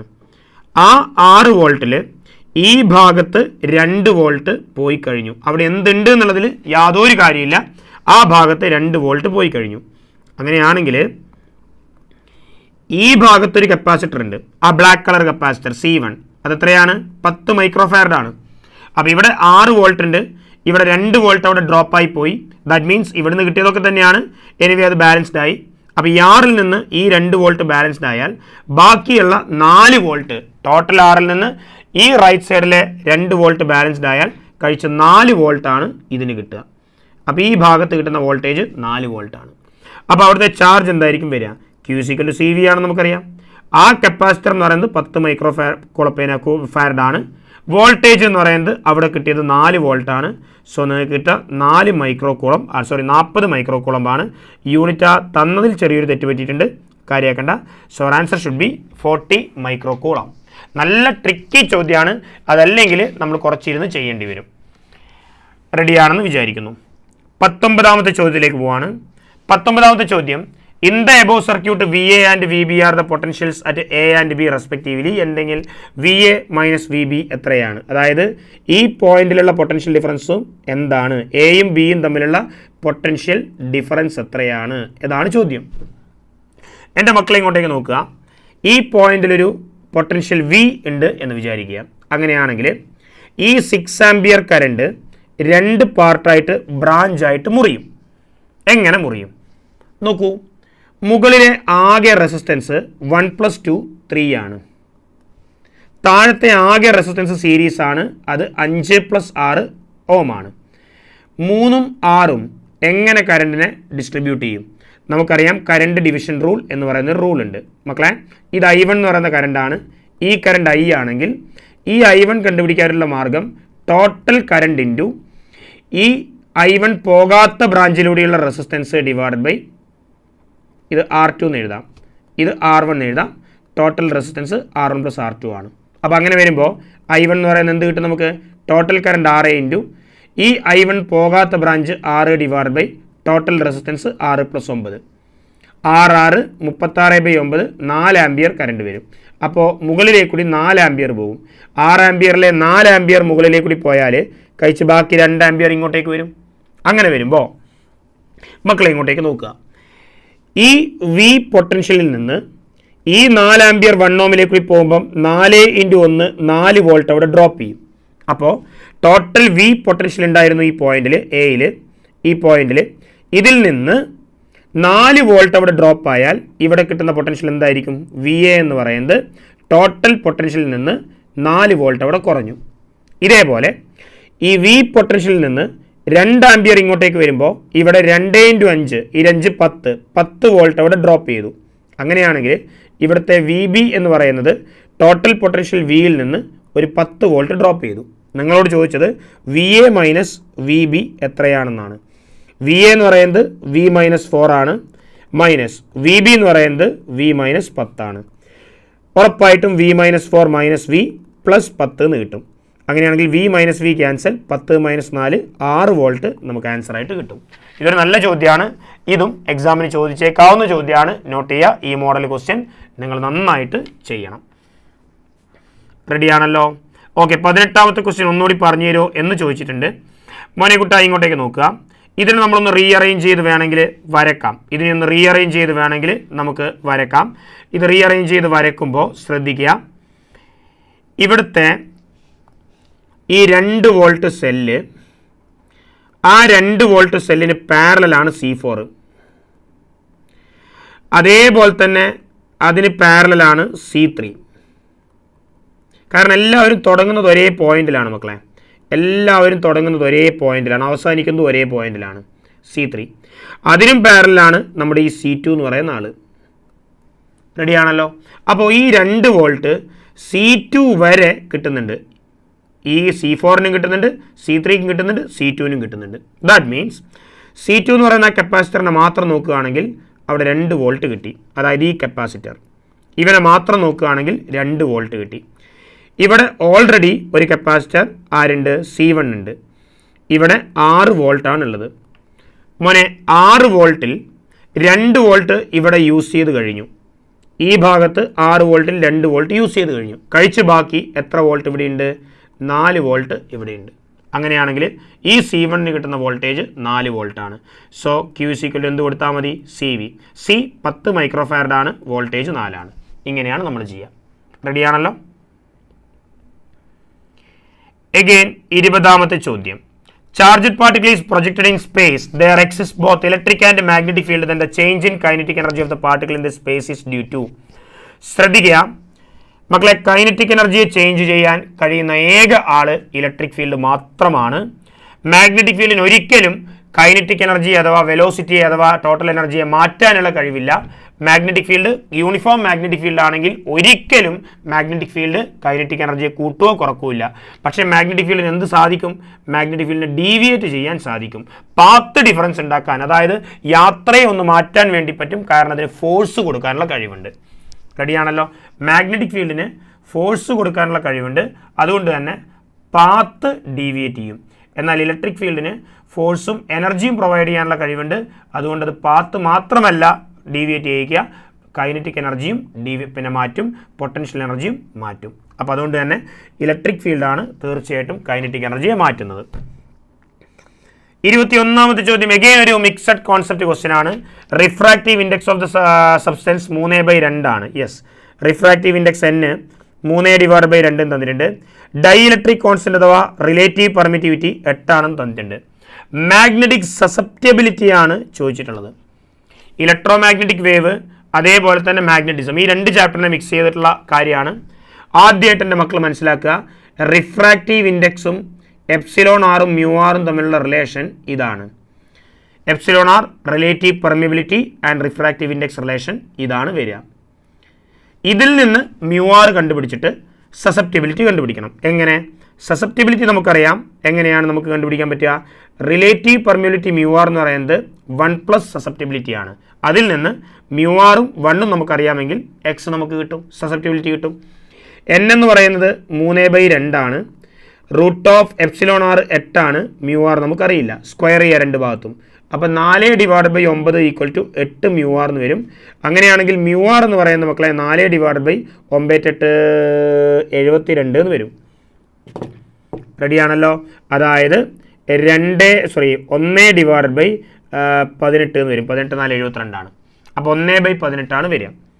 ഇനി അങ്ങനെയാണെങ്കിൽ സസെപ്റ്റബിലിറ്റി μr -1 ആണ് വരിക. 1/18 തന്നെയല്ലേ വരിക. 4/9 സോറി മക്കളെ തെറ്റിപ്പോയി. സ്ക്വയർ ചെയ്തതല്ലേ, 3ന്റെ സ്ക്വയർ 9 അല്ലേ, ഞാനെന്തൊരു 2ന്റെ സ്ക്വയർ 4 അല്ലേ, =8 μr വരും. ഓക്കെ മക്കളെ, എങ്കിൽ μr എന്ത് കിട്ടും നിങ്ങൾക്ക്? 9/8 4 32 കിട്ടും. സോറി മക്കളെ, സോറി. അങ്ങനെയാണെങ്കിൽ സസെപ്റ്റബിലിറ്റി എന്ന് പറയുന്നത് 9/32 -1 ആണ് കിട്ടുക. ഇത് ചെയ്താൽ നിങ്ങൾക്ക് കിട്ടുക -23/32 ആണ്. സസെപ്റ്റബിലിറ്റി നെഗറ്റീവ് എന്ന് കണ്ടാൽ ഉറപ്പിച്ചോളൂ, അവിടെ വേറൊരു അഡീഷണൽ ക്വസ്റ്റ്യൻ വേണമെങ്കിൽ ചോദിക്കാം. ഈ മെറ്റീരിയൽ ഏത് തരം മെറ്റീരിയലാണ്? ഇതൊരു ഡയാമാഗ്നറ്റിക് മെറ്റീരിയലാണ്. പറയാൻ കാരണം സസെപ്റ്റബിലിറ്റി <0 ആണെങ്കിൽ മെറ്റീരിയൽ ഡയാമാഗ്നറ്റിക് മെറ്റീരിയൽ ആയിരിക്കും. ഓക്കെ ആണല്ലോ. പ്രത്യേകിച്ച് ചോദിച്ചിട്ടില്ല, പക്ഷേ അതാണ് നമ്മുടെ ആൻസർ. 22ാമത്തെ ചോദ്യം. Bar magnet of length 3 centimetre, points from centre A and B along the access distance 30 and 60. ഇത് 30ഉം 60ഉം ആണ്. ഓക്കെ, 30ഉം 60ഉം ആണ്. എങ്കിൽ ഇത് 30ഉം ഇത് നമുക്ക് 60ഉം എടുക്കാം, കുഴപ്പമില്ലല്ലോ. ഓപ്പോസിറ്റ് സെൻസ് ആണ്. അപ്പോൾ ratio of magnetic field at these points എത്രയാണെന്നാണ് ചോദ്യം. മക്കളെ, മാഗ്നറ്റിക് ഫീൽഡ് ഇത് ആക്സിയൽ പോയിന്റ് ആണ്. ഒരു ബാർ മാഗ്നറ്റിൻ്റെ ആക്സിയൽ പോയിന്റിൽ ഉണ്ടാകുന്ന മാഗ്നറ്റിക് ഫീൽഡ് നമ്മുടെ ഇലക്ട്രിക് ഡൈപോളിൻ്റെ സെയിം ഇക്വേഷൻ ആണ്. 1/4πε0ക്ക് പകരം μ0/4π, 2p/r³ പകരം 2m/r³. അങ്ങനെയാണെങ്കിൽ 2 കേസിലും എയിലും ബിയിലും μ0/4π 2m ഇത്രയും കോൺസ്റ്റൻ്റ് ആണ്. m എന്ന് പറയുന്നത് dipole moment of the magnet ആണ്. ആകെ വ്യത്യാസപ്പെടുന്നത് r³ മാത്രമാണ്. So B inversely proportional to r³ വരും. എങ്കിൽ റേഷ്യോ ഉറപ്പായിട്ട് നമുക്ക് എന്ത് പറയാം? ഒന്നാമത്തെ ബി എ എന്ന് പറയുകയാണെങ്കിൽ ഇൻവേഴ്സ്ലി പ്രൊപ്പോർഷണൽ ടു 30 ക്യൂബ് എന്ന് എഴുതാം. എന്നാൽ ബിയിൽ ഉണ്ടാകുന്ന magnetic field inversely proportional to 60 cube എന്ന് എഴുതാം. തീർച്ചയായിട്ടും B A divide by B ചെയ്താൽ നമുക്ക് എത്ര കിട്ടും? 60 divide by 30 whole raise to 3 എന്ന് എഴുതാം. 60 ബൈ 30 2 ആണ്, 2ന്റെ ക്യൂബ് 8 ആണ്. So our answer should be 8:1 is the answer. റെഡിയാണല്ലോ? സ്പീഡ് ഇത്തിരി കൂടുതലാണെങ്കിൽ മക്കളെ ലൈവ് കഴിഞ്ഞതിന് ശേഷം ഏതെങ്കിലും ചോദ്യം ഉണ്ടെങ്കിൽ ഒന്ന് സ്പീഡ് കുറച്ചിട്ടിട്ട് ഒന്ന് കണ്ടാൽ മതി, നിങ്ങൾ കിട്ടും സുഖമായിട്ട്. ഓക്കെ അല്ലേ? ഓക്കെ. 24-48 ആണെങ്കിലും കുഴപ്പമില്ല കേട്ടോ നിഹാലെ. 24-48 ഞാൻ പറഞ്ഞതാണ് അവിടെ. ഞാൻ വാല്യൂ 30-40 മാത്രമേ കണ്ടിട്ടുള്ളൂ. അപ്പോൾ ക്വസ്റ്റ്യൻ ഓടിച്ച് വായിച്ചപ്പോൾ ഞാൻ പറഞ്ഞിട്ടാണത് 24-48 ആക്കിയത്. സെയിം ആൻസർ തന്നെയാണ് നിങ്ങൾക്ക് കിട്ടുക കേട്ടോ. സെയിം ആൻസർ തന്നെയാണ് കിട്ടുക, ഒരു മാറ്റവും ഉണ്ടാവില്ല. അത് പ്രശ്നമല്ല. അത് ഞാൻ പെട്ടെന്ന് കണ്ടിട്ട് ഞാൻ പെട്ടെന്നൊരു 1:2 റേഷ്യോ കിട്ടാൻ വേണ്ടിയിട്ട് ഒരു വാല്യൂ റാൻഡമായിട്ട് കൊടുത്തു എന്നേ ഉള്ളൂ. കാരണം ആ ക്വസ്റ്റ്യൻ കണ്ടപ്പോൾ 30-40 എന്നല്ലേ കണ്ടത്. അപ്പോൾ ആൻസർ കറക്റ്റായിട്ട് കിട്ടൂലല്ലോ, അതുകൊണ്ടാണ് ഞാൻ അങ്ങനെ കൊടുത്തത്. സെയിം ആൻസർ തന്നെയാണ് കിട്ടുക, മാറ്റങ്ങളൊന്നുമില്ല. എൻ്റെ മക്കളെ ഇങ്ങോട്ടേക്ക് നോക്ക്. 23ാമത്തെ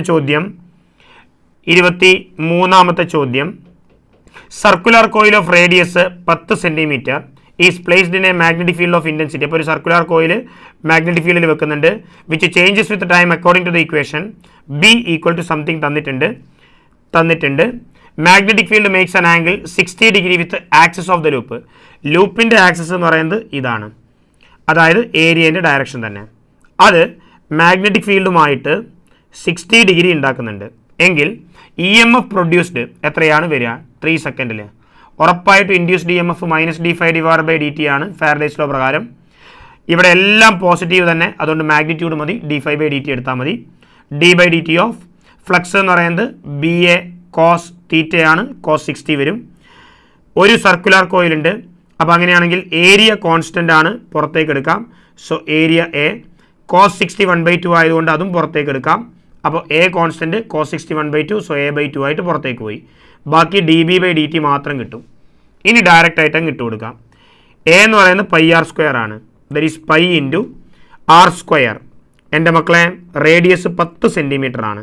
10 സെൻറ്റിമീറ്റർ എന്ന് പറഞ്ഞാൽ 0.1 മീറ്റർ ആണ് വരിക. അപ്പോൾ π × 0.1², അതാണ് ഏരിയ. /2 അവിടെ ഉണ്ട് കേട്ടോ. dB/dt at t = 3 second. ആദ്യമായി ബി 40² + 40 - 3 ആണ്. അപ്പോൾ dB/dt ഡിഫറൻഷ്യേറ്റ് ചെയ്താൽ എത്ര കിട്ടും? 40² ഡെറിവേറ്റീവ് എടുത്താൽ 8t + 4t ഡെറിവേറ്റീവ് എടുത്താൽ 4, 3 0 ആയിപ്പോവും. 8t + 4 ആണ്. അത് 3 സെക്കൻഡ് ഇട്ട് കൊടുത്തു കഴിഞ്ഞാൽ നമുക്ക് എത്ര കിട്ടും? 8 × 3 24 + 4, അതായത് 28 എന്ന് കിട്ടും. കിട്ടൂലേ? 28 എന്ന് കിട്ടും. 2ഉം 28ഉം വെട്ടിപ്പോയാൽ 14. 14ഉം പൈയും ഒന്നിച്ച് കണ്ടാൽ ഉറപ്പിച്ചോളൂ എൻ്റെ മക്കളെ, പൈക്ക് 22/7 കൊടുക്കുക. കാരണം 7 ഉണ്ടല്ലോ അവിടെ. അപ്പോൾ 22/7. 0.1² എന്ന് പറഞ്ഞാൽ 10⁻² ആണ്. 0.1 എന്ന് പറഞ്ഞാൽ 1/10, 10⁻1. സ്ക്വയർ എടുത്താൽ 10⁻². 14 അവിടെ വെച്ചു. 7ഉം 14ഉം 2 വരും. 22 × 2 44 വരും. 44 × 10⁻², അതായത് 440 മില്ലി വോൾട്ട് എന്ന് ആൻസർ കിട്ടും. 44 × 10⁻² ആണ്. അപ്പോൾ 440 മില്ലി വോൾട്ടാണ് വേണ്ടത്. 10 കൊണ്ട് ഗുണിച്ചാൽ മതി. കാര്യം ക്ലിയർ ആണെന്ന് വിചാരിക്കുന്നു. അടുത്ത ക്വസ്റ്റ്യൻ. വോൾട്ടേജ് തന്നിട്ടുണ്ട് V0 sin ωt. Current I0 sin ωt + π/3. Leading സർക്യൂട്ടാണ്. കാരണം എങ്ങനെയാണ് മനസ്സിലായത് ലീഡിങ് സർക്യൂട്ടാണെന്ന്? I0 sin ωt + π/3. Circuit leading ആണ്. ലീഡിങ് ആണെങ്കിൽ കപ്പാസിറ്ററിന് ഡൊമിനൻസ് ഉണ്ടാവും, കപ്പാസിറ്ററിൻ്റെ ഒരു ആധിക്യം അവിടെ ഉണ്ടാവും, കപ്പാസിറ്റർ നന്നായിട്ട് അവിടെ ആക്ട് ചെയ്യുന്നുണ്ടാവും, ഉറപ്പ്. അങ്ങനെയാണെങ്കിൽ ദെൻ ഇറ്റ് മേ ബി ഏത് സർക്യൂട്ടാണ് എന്നാണ് ചോദ്യം. സീരീസ് RL സർക്യൂട്ട് എന്ന് പറഞ്ഞാൽ തെറ്റാണ്. കാരണം L മാത്രമാണ് അവിടെ ഉള്ളെങ്കിൽ ലാഗിങ് ആണ് വരേണ്ടത്. ഇൻഡക്ടറിൻ്റെ എഫക്റ്റ് ആണ് വരുന്നതെങ്കിൽ ലാഗിങ് ആണ് വരിക. അപ്പോൾ I0 sin ωt minus something ആണ് വരിക. അപ്പോൾ LR അല്ല. RC സാധ്യതയുണ്ട്. LC സർക്യൂട്ടാണ്. LC സർക്യൂട്ട് ആണെങ്കിൽ π/2 ആണ് വരേണ്ടത്. ഫേസ് ഡിഫറൻസ് π/2 ആണ് വരേണ്ടത്. അപ്പോൾ അതുമല്ല. സീരീസ് RL സർക്യൂട്ട്, അപ്പോൾ അതുമല്ല. അങ്ങനെ തന്നെ നമുക്ക് ആൻസർ രണ്ടാമത്തെ ഓപ്ഷൻ കിട്ടും. ഇനി റെസിസ്റ്റൻസ് ആൻഡ് ഇംപെഡൻസ് റേഷ്യോ 1:2 എന്ന് പറയുന്നുണ്ട്. അതെന്താണെന്ന് നോക്കാം. എൻ്റെ മക്കൾക്കറിയാം ഇംപെഡൻസ് ട്രയാങ്കിൾ. ഒരു ഇംപെഡൻസ് ട്രയാങ്കിളിൽ ഒരു RLC സീരീസ് സർക്യൂട്ടുകളിൽ ഇംപെഡൻസ് ട്രയാങ്കിൾ ഉണ്ടാക്കുകയാണെങ്കിൽ ഇവിടെ റെസിസ്റ്റൻസ് ആണ്. തീർച്ചയായും RC മാത്രമേ ഉള്ളൂ എന്ന് കൺഫേം ആയ സ്ഥിതിക്ക് ഇവിടെ XC ആയിരിക്കും ഉണ്ടാവുക, ഇവിടെ ഇംപെഡൻസ് ആയിരിക്കും ഉണ്ടാവുക. ഇനി ചിലപ്പോൾ XL ഉണ്ടാവാം. ഈ ആംഗിൾ ഫൈ ആണ്. അപ്പോൾ ഫൈ എന്ന് പറയുന്നത് π/3 ആണെന്ന് പറയുന്നുണ്ട്. അങ്ങനെയാണെങ്കിൽ ഈ ആംഗിൾ π/3 ആയി. ഇത് R ആണ്, ഇത് Z ആണ്. നിങ്ങളോട് ചോദിക്കുന്നത് resistance by impedance ratio R/Z എത്രയാണെന്നാണ്. എൻ്റെ മക്കളെ R/Z എന്ന് പറയുന്നത് cos 60 അല്ലേ, അല്ലെങ്കിൽ cos π/3 അല്ലേ, അത് 1/2 അല്ലേ നിങ്ങൾക്ക് കിട്ടുക. So answer will B 1:2. എന്തായാലും ആൻസർ കൺഫേം ആയി. ഒന്നുകൂടി അതിൻ്റെ ഉള്ളിലെ ഈ ഒരു സ്റ്റേറ്റ്മെൻറ്റിനെ കൂടി ഒന്ന് വാലിഡേറ്റ് ചെയ്തതാണ്. സോ 1:2 തന്നെയാണ് നമുക്ക് ആൻസർ കിട്ടുക. കുഴപ്പമില്ലല്ലോ. റെഡി. 25ാമത്തെ ക്വസ്റ്റ്യൻ വളരെ കൂൾ, സ്മൂത്ത്, സിമ്പിൾ ക്വസ്റ്റ്യൻ ആണ്. ഏത് ഇലക്ട്രോമാഗ്നറ്റിക് വേവിനാണ് maximum frequency? Gamma, X, UV, visible, infra, micro, radio. അങ്ങനെ വരുമ്പം ഇവിടെ എവിടെയും ഗാമയില്ല, ഇവിടെ എവിടെയും എക്സ് ഇല്ല. അപ്പോൾ മുമ്പിൽ വരുന്നത് അൾട്രാ വയലറ്റ് ആണ്. So our answer should be the second option. Maximum frequency എന്ന് തന്നെയല്ലേ പറഞ്ഞത്? മക്കൾ കയറുന്നുണ്ടോ തലേ?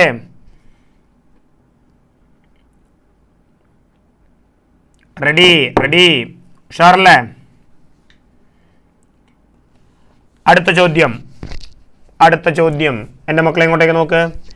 Convex lens which is made of glass of refractive index 1.5 has focal length 10 centimetre in air. If it is placed in a transparent liquid of refractive index 1.75, then it acts as a. മക്കളെ ഇതൊരു normal case of question ആണ്. ഇത് സാധാരണ ഒരു cliché ചോദ്യമാണ്. Equation ഓർത്തിരിക്കുക എന്നുള്ളത് മാത്രമേ ഉള്ളൂ. ഇവിടെ നമ്മൾ ഉപയോഗിക്കേണ്ടി വരിക ലെൻസ് മേക്കേഴ്സ് ഫോർമുലയാണ്. ഒരു ലെൻസ് ഇങ്ങോട്ടേക്കുള്ള റേഡിയസ് R1 ഇങ്ങോട്ടേക്കുള്ള റേഡിയസ് ബൈകോൺവെക്സ് ലെൻസ് ആണെങ്കിൽ R2 ആണെങ്കിൽ ഇവിടെ നമ്മുടെ 1/4 ഫോക്കൽ ലെങ്ത് എന്ന് പറയുന്നത് റിഫ്രാക്റ്റീവ് ഇൻഡെക്സ് ഓഫ് 2 എന്ന് പറയുന്നത് ഗ്ലാസ് ആണ്. 1 എന്ന് പറയുന്നത് അവിടുത്തെ മീഡിയം ആണ്. അപ്പോൾ N2 / N1 -1 into 1/R1 - 1/R2 ആണ് വരിക. അപ്പോൾ ഇത് ആദ്യം പറയുന്നത് കോൺവെക്സ് ലെൻസ് ഗ്ലാസ് കൊണ്ട് ഉണ്ടാക്കിയിട്ടുണ്ട്, അത് എയറിൽ വെച്ചാൽ 10 സെൻറ്റിമീറ്റർ എന്ന് പറയുമ്പോൾ 1/10 can be written as N2 എന്ന് പറയുന്നത് 1.5 ആണ്, N1 എന്ന് പറയുന്നത് എയർ ആയതുകൊണ്ട് 1 ആണ്, -1 ഇൻറ്റു 1/R1 - 1/R2. ഈ 1/R1 - 1/R2 മൊത്തത്തിലേ ഞാൻ K എന്ന് എഴുതുന്നു, കാരണം അതൊരു കോൺസ്റ്റൻ്റ് ആണ്. ഇത് നേരെ നിങ്ങൾ വെള്ളത്തിലേക്ക് ഇറക്കി വെച്ചു. വെള്ളത്തിലേക്ക് ഇറക്കി വെക്കുമ്പോൾ if it is placed in a transparent liquid, refractive index 1.75 ആണ്. അപ്പോൾ മീഡിയം നിറഞ്ഞു, അവിടെ ആ ഭാഗത്ത് മീഡിയം നിറഞ്ഞു. അപ്പോൾ അതിൻ്റെ ഫോക്കൽ ലെങ്ത് എത്ര എന്നാണ്? 1/f = ഗ്ലാസിൻ്റെ റിഫ്രാക്റ്റീവ് ഇൻഡെക്സ് 1.5.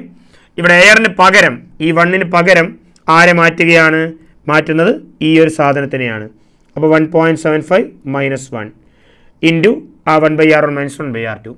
ഇക്വേഷൻ നേരെ ഡിവൈഡ് ചെയ്യണം. അങ്ങനെ ചെയ്യുമ്പോൾ നിങ്ങൾക്ക് കിട്ടാൻ പോകുന്ന ആൻസർ എന്തായിരിക്കും വരിക?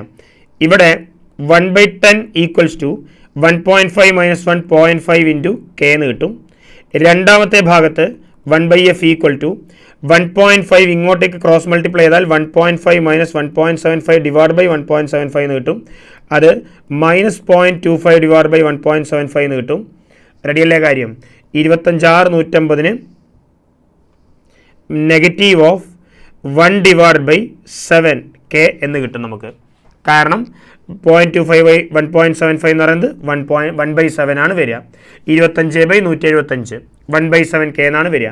ഇക്വേഷൻ ഡിവൈഡ് ചെയ്യുക, K ക്യാൻസൽ ചെയ്യും. നെഗറ്റീവ് ആണെന്ന് ഉറപ്പായി. നെഗറ്റീവ് ആകുമ്പം അത് ഡൈവേർജിങ് ലെൻസായി മാറി. F മുകളിലേക്കും 10 താഴേക്കും ഇറങ്ങിയാൽ F/10 = 7 × 0.5 എന്ന് കിട്ടും. നെഗറ്റീവ് അവിടെ ഉണ്ട്. അപ്പോൾ F = 10 × 0.5 5 × 7 35 എന്ന ആൻസർ കിട്ടും. സോ -35 ആണ് ഫോക്കൽ ലെങ്ത് വരിക. So 35 centimetre. ഡൈവേർജിങ് ലെൻസ് ആണ് എന്ന് വെച്ചാൽ കോൺകേവ് ലെൻസ് ആയിട്ടാണ് ആക്ട് ചെയ്യുക ആ കോൺവെക്സ് ലെൻസ്. അപ്പോൾ മീഡിയത്തിലേക്ക് റിഫ്രാക്റ്റീവ് ഇൻഡെക്സ് കൂടിയ മീഡിയത്തിലേക്ക് ഇറക്കി വെച്ചാൽ ആ കോൺവെക്സ് ലെൻസ് എന്നുള്ളതിൻ്റെ സ്വഭാവം മാറി അത് കോൺകേവിലേക്ക് മാറ്റപ്പെടും. സോ ആൻസർ എന്ന് പറയുന്നത് 2 ആണ് നമുക്ക് കിട്ടുക. റെഡി. ഇതൊരു പ്യുവർ കേസ്, നോർമൽ നിങ്ങളുടെ ഇക്വേഷൻ സബ്സ്റ്റിറ്റ്യൂഷൻ മാത്രമാണ്, വേറെ അത്ഭുതങ്ങളൊന്നുമില്ല. ഡയറക്റ്റ് ക്വസ്റ്റ്യൻ പോലെയാണ്, ഒരു CBSE ബോർഡ് ക്വസ്റ്റ്യൻ്റെ ഒക്കെ ലെവലേ നമുക്ക് പറയാനുള്ളൂ. 27ാമത്തെ ചോദ്യം, which of the following method is used for producing 2 coherent source of Young's double slit experiment. ഉറപ്പായിട്ടും 2 സ്ലിറ്റ് വരുമ്പോൾ അവിടെ നമുക്കറിയാം ഇങ്ങനെയുള്ള വേവ് ഫ്രണ്ടുകളാണ് എന്ത് ചെയ്യുന്നത്, ഡിവൈഡ് ചെയ്ത് പോകുന്നത്. അപ്പോൾ ആരെയാണ് ഡിവൈഡ് ചെയ്ത് പോകുന്നത്? വേവ് ഫ്രണ്ട് ഡിവിഷനല്ലേ നടക്കുന്നത്. റെഡി. ഓപ്ഷൻ തേർഡ് ഓപ്ഷനാണ് വരേണ്ടത്. 28ാമത്തെ ചോദ്യം, particle of mass m starts from rest and moves along a straight line with constant acceleration. Yes, particle of mass m starts from rest ആണ്, moves along straight line with constant acceleration ആണ്. Which of the following graph best represent the variation of de Broglie wavelength of this particle. കുഞ്ഞുങ്ങളെ, ഒരു particle പോകുമ്പോൾ ആ particle ഒരു wave motion ഉണ്ടാക്കണമെങ്കിൽ അതിൻ്റെ momentum എന്ന് പറയുന്നത് P is equal to മാസിൻ്റെ വെലോസിറ്റി ആണെങ്കിൽ അതിൻ്റെ wavelength lambda equal to h/p അഥവാ h/mv ആണ്. ഇനീഷ്യലി 0 വെലോസിറ്റിയിൽ സ്റ്റാർട്ട് ചെയ്യുന്ന ഒരു സാധനം യൂണിഫോം ആക്സലറേഷനിൽ പോവുകയാണെങ്കിൽ അതിൻ്റെ ഫൈനൽ വെലോസിറ്റി u+at അഥവാ at ആണ് വരിക. അങ്ങനെയാണെങ്കിൽ u 0 ആണല്ലോ. അങ്ങനെയാണെങ്കിൽ lambda equal to h/m into വെലോസിറ്റിക്ക് പകരം at എന്ന് എഴുതാം. ഇവിടെ നിങ്ങൾക്ക് വേണ്ട ഗ്രാഫ് y ആക്സിസ് ലാംഡയും x ആക്സിൽ ടൈമുമാണ്. അപ്പോൾ ഇവിടുന്ന് h/m ഒരു കോൺസ്റ്റൻ്റ് ആക്കി ട്രീറ്റ് ചെയ്താൽ lambda inversely proportional to t വരും. Lambda inversely proportional to t. മക്കളെ, y inversely proportional to x ആണെങ്കിൽ അതൊരു റെക്റ്റാങ്കുലർ ഹൈപ്പർബോള ഗ്രാഫായിരിക്കും വരിക. ബോയിൽസ് ലോൻ്റെ ഒക്കെ ഗ്രാഫുകൾ കണ്ടിട്ടുണ്ടാവും. സോ നമ്മുടെ ഓപ്ഷൻ എന്ന് പറയുന്നത് സെക്കൻഡ് ഓപ്ഷനാണ് വരേണ്ടത്. y inversely proportional to x എന്ന് പറഞ്ഞാൽ അത് റെക്റ്റാങ്കുലർ ഹൈപ്പർബോളിക് ഗ്രാഫാണ് വരിക. റെഡി. കത്തുന്നുണ്ടോ നിങ്ങൾക്ക് മക്കളെ? സോ ഫാർ സോ ഗുഡ് ആണോ? കാര്യങ്ങൾ ക്ലിയർ ആയിട്ട് പോകുന്നുണ്ടോ?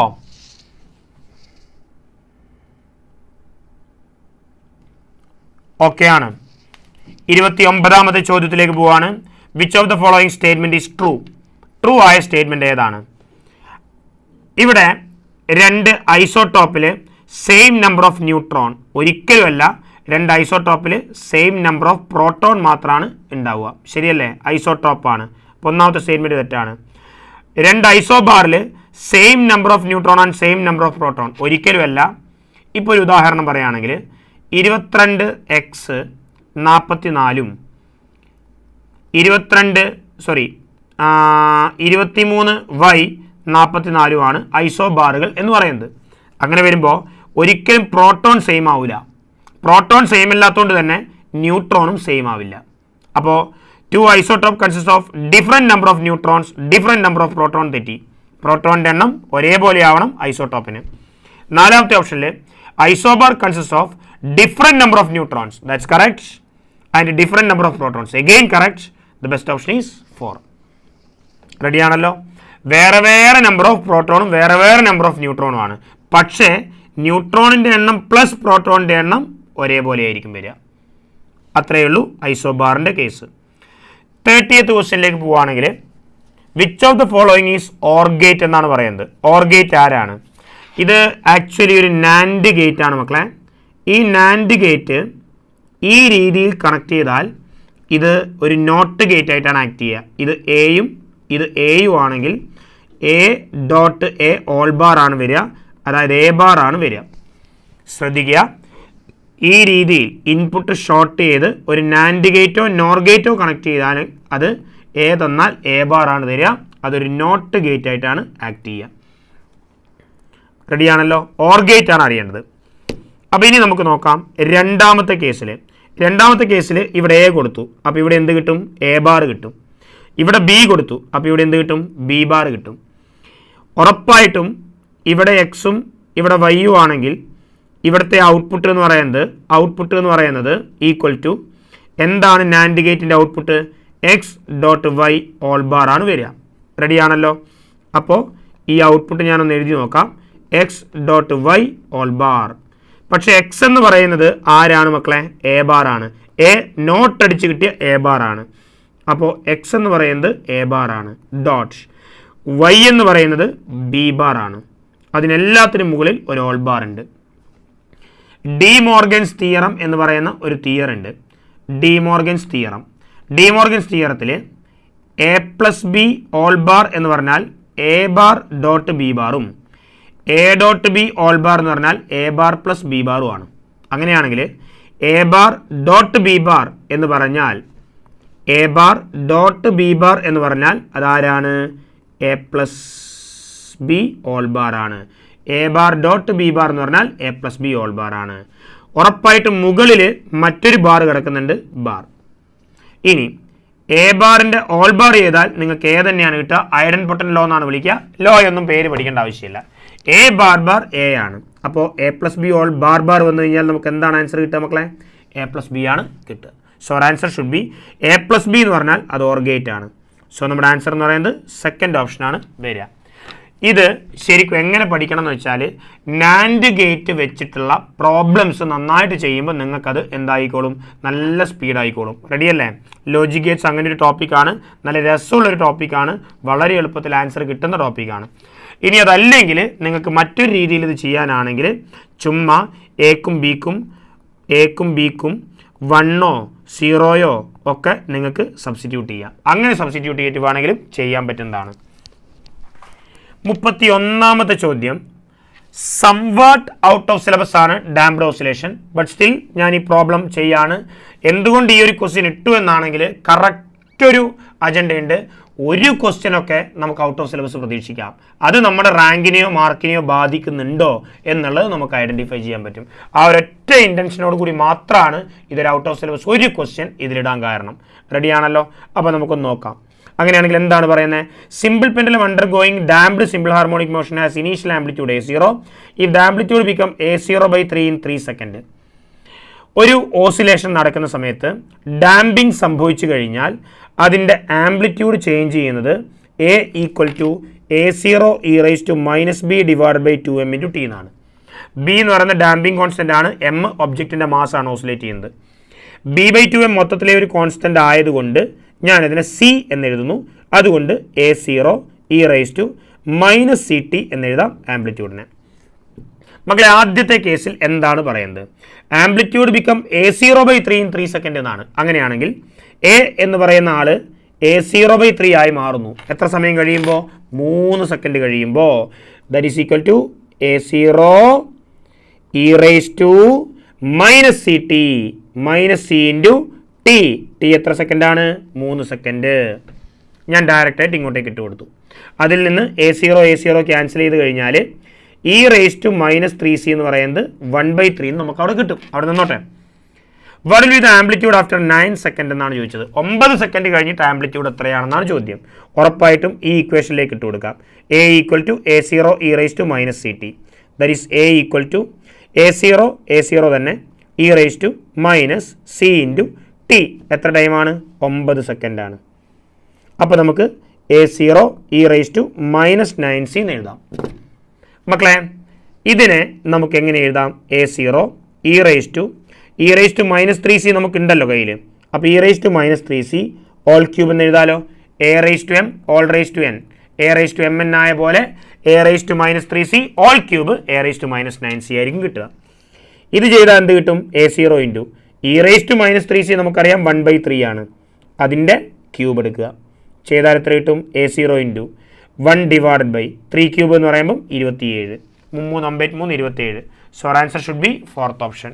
പേടിക്കേണ്ട ആവശ്യമില്ല. പഠിക്കാത്ത കുട്ടികളാണെങ്കിൽ പുതിയതായിട്ട് നിങ്ങൾ പഠിക്കണമെന്ന് നിർബന്ധമൊന്നുമില്ല. ഉള്ള ടോപ്പിക്കിനെ വളരെ ഭംഗിയാക്കി വെക്കുക എന്നേ ഉള്ളൂ. അഡീഷണൽ ടോപ്പിക്കായിട്ട് പഠിക്കേണ്ട. ഈ ഡിസ്കഷനിൽ കിട്ടിയ ഐഡിയ മനസ്സിലാക്കി വെച്ചാൽ മതി.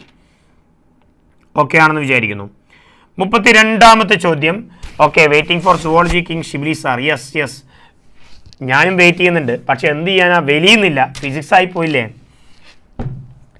ഓക്കെ, അപ്പോൾ അങ്ങനെയാണെങ്കിൽ particle of mass m is projected vertically upward with velocity u from the ground. Impulse produced on the particle at the moment when it reaches at a half of the maximum height and can be achieved it will be approximately. ഒന്ന് ശ്രദ്ധിച്ച് ചെയ്താൽ തെറ്റാണ്ട് ചെയ്യാം. പറയുന്ന കാര്യം ഇതാണ് എൻ്റെ മക്കൾ നോക്കുക. ഒരു ഒബ്ജക്റ്റ് മുകളിലേക്ക് എറിയുന്നുണ്ട് u വെലോസിറ്റിയിൽ. അത് മുകളിലേക്ക് പോയിക്കൊണ്ടിരിക്കുമ്പോൾ മാക്സിമം ഹൈറ്റിൻ്റെ, അപ്പോൾ മാക്സിമം ഹൈറ്റിലെത്തുമ്പോൾ വെലോസിറ്റി 0 ആവും. മാക്സിമം ഹൈറ്റിൻ്റെ പകുതി എത്തി. അപ്പോൾ ഇവിടെ നിന്ന് ഇങ്ങോട്ടേക്ക് h/2 ആണ്, ഇവിടെ നിന്ന് ഇങ്ങോട്ടേക്കും h/2 ഹൈറ്റ് ആണ് എങ്കിൽ അവിടുത്തെ ഇമ്പൾസ് എത്രയാണ് മക്കളെ? ഇമ്പൾസ് എന്ന് പറയുന്നത് അതായത് എ എന്ന് പറയുന്ന ഗ്രൗണ്ടിൽ നിന്ന് ബി എന്ന് പറയുന്ന മാക്സിമം ഹൈറ്റിൻ്റെ പകുതിയിലേക്ക് എത്തുമ്പോഴേക്ക് എത്രമാത്രം ഇമ്പൾസ് ആണ് അവിടെ ഉണ്ടായിട്ടുള്ളത്? J equal to change in momentum ആണ്. ചേഞ്ച് ഇൻ മൊമെൻറ്റം എന്ന് പറയുന്നത് final momentum at B minus initial momentum at A ആണ് വരിക. ഫൈനൽ മൊമെൻറ്റം അറ്റ് ബി ഞാൻ മുകളിലേക്കെല്ലാം പോസിറ്റീവായിട്ടാണ് എടുക്കുന്നത്, താഴേക്ക് നെഗറ്റീവായിട്ടാണ് എടുക്കുക കേട്ടോ മക്കളെ. അപ്പോൾ അങ്ങനെയാണെങ്കിൽ ഫൈനൽ മൊമെൻറ്റം അറ്റ് ബി എടുക്കണമെങ്കിൽ mass into velocity at B minus mass into velocity at A എന്നെടുക്കണം. ഇനി എൻ്റെ മക്കളെ ഇങ്ങോട്ടേക്ക് നോക്കുക. ഒരു ഒബ്ജക്റ്റിൻ്റെ യൂണിഫോംലി ആക്സലറേറ്റഡ് മോഷൻ ആണെങ്കിൽ അതിൻ്റെ ഇനീഷ്യൽ വെലോസിറ്റി യുവും ഫൈനൽ വെലോസിറ്റി വി യു ആണെങ്കിൽ മിഡ് പോയിന്റിൽ ഉണ്ടാകുന്ന വെലോസിറ്റി √u² + v²/2 ആയിരിക്കും. ഇത് ഓർത്തിരിക്കുന്നത് നല്ലതാണ്. Mid point velocity in A uniformly accelerated motion √u² + v²/2 ആയിരിക്കും. അപ്പോൾ ഈ കേസിൽ എന്തായിരിക്കും മിഡ് പോയിന്റ് വെലോസിറ്റി? എന്തായിരിക്കും മിഡ് പോയിന്റ് വെലോസിറ്റി വരിക? √u² + 0/2 ആണ്, കാരണം ഫൈനൽ വെലോസിറ്റി 0 ആണ്. u²ൻ്റെ സ്ക്വയർ റൂട്ട് u ആണ്, 2ൻ്റെ സ്ക്വയർ റൂട്ട് √2 ആണ്. അങ്ങനെയാണെങ്കിൽ m × u/√2 എന്ന് വരും, മൈനസ് MVA എന്ന് പറയുമ്പം m × VA എന്ന് പറയുന്നത് എയിലെ വെലോസിറ്റി u ആണ് വരിക. മക്കളെ mu പുറത്തേക്ക് എടുക്കുകയാണെങ്കിൽ 1/√2 - 1 കിട്ടും. ഇത് ചെയ്താൽ നിങ്ങൾക്ക് mu × 1 - √2/√2 ചെയ്ത് വരുമ്പോൾ നിങ്ങൾക്ക് 0.3 mu എന്ന് വരും. പക്ഷേ കിട്ടുന്ന ആൻസർ നെഗറ്റീവ് ആയിരിക്കും. സോ നെഗറ്റീവ് ആൻസർ വരുന്നുണ്ടെങ്കിൽ അതിൻ്റെ അർത്ഥം ഇമ്പൾസിൻ്റെ ഡയറക്ഷൻ താഴോട്ടേക്കാണ്, പോസിറ്റീവ് ആണെങ്കിൽ മേലേക്കാണ്. അപ്പോൾ ഉറപ്പായിട്ടും നമ്മുടെ ആൻസർ എന്തായിരിക്കും വരിക? 0.3 mu. ഇത് ഞാൻ സോൾവ് ചെയ്തിട്ടില്ല, സമയത്തിൻ്റെ ഒരു കുറവുണ്ട്. ഓക്കെ ആണല്ലോ. ആൻഡ് അഗെയിൻ അടുത്ത ഭാഗത്തേക്ക് പോവാണ്. 33ാമത്തെ ചോദ്യം. Let the acceleration due to gravity on the surface of earth g 10 m/s² ആണ്. Particle dropped from some height from the surface of an unknown planet falls through distance 10 metre in 1 second of this downward motion. Mass of this planet equal to mass of earth. അങ്ങനെയാണെങ്കിൽ radius of the planet will be. ചോദ്യം ശ്രദ്ധിച്ച് വായിക്കുക. Acceleration due to gravity on the surface of earth is 10 m/s² ആണ്. അങ്ങനെയാണെങ്കിൽ particle dropped from some height from surface of unknown planet എന്നാണ് പറയുന്നത്. എന്ന് പറയുമ്പോൾ മറ്റൊരു പ്ലാനറ്റ്, മറ്റൊരു റേഡിയസ്. പക്ഷേ അവർ പറയുന്നുണ്ട് mass of the planet equal to mass of earth എന്ന്. അപ്പോൾ ഭൂമിൻ്റെ അതേ മാസ് തന്നെയാണ് അല്ലേ? അങ്ങനെയാണെങ്കിൽ ആ പ്ലാനറ്റിൻ്റെ റേഡിയസ് എത്രയാണ്? അവർ പറയുന്നൊരു കണ്ടീഷൻ കൂടിയുണ്ട്. ആ പ്ലാനറ്റിൽ നിന്ന് ഒരു കല്ല് നിങ്ങൾ താഴേക്ക് ഇട്ടാൽ ആദ്യത്തെ 1 സെക്കൻഡിൽ 10 മീറ്ററാണ് പോവുക. മക്കളെ, ഒരു ഒബ്ജക്റ്റ് താഴേക്ക് ഡ്രോപ്പ് ചെയ്യുമ്പം ഇനീഷ്യൽ വെലോസിറ്റി 0 ആണ്. അങ്ങനെയാണെങ്കിൽ ആദ്യത്തെ 1 സെക്കൻഡിൽ, അതായത് ടൈം 1 സെക്കൻഡിൽ അത് സഞ്ചരിച്ച ദൂരം 10 മീറ്റർ ആണ്. എങ്കിൽ നമുക്ക് എന്ത് പറയാൻ പറ്റും? S = ut 0 + ½gt². S എന്ന് പറയുന്നത് 10 ആണ്, ഹാഫ് അങ്ങനെ തന്നെ നിൽക്കട്ടെ. G ആ പ്ലാനറ്റിലെ ഗ്രാവിറ്റി G' ആണ്, ടൈം 1 സെക്കൻഡ്² ആണ്. അപ്പോൾ അങ്ങനെയാണെങ്കിൽ ആ പ്ലാനറ്റിലെ ഗ്രാവിറ്റി എത്രയായിരിക്കും വരിക? 20 ആയിരിക്കും വരിക. അപ്പോൾ ആ പ്ലാനറ്റിലെ ഗ്രാവിറ്റി G' എന്ന് പറയുന്നത് ആ പ്ലാനറ്റിലെ GM / അതിൻ്റെ റേഡിയസ് സ്ക്വയർ ആണ് വരിക. അതാണ് ഇവിടെ നിങ്ങൾക്ക് 20 എന്ന് കിട്ടിയിട്ടുള്ളത്. പക്ഷേ എൻ്റെ മക്കൾ എപ്പോഴും ഓർക്കുക, GM എപ്പോഴും GR² സബ്സ്റ്റിറ്റ്യൂട്ട് ചെയ്യാം. G × M ഭൂമിൻ്റെ മാസ് എന്ന് പറയുന്നത് ഭൂമിയുടെ ഗ്രാവിറ്റി × റേഡിയസ് സ്ക്വയർ ആണ്. അപ്പോൾ GMന് പകരം GR² / r² ഈക്വൽ ടു 20 എന്ന് കിട്ടും. G 10 ആണ്, ആ 10ഉം ഈ 0 ക്യാൻസൽ ആവും. r² / 2 ഈക്വൽ ടു r² എന്ന് കിട്ടും. അങ്ങനെയാണെങ്കിൽ r = r / √2 എന്ന് കിട്ടും. അങ്ങനെയാണെങ്കിൽ എന്തായിരിക്കും ആൻസർ വരിക? 1/√2 times the radius of earth എന്നാണ് ആൻസർ വരേണ്ടത്. 4th ഓപ്ഷനാണ് നമ്മുടെ ആൻസർ ആയിട്ട് വരിക. നല്ലൊരു ചോദ്യമാണ്, കുഴപ്പമില്ലാത്ത ചോദ്യമാണ്. കയറുന്നുണ്ടോ മക്കളെ? ഓക്കെ ആണോ നിങ്ങൾക്ക്?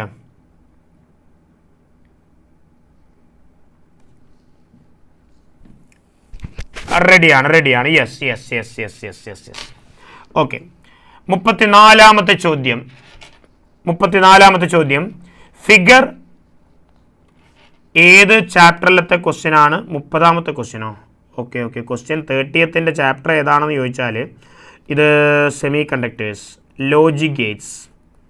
സെമി കണ്ടക്ടേഴ്സിൻ്റെ അഡീഷണൽ ടോപ്പിക്കാണ് ലോജിക് ഗേറ്റ്സ്. അഡീഷണൽ ടോപ്പിക്കാണ് കേട്ടോ. അഡീഷണൽ ടോപ്പിക് എന്ന് ഉദ്ദേശിക്കുന്നത് ബോർഡ് എക്സാമിന് പഠിക്കാത്തൊരു ടോപ്പിക്കാണ്. റെഡി? 34ാമത്തെ ചോദ്യം. Figure represent the graph between the frequency of the photons incident on a metal surface. From the graph threshold frequency എത്രയാണെന്നാണ് ചോദ്യം.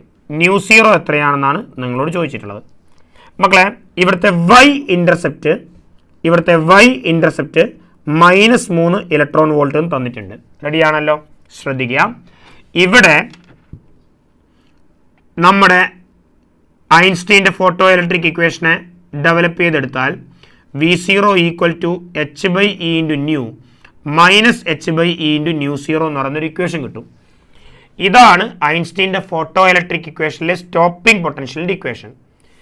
ഇതിൽ y = mx + c എന്നുള്ള രീതിയിലാണ് ഈ ഇക്വേഷൻ ഉള്ളത്.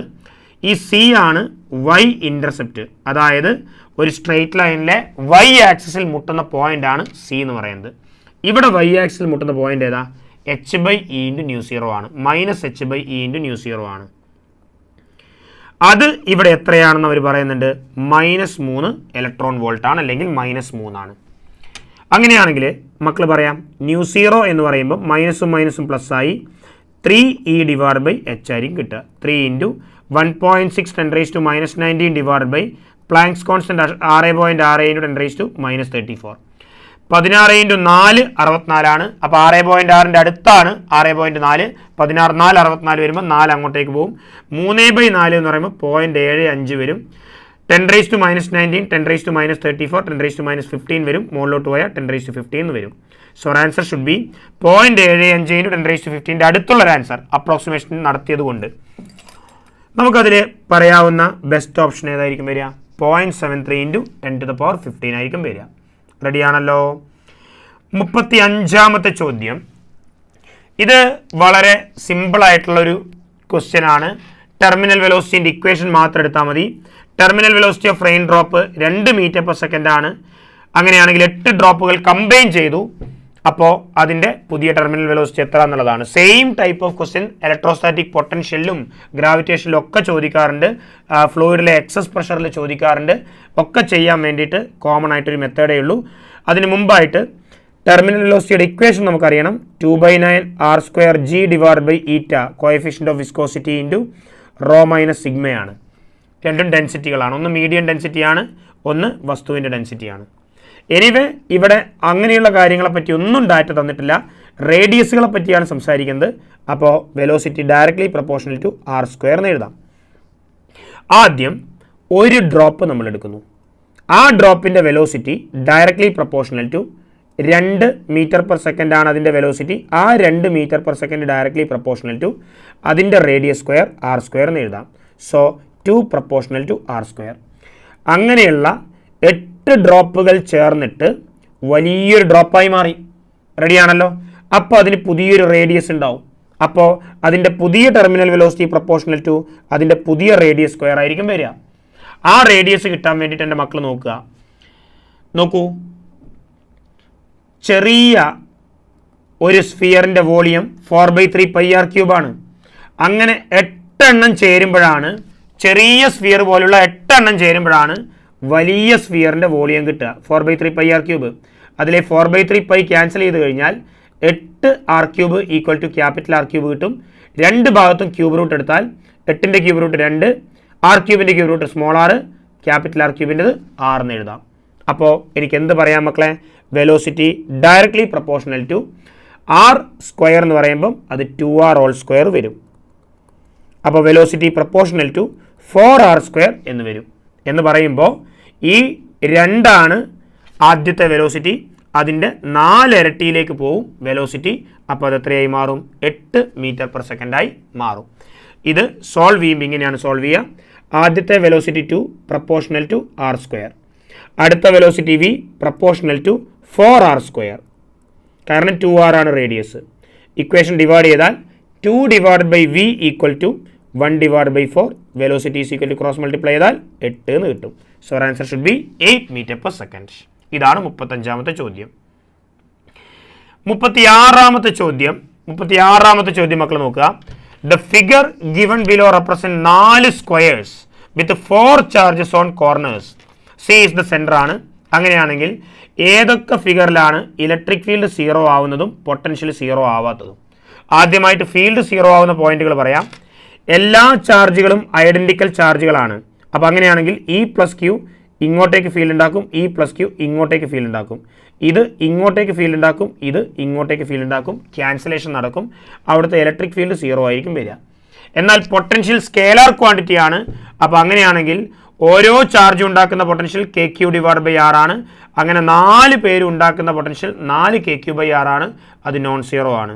അപ്പോൾ പൊട്ടൻഷ്യൽ നോൺ സീറോയും ആണ്, ഫീൽഡ് 0 ആണ്. ഒന്നാമത്തെ ഓപ്ഷൻ ഈസ് പോസിബിൾ. രണ്ടാമത്തെ ഓപ്ഷനിൽ ഇവിടെ പ്ലസ് ക്യൂ ആണ്, ഇവിടെ മൈനസ് ക്യൂ ആണ്. ഇവിടെ ഞാൻ ഒരു +1 കൊടുത്താൽ ഈ പ്ലസ് ക്യൂ +1നെ അങ്ങോട്ടേക്ക് തള്ളും, മൈനസ് ക്യൂ +1നെ ഇങ്ങോട്ടേക്ക് വലിക്കും. ഇതേപോലെ ഈ മൈനസ് ക്യൂ +1നെ ഇങ്ങോട്ടേക്ക് വലിക്കും, ഈ പ്ലസ് ക്യൂ അതിനെ ഇങ്ങോട്ടേക്ക് തള്ളും. ഒരു കാരണവശാലും ഇത് 0 ആവില്ല. Electric field not equal to 0 ആണ്. നടക്കില്ല പരിപാടി. സെയിം സിറ്റുവേഷൻസ് തന്നെ ഇവിടെ വരും.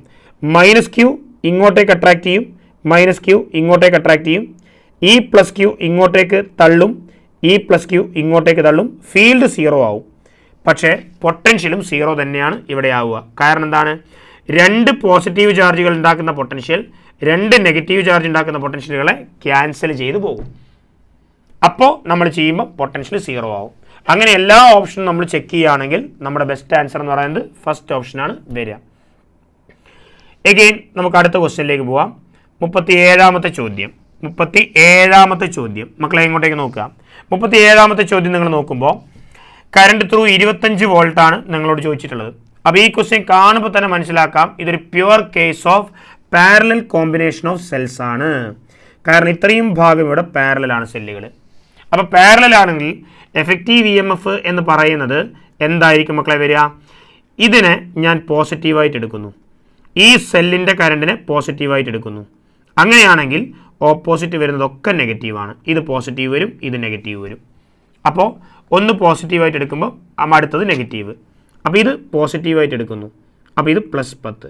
അപ്പോൾ E1 ഡിവൈഡഡ് ബൈ R1, അതായത് 10 divide by corresponding resistance 5 minus E2 divide by R2, അതായത് 5 ഡിവൈഡ് ബൈ അതിൻ്റെ റെസിസ്റ്റൻസ് 10. മൈനസ് ആവാൻ കാരണം എന്താണ്? സെൽ ഓപ്പോസിറ്റ് ആണ്. എഗെയിൻ അടുത്തത് മുകളിലോട്ട് തന്നെ കറണ്ട് കൊടുക്കുന്നു. സോ +20 ഡിവൈഡ് ബൈ അതിൻ്റെ റെസിസ്റ്റൻസ് 5. എഗെയിൻ ഓപ്പോസിറ്റ് ആണ്. -30 divide by 11 divide by 1/R1 + 1/R2 + 1/R3 + 1/R4. ഇതാണ് എഫക്റ്റീവ് EMF. പക്ഷേ ഇതിൽ നിങ്ങൾ ഓപ്ഷൻസ് എല്ലാം നിങ്ങൾ നോക്ക്. 7.2, 10, 12, 14.2. മക്കളെ ശ്രദ്ധിച്ചോ? 7, 10, 12, 14 നല്ല ഗ്യാപ്പുള്ള ഓപ്ഷൻസ് ആണ്.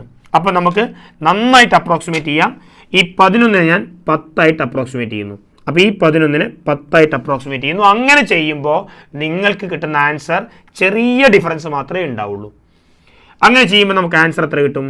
10/5 2 മൈനസ് ഇത് 0.5 പ്ലസ് 4 മൈനസ് 3 ഡിവൈഡ് ബൈ 1/5 1/5 2/5 ഇത് രണ്ടും കൂടി കൂട്ടിയാൽ 1/5 കിട്ടും. ചെയ്താൽ 3/5 കിട്ടും. അങ്ങനെ വരുമ്പോൾ ഇത് ടോട്ടലി 5/2 ആണ് മുകളിൽ വരിക. 2 4 6, 6 3 പോയാൽ 3, 3 മൈനസ് 0.5 2.5 എന്ന് പറയുമ്പോൾ 5/2 ഡിവൈഡ് ബൈ 3/5 വരും. ചെയ്താൽ 25 ഡിവൈഡ് ബൈ 6 എന്ന് കിട്ടും നിങ്ങൾക്ക് വോൾട്ടേജ്. റെഡിയാണല്ലോ? അപ്പോൾ 25 ഡിവൈഡ് ബൈ 6 വോൾട്ടാണ് എഫക്റ്റീവ്ലി വരിക. കിട്ടുന്ന ആൻസർ പോസിറ്റീവ് ആയതുകൊണ്ട് നമ്മൾ പോസിറ്റീവായിട്ട് എടുത്ത ഡയറക്ഷൻ തന്നെ എടുക്കണം. സോ 25/6 ആണ് ഇവരുടെതെല്ലാം കൂടി സെൽ EMF കിട്ടുന്നത്. ആൻഡ് റെസിസ്റ്റൻസ് ഇവരെല്ലാം കൂടി പാരലായിട്ട് കണക്ട് ചെയ്താൽ നമുക്ക് കിട്ടുന്ന ആൻസർ ഏകദേശം 5/3 ആണ്. R എഫക്റ്റീവ് അതെങ്ങനെയാണ് കിട്ടുക? 5/3 കിട്ടുന്നത് എൻ്റെ മക്കൾ നോക്കുക. 1/5 plus 1/R equal to 1/5 plus 1/10 plus 1/5 plus 1/11. 11നെ 10 ആയിട്ട് എടുക്കാം നമുക്ക്. അങ്ങനെ നിങ്ങൾക്ക് 1/R കിട്ടി. അപ്പോൾ എല്ലാവരുടെയും കൂടി ഒരു എഫക്റ്റീവ് ഇൻറ്റേർണൽ റെസിസ്റ്റൻസ് നിങ്ങൾക്ക് 6 കിട്ടി. ആ 6 കിട്ടുന്നത് 5/3 ആണ്. ഈ എല്ലാ സിസ്റ്റവും കൂടി കൂടിയിട്ട് നമ്മൾ ഏതിലേക്ക് കണക്ട് ചെയ്യാണ്?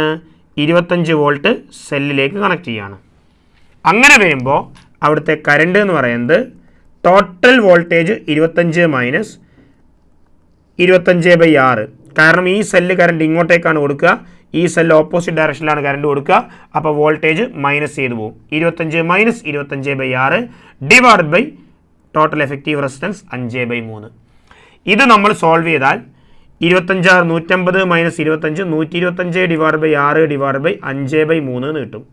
3ഉം 6ഉം പാരലൽ 2 കിട്ടും. 5ഉം 125ഉം 25 കിട്ടും. സോ 25 ഡിവൈഡ് ബൈ 2 അതായത് 12.5 ആംബിയർ കറണ്ടിൻ്റെ അടുത്താണ് ആൻസർ കിട്ടുന്നത്. ഇവിടെ 12ക്ക് അടുത്തുള്ളൊരു ആൻസർ ഇവിടെ തരാനുള്ള ആൻസർ 12 ആംബിയർ ആണ്. So the option will be the third option. Third ഓപ്ഷനാണ് നമുക്ക് ആൻസർ ആയിട്ട് വരേണ്ടത്. ഇത് നല്ലൊരു ചോദ്യമാണ്, ഐഡൻറ്റിഫൈ ചെയ്യാം. 38ാമത്തെ ചോദ്യം, refracting angle of glass prism is 75 degree. Yes മക്കളെ, നന്നായിട്ട് ഇങ്ങോട്ടേക്ക് നോക്കുക. റിഫ്രാക്റ്റിംഗ് ആംഗിൾ എന്ന് പറയുമ്പം ആംഗിൾ ഓഫ് പ്രിസം ആണ്. ഈ ആംഗിൾ ഓഫ് പ്രിസം 75 ഡിഗ്രി എന്ന് അവർ ക്വസ്റ്റ്യനിൽ തന്നിട്ടുണ്ട്. ഇതാണ് എ. It's refractive index √2. അപ്പോൾ ഇതിൻ്റെ റിഫ്രാക്റ്റീവ് ഇൻഡെക്സ് എയർ ആണെങ്കിൽ അത് 1, ഇത് N2 എന്ന് പറയുന്നത് √2 ആണ് വരുന്നത്. എങ്കിൽ light ray enter into first phase of the prism at an angle of incidence 45 degree. മക്കളെ, ഒരു ഇൻസിഡൻ്റ് ആംഗിൾ ഇങ്ങനെ വന്ന് പതിക്കുന്നു 45 ഡിഗ്രിയിൽ. അപ്പോൾ അതാണ് ഇൻസിഡൻ്റ് ആംഗിൾ. അത് നേരെ റിഫ്രാക്റ്റ് ചെയ്ത് വീണ്ടും അത് എമർജ് ചെയ്ത് പോകും. റെഡിയാണല്ലോ? ഇതാണ് എമർജൻ്റ് ആംഗിൾ. ഈ ലൈന് ഇങ്ങനെ വരച്ച് ഇങ്ങോട്ടേക്ക് കൊണ്ടുവരാം. റെഡിയല്ലേ മക്കളെ? നിങ്ങളോട് ചോദിക്കുന്നത് ആംഗിൾ ഓഫ് ഡീവിയേഷൻ എത്രയാണെന്നാണ്. നമുക്കറിയാം ആംഗിൾ ഓഫ് ഡീവിയേഷൻ എന്താണ്. Angle of deviation normally minimum deviation അല്ല, നോർമൽ ഡീവിയേഷൻ ആണ്. നോർമൽ ആംഗിൾ ഓഫ് ഡീവിയേഷൻ എന്ന് പറയുന്നത് incident angle plus emergent angle minus angle of prism ആണ്. പക്ഷേ അവിടെ പ്രശ്നം എന്താണെന്ന് വെച്ചാൽ ഐയും ഉണ്ട് എയും ഉണ്ട്, പക്ഷേ ഇ ഇല്ല, എമർജൻ്റ് ആംഗിൾ ഇല്ല. എമർജൻ്റ് ആംഗിൾ വേണമെങ്കിൽ നമുക്കൊരൊറ്റ വഴിയേ ഉള്ളൂ മക്കളെ. N1 sin I equal to N1 sin I equal to ഈ സാധനം R1 എടുക്കുകയാണെങ്കിൽ equal to N2 sin R1 equal to ഇതേപോലെ തന്നെ അപ്പോൾ N2 sin R1 എടുക്കാം. അപ്പോൾ അങ്ങനെ വരുമ്പോൾ നിങ്ങൾക്ക് N1 എന്ത് കിട്ടും? N1 1 ആണ്. sin I എന്ന് പറയുന്നത് sin 45 ആണ്, അത് 1/√2 ആണ്. N2 refractive index of medium √2 ആണ് വരിക. sin R1 എടുക്കാം. അങ്ങനെയാണെങ്കിൽ sin R1 എന്ത് കിട്ടും? √2 ഇങ്ങോട്ടേക്ക് പോയാൽ 1/2 എന്ന് കിട്ടും. √2 × √2 1/2. sin R1 1/2 ആണെങ്കിൽ റിഫ്രാക്റ്റീവ് പിന്നെ ഫസ്റ്റ് റിഫ്രാക്ഷൻ ആംഗിൾ 30 ഡിഗ്രിയാണ് കിട്ടേണ്ടത്. sin 30 ആണ് 1/2 വരിക. അപ്പോൾ ഫസ്റ്റ് റിഫ്രാക്ഷൻ ആംഗിൾ കിട്ടിയിട്ടുണ്ട്. അപ്പോൾ ഇത് എത്ര കിട്ടി? 30 ഡിഗ്രി. ഇനി എൻ്റെ മക്കളെ ഇങ്ങോട്ടേക്ക് നോക്കുക. ഇവിടെ 75 ആണെങ്കിൽ ഈ ഭാഗത്ത് 180 മൈനസ് എ ആണ് കിട്ടുക. അപ്പോൾ ഈ ആംഗിൾ 180 മൈനസ് 75 അഥവാ 105 കിട്ടും. അപ്പോൾ ഒന്ന് 30ഉം ഒന്ന് 105ഉം. അപ്പോൾ ഈ ആംഗിൾ എത്രയായിരിക്കും വരിക? ഈ ആംഗിൾ അതായത് R2 എന്ന് പറയുന്ന ഈ ആംഗിൾ എത്ര കിട്ടും നിങ്ങൾക്ക്? ആ ആംഗിൾ എന്ന് പറയുന്നത് R2 എക്സാക്ട്ലി ഈക്വൽ ടു ഇത് 30 ഉണ്ട്, ഇത് 105 ഉണ്ട്, 135. 180ൽ നിന്ന് ആ 135 കുറച്ചാൽ 45 ഡിഗ്രിയാണ് കിട്ടുക. അപ്പോൾ R2 എന്ന് പറയുന്നത് 45 കിട്ടി. ഈ R2 45 കിട്ടി. ഇവിടെ റിഫ്രാക്ഷൻ നടക്കുന്ന സമയത്ത് എന്തായിരിക്കും കിട്ടുക? N2 sin R2 equal to ഈ ഭാഗത്തെ refraction N2 sin R2 equal to ഈ ഭാഗത്ത് നമ്മുടെ എയർ ആണുള്ളത് N1 sin ഇവിടുത്തെ എമർജൻ്റ് ആംഗിൾ ആണ് കിട്ടുക. അപ്പോൾ N2 എന്ന് പറയുന്നത് എന്താണ് മക്കളെ കിട്ടുക? N2 എന്ന് പറയുന്നത് √2 ആണ്. sin R2 എന്ന് പറയുന്നത് sin 45 ഡിഗ്രിയാണ്. ഈക്വൽ ടു N1 എന്ന് പറയുന്നത് 1 ആണ്, കാരണം എയർ ആയതുകൊണ്ട് sin E നമുക്കറിയില്ല. അപ്പോൾ sin E exactly equal to √2 into sin 45 1/√2 that is 1. sin E 1 ആവുന്നത് ഏത് ആംഗിളിലാണ്? ആംഗിൾ ഓഫ് എമർജൻസ് 90 ഡിഗ്രി ആവുമ്പോഴാണ്. സോ ആംഗിൾ ഓഫ് എമർജൻസി ഇവിടെ എത്ര കിട്ടി? നമുക്ക് 90 ഡിഗ്രി എന്ന് കിട്ടി. ഇതിനേക്കാൾ എളുപ്പ വഴിയിൽ കിട്ടുമെങ്കിൽ അങ്ങനെ ചെയ്യാന്നുള്ളതാണ്. അങ്ങനെയാണെങ്കിൽ ഐ ഇൻസിഡൻ്റ് ആംഗിൾ മക്കളെ 45 ഡിഗ്രി കിട്ടി, എമർജൻ്റ് ആംഗിൾ 90 കിട്ടി, പിന്നെ ആംഗിൾ ഓഫ് പ്രിസം നമുക്ക് 75 കിട്ടും. 90 75 പോയാൽ 15, 15 40 60 ഡിഗ്രിയാണ് നമുക്ക് ഡെൽറ്റ കിട്ടുക, ഡീവിയേഷൻ കിട്ടുക. So our answer should be third option. ഇതാണ് അടുത്ത ക്വസ്റ്റ്യൻ. ക്ലിയർ ആണെന്ന് വിചാരിക്കുന്നു. വീണ്ടും അടുത്ത ക്വസ്റ്റ്യനിലേക്ക് പോകുന്നു. In an experiment to determine the resistance of galvanometer by half deflection method following the circuit is used. മക്കളെ ഇതൊരു അഡീഷണൽ ടോപ്പിക് ആണ്, എക്സ്പെരിമെൻ്റൽ ടോപ്പിക് ആണ്. ഹാഫ് ഡിഫ്ലക്ഷൻ മെത്തേഡ് വെച്ചിട്ട് ഗ്യാൽവനോമീറ്ററിൻ്റെ റെസിസ്റ്റൻസ് കാണാനുള്ള വഴി ഇതാണ്. Galvanometer resistance will be equal to series resistance ആയിട്ട് നമ്മുടെ സർക്യൂട്ടിൽ കണക്ട് ചെയ്ത റെസിസ്റ്റൻസ് ഇൻറ്റു ഗ്യാൽവനോമീറ്ററിന് ഷണ്ടായി കണക്ട് ചെയ്ത shunt divide by R minus S. ഇതാണ് ഗ്യാൽവനോമീറ്റർ റെസിസ്റ്റൻസ് എന്ന് പറയുന്നത് ഹാഫ് ഡിഫ്ലക്ഷൻ മെത്തേഡ് വെച്ചിട്ട്. ഇത് വെച്ച് നമ്മൾ സോൾവ് ചെയ്യുകയാണെങ്കിൽ ഇവിടെ ആറ് കൃത്യമായി തന്നിട്ടുണ്ട് 500. ഡയറക്റ്റ് ക്വസ്റ്റ്യൻ ആണ്. ഡയറക്റ്റ് ക്വസ്റ്റ്യൻ ആണെങ്കിൽ കൂടി ഈ ഇക്വേഷൻ അറിയുന്ന കുട്ടിക്ക് ഇത് ചെയ്യാൻ പറ്റുള്ളൂ. എസ് 50 ആണ്. Divided by R minus S എന്ന് പറയുമ്പം എന്തായിരിക്കും വരിക? 500 മൈനസ് 50 450 കിട്ടും. 50ഉം 450ഉം ക്യാൻസൽ ചെയ്താൽ 9 കിട്ടും. 500 ബൈ 9 500 ബൈ 10 50 ആണ്. അപ്പോൾ 500 ബൈ 9 50നേക്കാൾ മുകളിലുള്ള ഒരു തൊട്ടടുത്ത വാല്യൂ. നമുക്ക് കിട്ടുന്ന ആൻസർ 55.5 Ω ആണ് കിട്ടുക. 39ാമത്തെ ഓപ്ഷൻ സെക്കൻഡ് ഓപ്ഷനാണ് വരിക. റെഡി. എഗെയിൻ 40ാമത്തെ ക്വസ്റ്റ്യൻ. അശ്വിനെ അത് ശ്രദ്ധക്കുറവുണ്ടല്ലടാ, അത് അടുത്ത എക്സാമിന് നമുക്ക് റെഡിയാക്കിയാൽ മതി. ഒരുപക്ഷെ ദൈവം വിചാരിച്ചിരിക്കുന്നത് ശരിക്കും നിങ്ങൾ ഇപ്രാവശ്യത്തെ എക്സാമിന് തെറ്റിച്ച എല്ലാ തെറ്റുകളെയും നിങ്ങൾ ഇത്രയും പോസിറ്റീവായിട്ട് കണ്ടാൽ മതി. അതായത് നിങ്ങൾക്ക് വിധിച്ചിരിക്കുന്ന നീറ്റിന് വരാവുന്ന തെറ്റുകളൊക്കെ ഇവിടെയാണ് വന്നിരിക്കുന്നതെന്ന് വിചാരിച്ചാൽ മതി. ഇനി അടുത്ത എക്സാമിനേഷൻ നമ്മൾ ആ തെറ്റുകളൊക്കെ ഒഴിവാക്കിയിട്ടായിരിക്കും ചെയ്യുക എന്ന് നമുക്ക് പ്രാർത്ഥിക്കാം. അങ്ങനെ ഉണ്ടാവുള്ളൂ, പേടിക്കൊന്നും വേണ്ട എൻ്റെ മക്കൾ. അടിപൊളിയായിട്ടിരുന്നോ? 40ാമത്തെ ചോദ്യം. ഒരിക്കലും കോൺഫിഡൻസ് വിടരുത്. നീറ്റ് എക്സാം ഏതൊരു കോമ്പറ്റേറ്റീവ് എക്സാമിനേഷൻ എഴുതുന്ന ഒരു കുട്ടിക്കും അൾട്ടിമേറ്റ്ലി ഉണ്ടാവേണ്ട ഏറ്റവും വലിയൊരു ക്വാളിറ്റിയാണ് ധൈര്യം. ധൈര്യപ്പെട്ടിരിക്കുക. അടുത്ത എക്സാമിന് നമ്മൾ നന്നായിട്ട് ചെയ്യുന്നുള്ള വിചാരിക്കുക. അപ്പോൾ 40ാമത്തെ ക്വസ്റ്റ്യൻ എന്താണ് പറയുന്നത്? If we draw a graph by taking length of single pendulum in X axis and time period Y axis. Time പീരീഡും ലെങ്തും തമ്മിലുള്ള ഒരു ഗ്രാഫാണ് നമുക്ക് വേണ്ടത്. അതിന് വൈ ആക്സിസും എക്സ് ആക്സിസും തമ്മിലൊരു റിലേഷൻ ഉണ്ടാക്കണം. Time period T is equal to 2π√L/g ആണ്. അപ്പോൾ time period proportional to √L വരിക. അങ്ങനെയാണെങ്കിൽ T² പ്രൊപ്പോർഷണൽ ടു L ആണ് വരിക. മക്കളെ നോക്കുക ഇങ്ങോട്ടേക്ക്.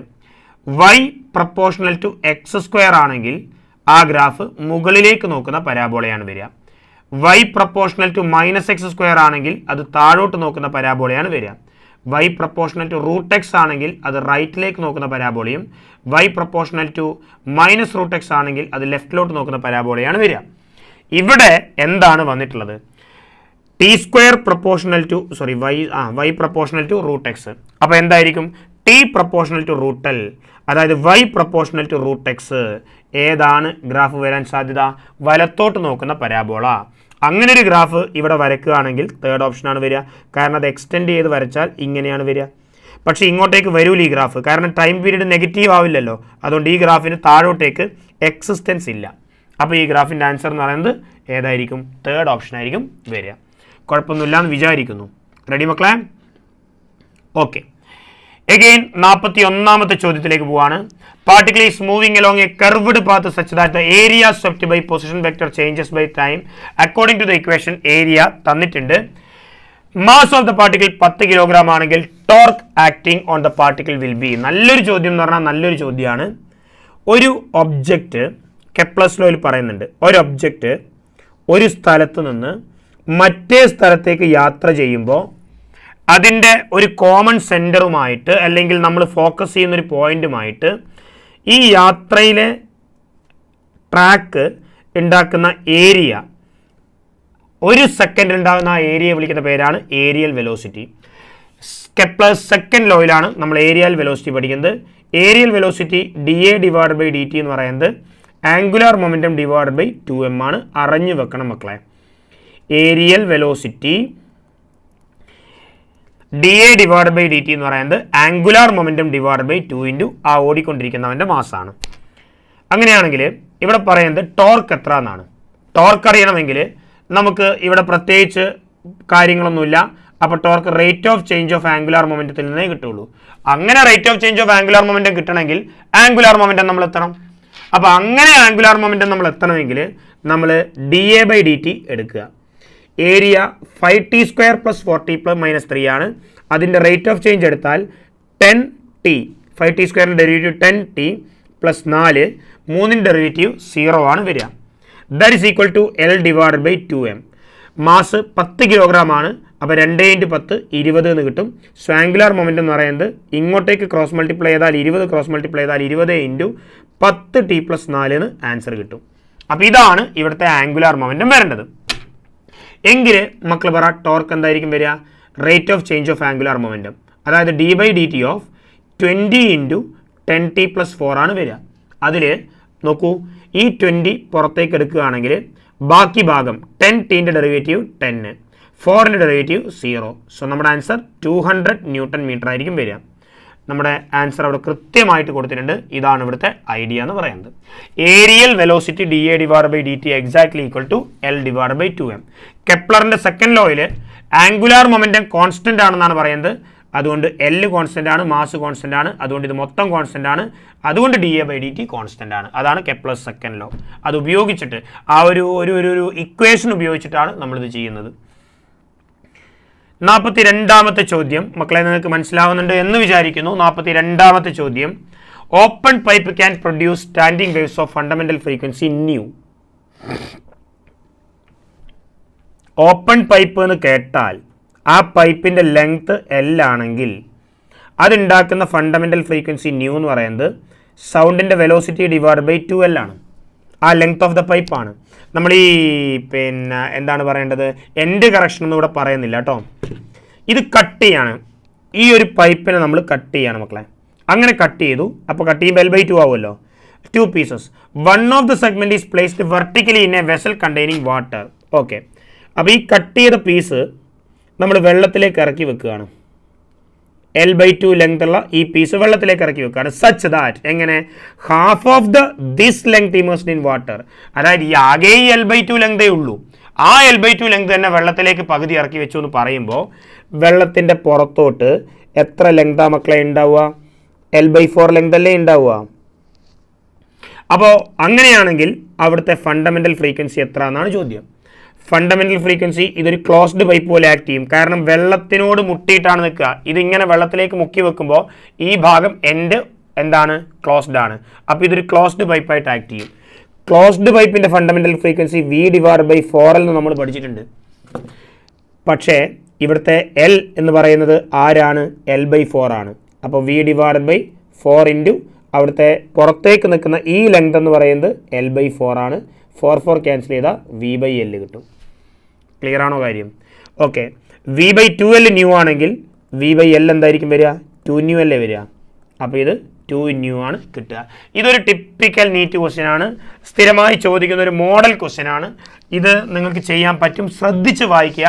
സ്റ്റേഷനറി വേവിനെ പറ്റി നല്ല ഐഡിയ കറക്റ്റായിട്ട് കിട്ടുക. ഇക്വേഷൻസ് പെർഫെക്റ്റ് ആയിട്ട് പഠിക്കുക. അത്ര മാത്രമേ ഈ ക്വസ്റ്റ്യൻ ചെയ്യാൻ വേണ്ട ആവശ്യമുള്ളൂ. 43ാമത്തെ ചോദ്യം, you are given a standard resistance R, low resistance R1, high resistance R2. 2 galvanometer and a cell connection wires following circuit can be used in the verification of Ohm's law. മക്കളെ, Ohm's ലോന്റെ verification ഓരോ തരം ക്വസ്റ്റ്യനും ഓരോ പോലെയാണ് വരിക. പക്ഷേ ഏത് question ആണെങ്കിലും അൾട്ടിമേറ്റ്ലി നിങ്ങൾ മനസ്സിലാക്കേണ്ട കാര്യം, ഏത് സ്റ്റാൻഡേർഡ് റെസിസ്റ്റൻസ് ആണോ എടുത്തത് അതിന് അക്രോസ് ആയിട്ടുള്ള വോൾട്ടേജ് ആണ് നമുക്ക് അളക്കേണ്ടത്. അപ്പോൾ വോൾട്ട് മീറ്റർ പാരലലായിട്ടാണ് വരേണ്ടത്. ആൻഡ് അതിലൂടെയുള്ള കറണ്ടാണ് അളക്കേണ്ടത്. അപ്പോൾ അമ്മീറ്റർ സീരീസ് ആയിട്ടാണ് കണക്ട് ചെയ്യുക. ഇതാണ് അൾട്ടിമേറ്റ്ലി ഓംസ് ലോയിൽ ശ്രദ്ധിക്കേണ്ട ഒരു കാര്യം. അങ്ങനെയാണെങ്കിൽ ഇവിടെ അവരെന്ത് പറയാണ്? എൻ്റെ മക്കൾ ഓപ്ഷൻ 1 നോക്കുക. ഓപ്ഷൻ വണ്ണിലെ റെസിസ്റ്റൻസ്, സ്റ്റാൻഡേർഡ് റെസിസ്റ്റൻസ് ഇതാണ്. അപ്പോൾ ഇതിന് അക്രോസ് ആയിട്ടാണ് വോൾട്ട് മീറ്റർ വരേണ്ടത്. പക്ഷേ ഇവിടെ എൻ്റെ മക്കൾ നോക്കേണ്ട കാര്യം എന്താണെന്ന് വെച്ച് കഴിഞ്ഞാൽ, ഇവിടെ ഇത് ഹൈ റെസിസ്റ്റൻസ് ആണ്. R2 high resistance with galvanometer ആണ്. മക്കളെ, galvanometer with high resistance volt meter ആണെന്ന് നമുക്കറിയാം. അപ്പോൾ ആ സ്റ്റാൻഡേർഡ് റെസിസ്റ്ററിനോട് പാരലലായിട്ട് വോൾട്ട് മീറ്റർ കണക്ട് ചെയ്തിട്ടുണ്ട്. പക്കയാണ്, ഒരു കുഴപ്പമില്ല. ആൻഡ് R1 ലോ റെസിസ്റ്റൻസ് ആണ്. നോക്കൂ, ഒരു ഗാൽവനോമീറ്ററിനോട് പാരലലായിട്ട് ഒരു ലോ റെസിസ്റ്റൻസ് കണക്ട് ചെയ്താൽ അത് അമ്മീറ്റർ ആണ്. അപ്പോൾ ഇവിടെ എന്ത് സംഭവിച്ചു? സ്റ്റാൻഡേർഡ് റെസിസ്റ്ററിനോട് പാരലലായിട്ട് ഒരു വോൾട്ട് മീറ്റർ കണക്ട് ചെയ്തു, സീരീസ് ആയിട്ട് ഒരു അമ്മീറ്റർ കണക്ട് ചെയ്തു. സോ നമ്മുടെ ഒന്നാമത്തെ ഓപ്ഷൻ പെർഫെക്റ്റ് ആൻസർ ആണ്. രണ്ടാമത്തെ ഓപ്ഷനിൽ എൻ്റെ മക്കൾ നോക്കുക, സ്റ്റാൻഡേർഡ് റെസിസ്റ്റൻസ് R എടുത്തു, മേലെ ഗാൽവനോമീറ്റർ ഉണ്ട്, അതിനോട് സീരീസ് ആയിട്ട് R1 കണക്ട് ചെയ്തു. R1 ആരാണ്? ലോ റെസിസ്റ്റൻസ് ആണ്. ലോ റെസിസ്റ്റൻസ് എന്ന് പറയുന്നത് ഒരിക്കലും പിന്നെ വോൾട്ട് മീറ്ററിന് കണക്ട് ചെയ്യില്ല, ഹൈ റെസിസ്റ്റൻസേ വോൾട്ട് മീറ്ററിന് കണക്ട് ചെയ്തുള്ളൂ. അപ്പോൾ ഇതൊരു വോൾട്ട് മീറ്റർ ആവില്ല, അവിടെ തന്നെ തെറ്റി. വീണ്ടും രണ്ടാമത്തെ ഓപ്ഷൻ, ആറിന് പാരലായിട്ട് R1 കണക്ട് ചെയ്തു എന്ന് വെച്ചാൽ R1 ലോ റെസിസ്റ്റൻസ് ആണ്. Low resistance with galvanometer ammeter ആണ്. ഏതെങ്കിലും ഒരു സ്റ്റാൻഡേർഡ് റെസിസ്റ്ററിന് പാരലായിട്ട് അമ്മീറ്റർ കണക്ട് ചെയ്താൽ ഓൺ ദ സ്പോട്ട് അത് അടിച്ചു പോകും ആ അമ്മീറ്റർ. അതിന് കുറച്ച് കേസുകളൊക്കെ പറയാനുണ്ട്, ഡീറ്റെയിൽഡ് ക്ലാസ് അല്ലാത്തതുകൊണ്ട് പറയുന്നില്ല. സോ ഇതും ആൻസർ ആയിട്ട് വരില്ല. എഗെയിൻ ഇതേപോലെ തന്നെ കേസാണ്, 3ന്റെ അതേ കേസാണ്, 4ാമത്തെ അതും തെറ്റ് തന്നെയാണ്. So the best option will be the first option. Okay ആണല്ലോ? അതാണ് 43ാമത്തെ ചോദ്യം. 43, 44 ഇങ്ങനെയൊക്കെ തല പുകഞ്ഞ് ക്വസ്റ്റ്യൻസ് ഒക്കെ ചെയ്ത് വരുമ്പോൾ നിങ്ങൾക്ക് ഒരു തേനേ പാലേ മുത്തേ ക്വസ്റ്റ്യൻ കിട്ടുകയാണ്. മാസ് ഓഫ് ഫോട്ടോൺ എത്രയാണ്? ഐൻസ്റ്റീൻ്റെ അഭിപ്രായത്തിൽ ഫോട്ടോണിൻ്റെ എനർജി mc² ആണ്. എന്നാൽ മാക്സ് പ്ലാങ്ക് പറഞ്ഞത് hν എന്നാണ്. എങ്കിൽ മാസ് ഓഫ് ഫോട്ടോൺ എന്ന് പറയുന്നത് hν/c² ആണ്. ഡയറക്റ്റ് ചോദ്യം, സന്തോഷമുള്ള ചോദ്യം അല്ലേ? 2 identical spheres made of same material each having radius r placed in contact with each other as shown in the figure. അങ്ങനെയാണെങ്കിൽ their mutual gravitational force will be directly proportional to എന്നാണ് പറയുന്നത്. എൻ്റെ മക്കളെ ഇങ്ങോട്ടേക്ക് നോക്കുക. ഇവിടെ ഇവർ തമ്മിൽ ദൂരം 2r ഉണ്ട്.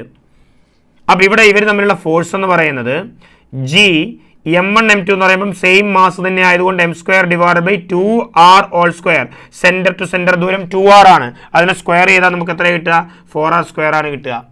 അപ്പോൾ force mutual gravitational force directly proportional to എന്ന് പറയുമ്പോൾ ഇതൊരു കുറച്ച് ഡിസ്പ്യൂട്ടൊക്കെ വരാൻ സാധ്യതയുള്ള ചോദ്യമാണ്. എന്നാലും ഒരു ക്വസ്റ്റ്യൻ ഇടുന്ന ആളുടെ പെർസ്പെക്റ്റീവിൽ ഞാൻ സംസാരിക്കുകയാണ്.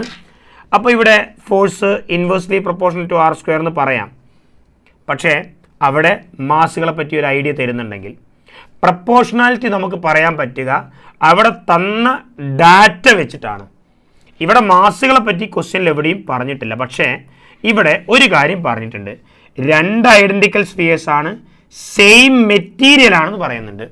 സെയിം മെറ്റീരിയൽ എന്ന് പറയുമ്പോൾ അത് ഡെൻസിറ്റിയുടെ പെർസ്പെക്റ്റീവിൽ ചിന്തിച്ചാൽ നല്ലതാണ്. അങ്ങനെ വരുമ്പോൾ നമുക്ക് എങ്ങനെ ചെയ്യാൻ പറ്റും എൻ്റെ മക്കൾ പറ? F = G/4r² അവിടെ നിൽക്കട്ടെ. മാസ് എന്ന് പറയുന്നത് വോളിയം 4/3 πr³ ഡെൻസിറ്റി.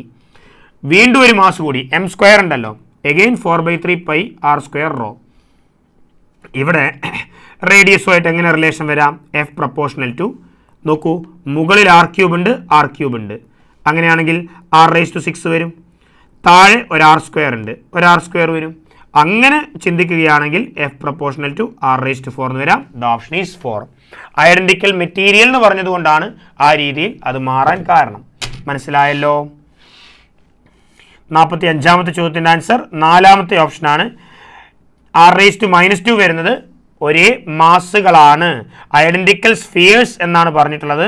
അങ്ങനെയാണെങ്കിൽ ഒരേ മാസുകളാണെന്ന് പറഞ്ഞെടുക്കുകയൊക്കെ ചെയ്യാം, ഡിസ്പ്യൂട്ടബിൾ ആണ്. പക്ഷേ ഇവിടെ 4ാമത്തെ ഓപ്ഷൻ ഒഫീഷ്യൽ ആൻസർ കീ ആയിട്ട് പറയുന്നു. ഓക്കെ ആണല്ലോ? Unit of magnetic pole strength. ഒരു ബാർ മാഗ്നറ്റിനെ സംബന്ധിച്ചിടത്തോളം അതിൻ്റെ പോൾ സ്ട്രെങ്ത് അഥവാ മാഗ്നറ്റിക് ചാർജും അതിൻ്റെ ലെങ്ത്തും നോക്കുകയാണെങ്കിൽ അതിൻ്റെ ഡൈപോൾ മൊമെൻ്റ് എന്ന് പറയുന്നത് L പോൾ സ്ട്രെങ്ത് ആണ്, ലെങ്ത് പോൾ സ്ട്രെങ്ത് ആണ്. റെഡി അല്ലേ? എന്നാൽ അത് യൂണിറ്റ് കാണാനുള്ള വഴിയാണ്. ഒരു കറണ്ട് ക്യാരിങ് ലൂപ്പ് എടുക്കുകയാണെങ്കിൽ കറണ്ട് Iയും ഏരിയ Aയും ആണെങ്കിൽ അതിൻ്റെ magnetic dipole moment current into area ആണ്. ഒരു ലൂപ്പ് ആണെങ്കിൽ N നമ്പർ ആണെങ്കിൽ NIA. ഇതിൽ നിന്ന് പോൾ സ്ട്രെങ്തിൻ്റെ യൂണിറ്റ് കാണാം. ലെങ്ത് മീറ്റർ ആണ്, പോൾ സ്ട്രെങ്തിൻ്റെ യൂണിറ്റ് നമുക്കറിയില്ല. കറണ്ട് ആംബിയർ ആണ്, ഏരിയ m² ആണ്. മീറ്ററും വെട്ടിപ്പോയാൽ പോൾ സ്ട്രെങ്തിൻ്റെ യൂണിറ്റ് ആംബിയർ മീറ്റർ എന്ന് വരും. കൂളായിട്ട് കിട്ടും. ഒരു simple question, basic question. Convex mirror always form. Convex mirror always form. എൻ്റെ മക്കളെ, കോൺവെക്സ് മിറർ എപ്പോഴും ഏത് ഇമേജ് ഉണ്ടാക്കുക? വിർച്വൽ ഇമേജ് അല്ലേ ഉണ്ടാക്കുക, ഇറക്റ്റ് ഇമേജ് അല്ലേ ഉണ്ടാക്കുക. മാഗ്നിഫൈഡ് അല്ല, ഡിമിനിഷ്ഡ് ആണ്. അതുകൊണ്ടാണ് ബാക്കിലുള്ള വലിയ ലോറികൾ പോലും നമ്മുടെ റിയർ വ്യൂ മിററിൽ ചെറിയ ലോറിയായിട്ട് കാണാൻ കാരണം. മനസ്സിലാവുന്നുണ്ടല്ലോ? ഡിമിനിഷ്ഡ് ഇമേജ് ആണ് വരുന്നത്. Here output Y. Going to the next question, 48ാമത്തെ question. Here the output Y of this logic gate will be. എന്തായിരിക്കും വരിക എന്നാണ് ചോദ്യം. എൻ്റെ മക്കളെ ഇങ്ങോട്ടേക്ക് നോക്ക്. ഈ ലോജിക് ഗേറ്റിൽ 2 ഇൻപുട്ടും A തന്നെയാണ്. അപ്പോൾ ഈ ഇൻപുട്ടുകളിൽ ഈ എ നേരെ ഇങ്ങോട്ടേക്ക് വരും എ. ഇത് ഒരു നോട്ട് ഗേറ്റ് വഴി വരുമ്പോൾ ഇത് എ ബാർ ആയിട്ടാണ് വരിക. അപ്പോൾ ഇത് ഓർ ഗേറ്റ് ആയതുകൊണ്ട് y ഈക്വൽ ടു എന്തൊക്കെയാണ് വരേണ്ടത്? ഒരു ഓർ ഗേറ്റ് എന്ന് പറയുമ്പോൾ എയും ബിയും ആണെങ്കിൽ നമുക്ക് ആൻസർ കിട്ടേണ്ട y എന്തായിരിക്കും? എ പ്ലസ് ബി ആയിരിക്കും വരിക. അപ്പോൾ y എന്ന് പറയുന്നത് ഇൻപുട്ടിലെ എ എന്ന് പറയുന്നത് എ ആണ്, പ്ലസ് ബിക്ക് പകരം എ ബാർ ആണ് കയറി വരുന്നത്. ബിക്ക് പകരം എ ബാർ ആണ് കയറി വരുന്നത്. A plus A bar. ചുമ്മാ വേണമെങ്കിൽ നിങ്ങൾക്ക് പുട്ട് എ ഈക്വൽ ടു 1 കൊടുക്കാം. എ 1 കൊടുത്താൽ 1 പ്ലസ് 1 ബാർ എന്ന് പറഞ്ഞാൽ ആരായി മാറും? 0 വരും. 1 പ്ലസ് 0 1 ആണ്. അവിടെ നിൽക്കട്ടെ. എഗെയിൻ നിങ്ങൾക്ക് പുട്ട് എ ഈക്വൽ ടു 0 കൊടുക്കാം. എ 0 കൊടുത്താൽ എ ബാർ എന്ത് വരും? 1 വരും. അങ്ങനെയാണെങ്കിൽ ഇവിടെ എക്ക് പകരം 0 കൊടുത്താൽ എ ബാർ 1 വരും. 0 പ്ലസ് 1 എന്ത് വരും? 1 വരും. So A can be 0 or 1. ബൈനറിയിൽ ഏതുമാവാം. 0യോ 1 വന്നാലും നമുക്ക് ആൻസർ പെർമനൻ്റ്ലി 1 തന്നെയാണ് കിട്ടുന്നത്. അപ്പോൾ ആൻസർ 1 ആണ് കിട്ടുക. കത്തിയിട്ടുണ്ടെന്ന് വിചാരിക്കുന്നു. ഓപ്ഷൻ 4 ആണ് കിട്ടുക. Going to next question. 49ാമത്തെ ചോദ്യം. ഒരു ബുള്ളറ്റ് പെനിട്രേറ്റ് ചെയ്യാണ് through first face of wooden block. Okay, ഒരു ബുള്ളറ്റ് ഇങ്ങനെ പെനിട്രേറ്റ് ചെയ്യുന്നു ഒരു യു വെലോസിറ്റിയിൽ ഓഫ് തിക്നെസ് 8 സെൻറ്റിമീറ്റർ. അപ്പോൾ തിക്നെസ് 8 സെൻറ്റിമീറ്റർ ആണ് ആകെയുള്ളത് ഈ വുഡൻ ബ്ലോക്കിൻ്റെ. And come to rest at the other face. അപ്പുറത്തെ ഫേസിലേക്ക് എത്തുമ്പോഴേക്ക് ആ ബുള്ളറ്റ് നിന്നുപോയി, വെലോസിറ്റി 0 ആയി. What is the distance travelled by the bullet before its velocity become half of the initial value എന്നാണ് പറഞ്ഞിട്ടുള്ളത്. അപ്പോൾ യു വെലോസിറ്റിയുള്ള സാധനം കുറച്ച് ദൂരം, അതായത് ഒരു എക്സ് ദൂരം ഇങ്ങോട്ടേക്ക് പോയപ്പോൾ വെലോസിറ്റി u/2 ആയി എന്നാണ് പറയുന്നത്. വെലോസിറ്റി പകുതിയായി. അങ്ങനെയാണെങ്കിൽ ഏത് ദൂരമാണ് സഞ്ചരിച്ചത്? What is the distance travelled by the bullet? ഈ എക്സ് എത്രയാണെന്നാണ് ചോദ്യം. ഇത് എക്സ് ആണെങ്കിൽ ടോട്ടൽ തിക്നെസ് 8 സെൻറ്റിമീറ്റർ ആണെങ്കിൽ ഇവിടെ നിന്ന് ഇങ്ങോട്ടേക്ക് 8 മൈനസ് എക്സ് ആണ് വരിക. അങ്ങനെയാണെങ്കിൽ മക്കളെ ഞാൻ 2 കേസുകളായിട്ട് പറയാം. എ മുതൽ ബി വരെയുള്ള യാത്രയും ബി മുതൽ സി വരെയുള്ള യാത്രയും. എ മുതൽ ബി വരെയുള്ള യാത്രയിൽ ഞാനിവിടെ ഉപയോഗിക്കാൻ പോകുന്ന ഇക്വേഷൻ v² - u² = 2as ആണ്. അപ്പോൾ ബുള്ളറ്റ് മരത്തിലൂടെ പെനിട്രേറ്റ് ചെയ്ത് പോകുമ്പം റിട്ടാർഡേഷനാണ്, ഓപ്പോസിറ്റ് ആക്സലറേഷനാണ് വരിക. അങ്ങനെയാണെങ്കിൽ എ ബി എന്ന് പറയുന്ന കേസിൽ final velocity square that is u/2 all square minus initial velocity square u² equal to 2 into A, retardation ആയതുകൊണ്ട് -2a, എസ് എന്ന് പറയുന്നത് എക്സ് എന്ന് എഴുതാം. എഗെയിൻ ബി സി എന്ന് പറയുന്ന കേസിലേക്ക് എത്തുമ്പോഴേക്ക് final velocity 0 square minus initial velocity u/2 ആണ്, u/2 all square equal to same retardation ആണ്, സോ -2a ഇൻറ്റു, പക്ഷേ സഞ്ചരിച്ച ദൂരം 8 മൈനസ് എക്സ് ഉണ്ട്. ഇക്വേഷൻ നേരെ ഒന്ന് ഡിവൈഡ് ചെയ്യാം. അങ്ങനെ ഡിവൈഡ് ചെയ്യുമ്പം മേലെ u²/4 മൈനസ് u² എന്ന് വരും. അത് -3/4 u² ആണ്. താഴെ 0 മൈനസ് u²/4 എന്ന് വരും, -u²/4 ആണ്. ഈക്വൽ ടു -2a ക്യാൻസൽ ചെയ്താൽ x/8 മൈനസ് എക്സ് എന്ന് കിട്ടും. u², 4 മൈനസ് കട്ട് ചെയ്താൽ 3 equal to x/8 minus X എന്ന് കിട്ടും. അങ്ങനെ ചെയ്ത് വരുമ്പോൾ ക്രോസ് മൾട്ടിപ്ലൈ ചെയ്താൽ 3 ഗുണിക്കണം 8 minus X equal to X എന്ന് കിട്ടും. 24 minus 3x equal to X എന്ന് കിട്ടും. 24 ഈക്വൽ ടു 4x കിട്ടും. അങ്ങനെ x ഈക്വൽ ടു 6 എന്ന് നമുക്ക് കിട്ടും. വളരെ കൂളായിട്ട് അതിൻ്റെ ആൻസർ കിട്ടും 6 സെൻറ്റിമീറ്റേഴ്സ്. റെഡിയാണല്ലോ? Okay, and going to last question ആണ് മക്കളെ. ഏറ്റവും അവസാനത്തെ ചോദ്യമാണ്. ബയോളജിയിൽ ഷിബിലി സാർ നിങ്ങളെ വെയിറ്റ് ചെയ്തിരിക്കുന്നുണ്ട്. Body of mass 5 kilogram is raised vertically to a height of 10 metre by a force of 170 newton.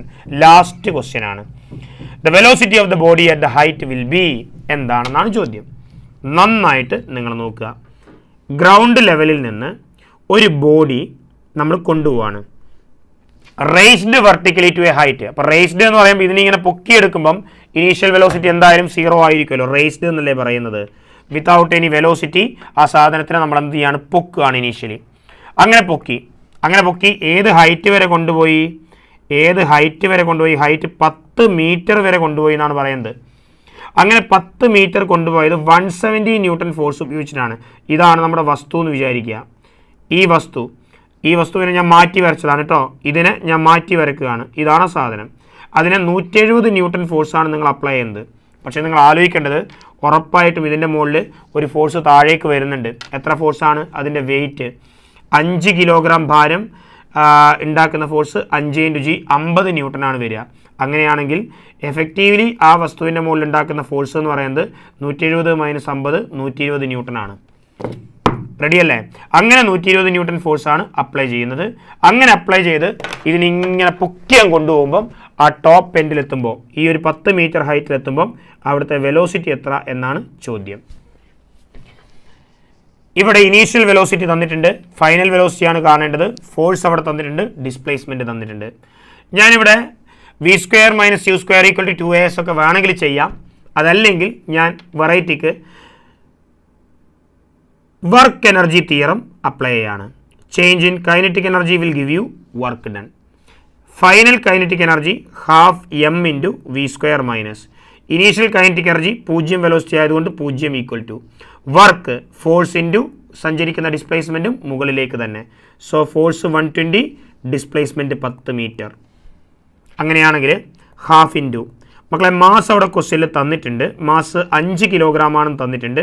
അപ്പം മാസ് 5 × വെലോസിറ്റി സ്ക്വയർ = 120 × 10 1200 എന്ന് പറയാം. അങ്ങനെയാണെങ്കിൽ ഈ 2 ഇങ്ങോട്ടേക്ക് പോയാൽ 2400 വരും. ഈ 5 താഴേക്ക് വന്നാൽ 2400/5 വരും. 24/5 8 4 5 20. ഓക്കെ, 4 5 20 എന്ന് വരും. 40 8 5 40 480 എന്ന് കിട്ടും. v² 480 ആണ് കിട്ടുന്നത്. മെല്ലെ ഓപ്ഷനിലേക്ക് പോവാം. ഇവിടെ അങ്ങനെ ഒരു ആൻസർ ഒന്നും കാണുന്നില്ല. 480 ഒരു പെർഫെക്റ്റ് സ്ക്വയർ അല്ല. പക്ഷേ നമുക്കറിയാം 22നെ സ്ക്വയർ ചെയ്താൽ 484 ആണ്. അപ്പോൾ ഉറപ്പായിട്ടും 480ൻ്റെ സ്ക്വയർ റൂട്ട് അപ്രോക്സിമേറ്റ്ലി 22 ആയിരിക്കില്ലേ കിട്ടുക? റെഡിയാണോ? അങ്ങനെയാണെങ്കിൽ നമ്മുടെ ആൻസർ ഏകദേശം 22 മീറ്റർ/സെക്കൻഡ് ആണ് കിട്ടേണ്ടത്. എങ്ങനെ ഉണ്ട് മക്കളെ physics? How is it?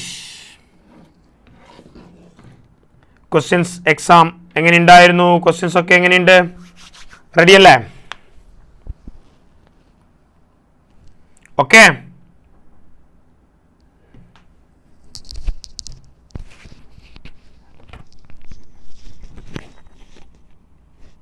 Okay ആണോ നിങ്ങൾക്ക്? ഷിബിലി സാറ് വരുന്നുണ്ട്. ഓക്കെ, അപ്പോൾ നമ്മുടെ അടിപൊളിയല്ലേ? ഉഷാറാക്കട്ടോ. അപ്പോൾ ശരി, നമുക്ക് അടുത്ത ഏതെങ്കിലും ക്ലാസ്സുകളിലൊക്കെ ആയിട്ട് കാണാം മക്കളെ. നന്നായിട്ട് ഈ ക്വസ്റ്റ്യൻസ് ചെയ്യുക, അടിപൊളിയായിട്ട് ഈ ക്വസ്റ്റ്യൻസ് ചെയ്യുക. ഇത് വെച്ചിട്ട് നിങ്ങൾക്ക് വേണമെങ്കിൽ നീറ്റിൻ്റെ പല പല പല ക്വസ്റ്റ്യൻസിലേക്കും വേണമെങ്കിൽ ഇറങ്ങി പോവുകയൊക്കെ ചെയ്യാം, കണ്ടൻറ്റുകൾ പഠിക്കുകയൊക്കെ ചെയ്യാം. ഓക്കെ ആണല്ലോ? അപ്പോൾ നമുക്ക് കാണാം. So good night. ഇത്രയും നേരം സഹിച്ച് ക്ഷമിച്ചു തന്നതിൽ ഓക്കെ മക്കളെ, thank you. All the best. നിങ്ങളുടെ നീറ്റ് എക്സാമിനേഷന് എല്ലാവർക്കും നല്ല റാങ്ക്, പ്രതീക്ഷിച്ച റാങ്ക് തന്നെ കിട്ടട്ടെ. അപ്പോൾ ബൈ ബൈ.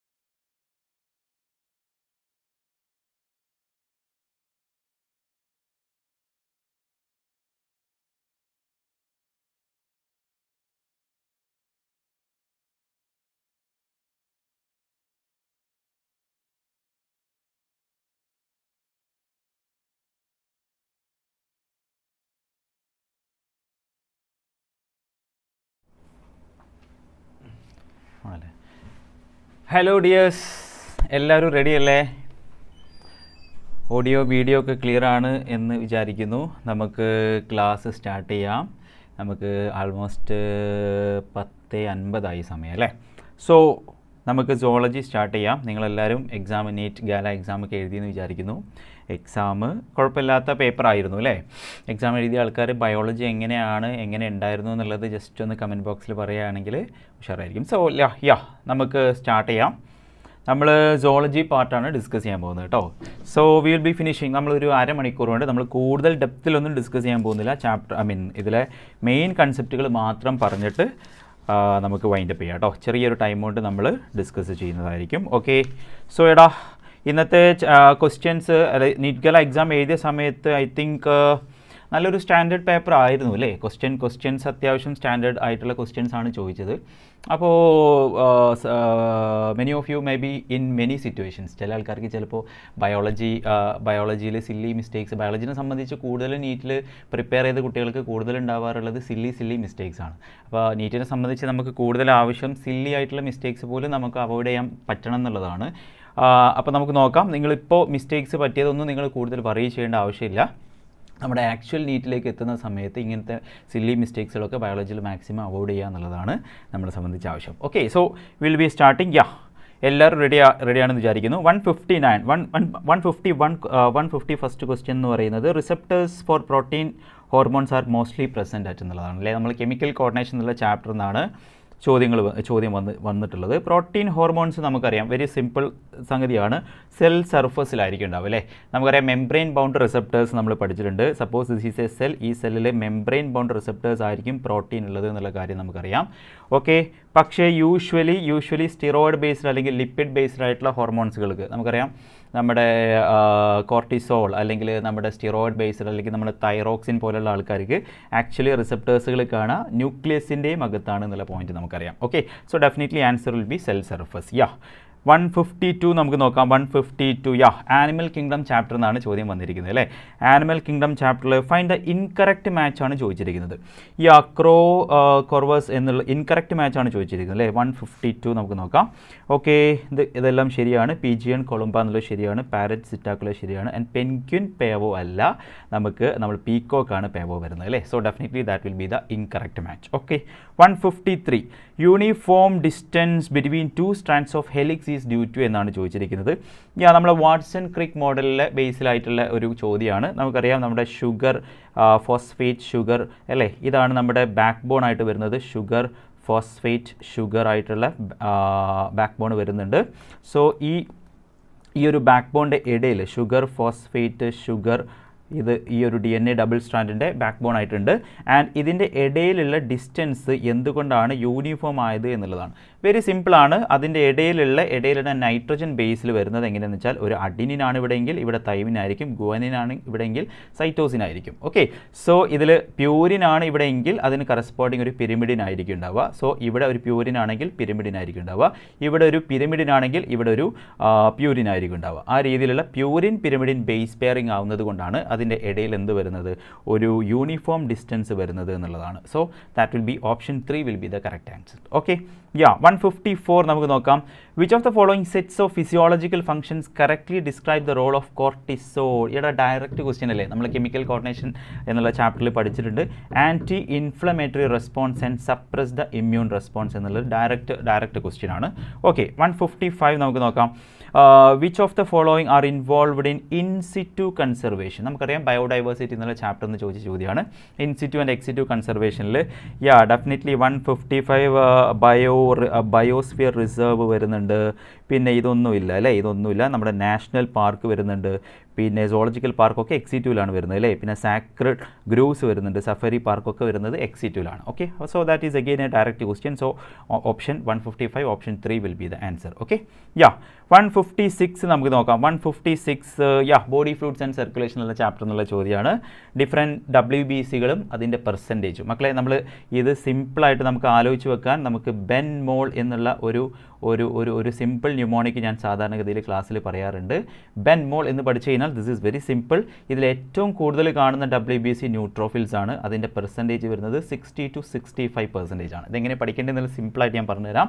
ആൻഡ് ഏറ്റവും കുറവ് കാണുന്നത് ലീസ്റ്റ് അബഡൻറ്റ് WBC ആയിട്ടുള്ളത് ബേസോഫിലാണ്. അതിന് 0.5 to 1% ആണ്. ഓക്കെ, ഇനി നമ്മൾ ഈസ്നോഫിലിനെ നോക്കുന്നു. ഈസ്നോഫിൽ അതിൽ 6 to 8% ആണ് വരിക. അതേ ഇൻറ്റു ഏതാണ്ട് ഒരു ഈസ്നോഫിൽ വരുന്നത് 2 to 3% ആണ് വരിക. ആൻഡ് നമ്മൾ മോണോസൈറ്റിലോട്ട് പോവുകയാണെങ്കിൽ മോണോസൈറ്റ് ആൾമോസ്റ്റ് ഈസ്നോഫിൽ 2 to 3 ആണെങ്കിൽ മോണോസൈറ്റ് അതിൻ്റെ ഇൻറ്റു 3 ആൾമോസ്റ്റ് ചെയ്താൽ മതി. എന്ന് വെച്ചാൽ 6 to 8% ആണ്. ലിംഫോസൈറ്റ് വരുന്നത് അതായത് മോണോസൈറ്റിൻ്റെ ആൾമോസ്റ്റ് ഇൻറ്റു 3 ചെയ്താൽ മതി. അതായത് ഇൻറ്റു 3 എന്ന് പറയുമ്പോൾ ആൾമോസ്റ്റ് എത്ര വരും? 20 to 25% വരും. ഓക്കെ, സോ ഇതാണ് അതിൻ്റെ ബേസിക് ആയിട്ട് നമ്മൾ അറിയേണ്ട കാര്യം. ആൻഡ് ഇവർക്ക് രണ്ടുപേർക്കും ഫാഗോസൈറ്റോസിസ് ആണ് പണി, ഇവിടെ ഇമ്മ്യൂണിറ്റി ആണ് പണി, ഇവിടെ അലർജിക് റിയാക്ഷൻസ് ആണ് പണി, ഇവിടെ ഇൻഫ്ലമേഷൻ ആണ് പണി. ഈ കാര്യങ്ങളൊക്കെ നമ്മൾ ഡീറ്റെയിൽ ആയിട്ട് പറഞ്ഞിട്ടുണ്ട്. സോ ആൻസറിലോട്ട് വരികയാണെങ്കിൽ മോണോസൈറ്റ്സ് ഡെഫിനറ്റ്ലി 6 to 8% ആയിരിക്കും. സോ എ ഓപ്ഷൻ 4 ആണ്. ആൻഡ് എ ഓപ്ഷൻ 4 ആണ്. ബി ബേസോഫിൽ 3 ആയിരിക്കും അല്ലേ? B3 ആണ് വരിക. സോ A4 B3 എന്നുള്ള 2 ഓപ്ഷൻ ഉണ്ട്. സി ഏതാ എന്ന് പറഞ്ഞു കഴിഞ്ഞാൽ നമുക്ക് ആൻസറിലോട്ട് എത്താം. സി എന്ന് പറയുന്നത് ഡെഫിനറ്റ്ലി 2 to 3% ആണ് ഈസ്നോഫിൽ വരുന്നത്. So C option 1 will be the answer. So അപ്പോൾ നമുക്ക് ക്ലിയർ ആയിട്ട് കിട്ടി. 156 option 2 will be the answer. Okay, so that's it. Next question നമുക്ക് നോക്കാം. Which of the following statements are true for oogenesis but do not hold true for spermatogenesis? മക്കളെ, ഇത് almost നമ്മൾ NEET 2022 human reproduction എന്നുള്ള ചാപ്റ്ററിൽ ചോദിച്ചൊരു ചോദ്യം. അതൊന്ന് ട്വിസ്റ്റ് ചെയ്ത് ചോദിച്ചതാണ് കേട്ടോ. NEET 2022 ക്വസ്റ്റ്യൻ നിങ്ങൾക്ക് എടുത്തു കഴിഞ്ഞാൽ കാണാം which of the following is true for spermatogenesis എന്നുള്ള രീതിയിലാണ് ആ ക്വസ്റ്റ്യൻ വന്നിരിക്കുന്നത്. ആക്ച്വലി ഇതിൽ ട്രൂ ആയിരിക്കണം, ഊജനസിന് ട്രൂ ആയിരിക്കണം, പക്ഷേ സ്പെർമറ്റോജെനസിന് ട്രൂ ആയിരിക്കാൻ പാടില്ല. ആ രീതിയിലാണ് ചോദ്യം വന്നിരിക്കുന്നത്. ഓക്കെ, ഓപ്ഷൻ എ നമുക്ക് നോക്കാം. ഹാപ്ലോയിഡ് ഗാമേറ്റ് ആക്ച്വലി സ്പെർമറ്റോജെനസിൽ ഊജനസിൽ രണ്ടിലും ഹാപ്ലോയിഡ് ഗാമേറ്റ് ആണ് ഫോം ചെയ്യുന്നത്. അപ്പോൾ അത് ഇവിടുത്തെ തെറ്റാണ് കേട്ടോ. Differentiation of gametes occur after the completion of meiosis. Actually ഈ സാധനം ശരിക്കും പറഞ്ഞു കഴിഞ്ഞാൽ സ്പെർമറ്റോജെനസിൽ ലാസ്റ്റ് അല്ലേ, സ്പെർമറ്റോജെനസിൽ മിയോസിസ് കഴിഞ്ഞ് കഴിഞ്ഞാൽ നമുക്കറിയാം മിയോസിസിൻ്റെ എൻഡിൽ മിയോസിസ് 2ൻ്റെ എൻഡിൽ വരുന്നത് സ്പെർമാറ്റിഡ് ആണ്. ഈ സ്പെർമാറ്റിഡും ഫോം ചെയ്ത് കഴിഞ്ഞാൽ spermatid should be converted to spermatozoa. അതിനെ ഒരു ഡിഫറൻസിയേഷൻ സ്റ്റെപ്പായിട്ട് നമ്മൾ കൺസിഡർ ചെയ്യാറുണ്ട്.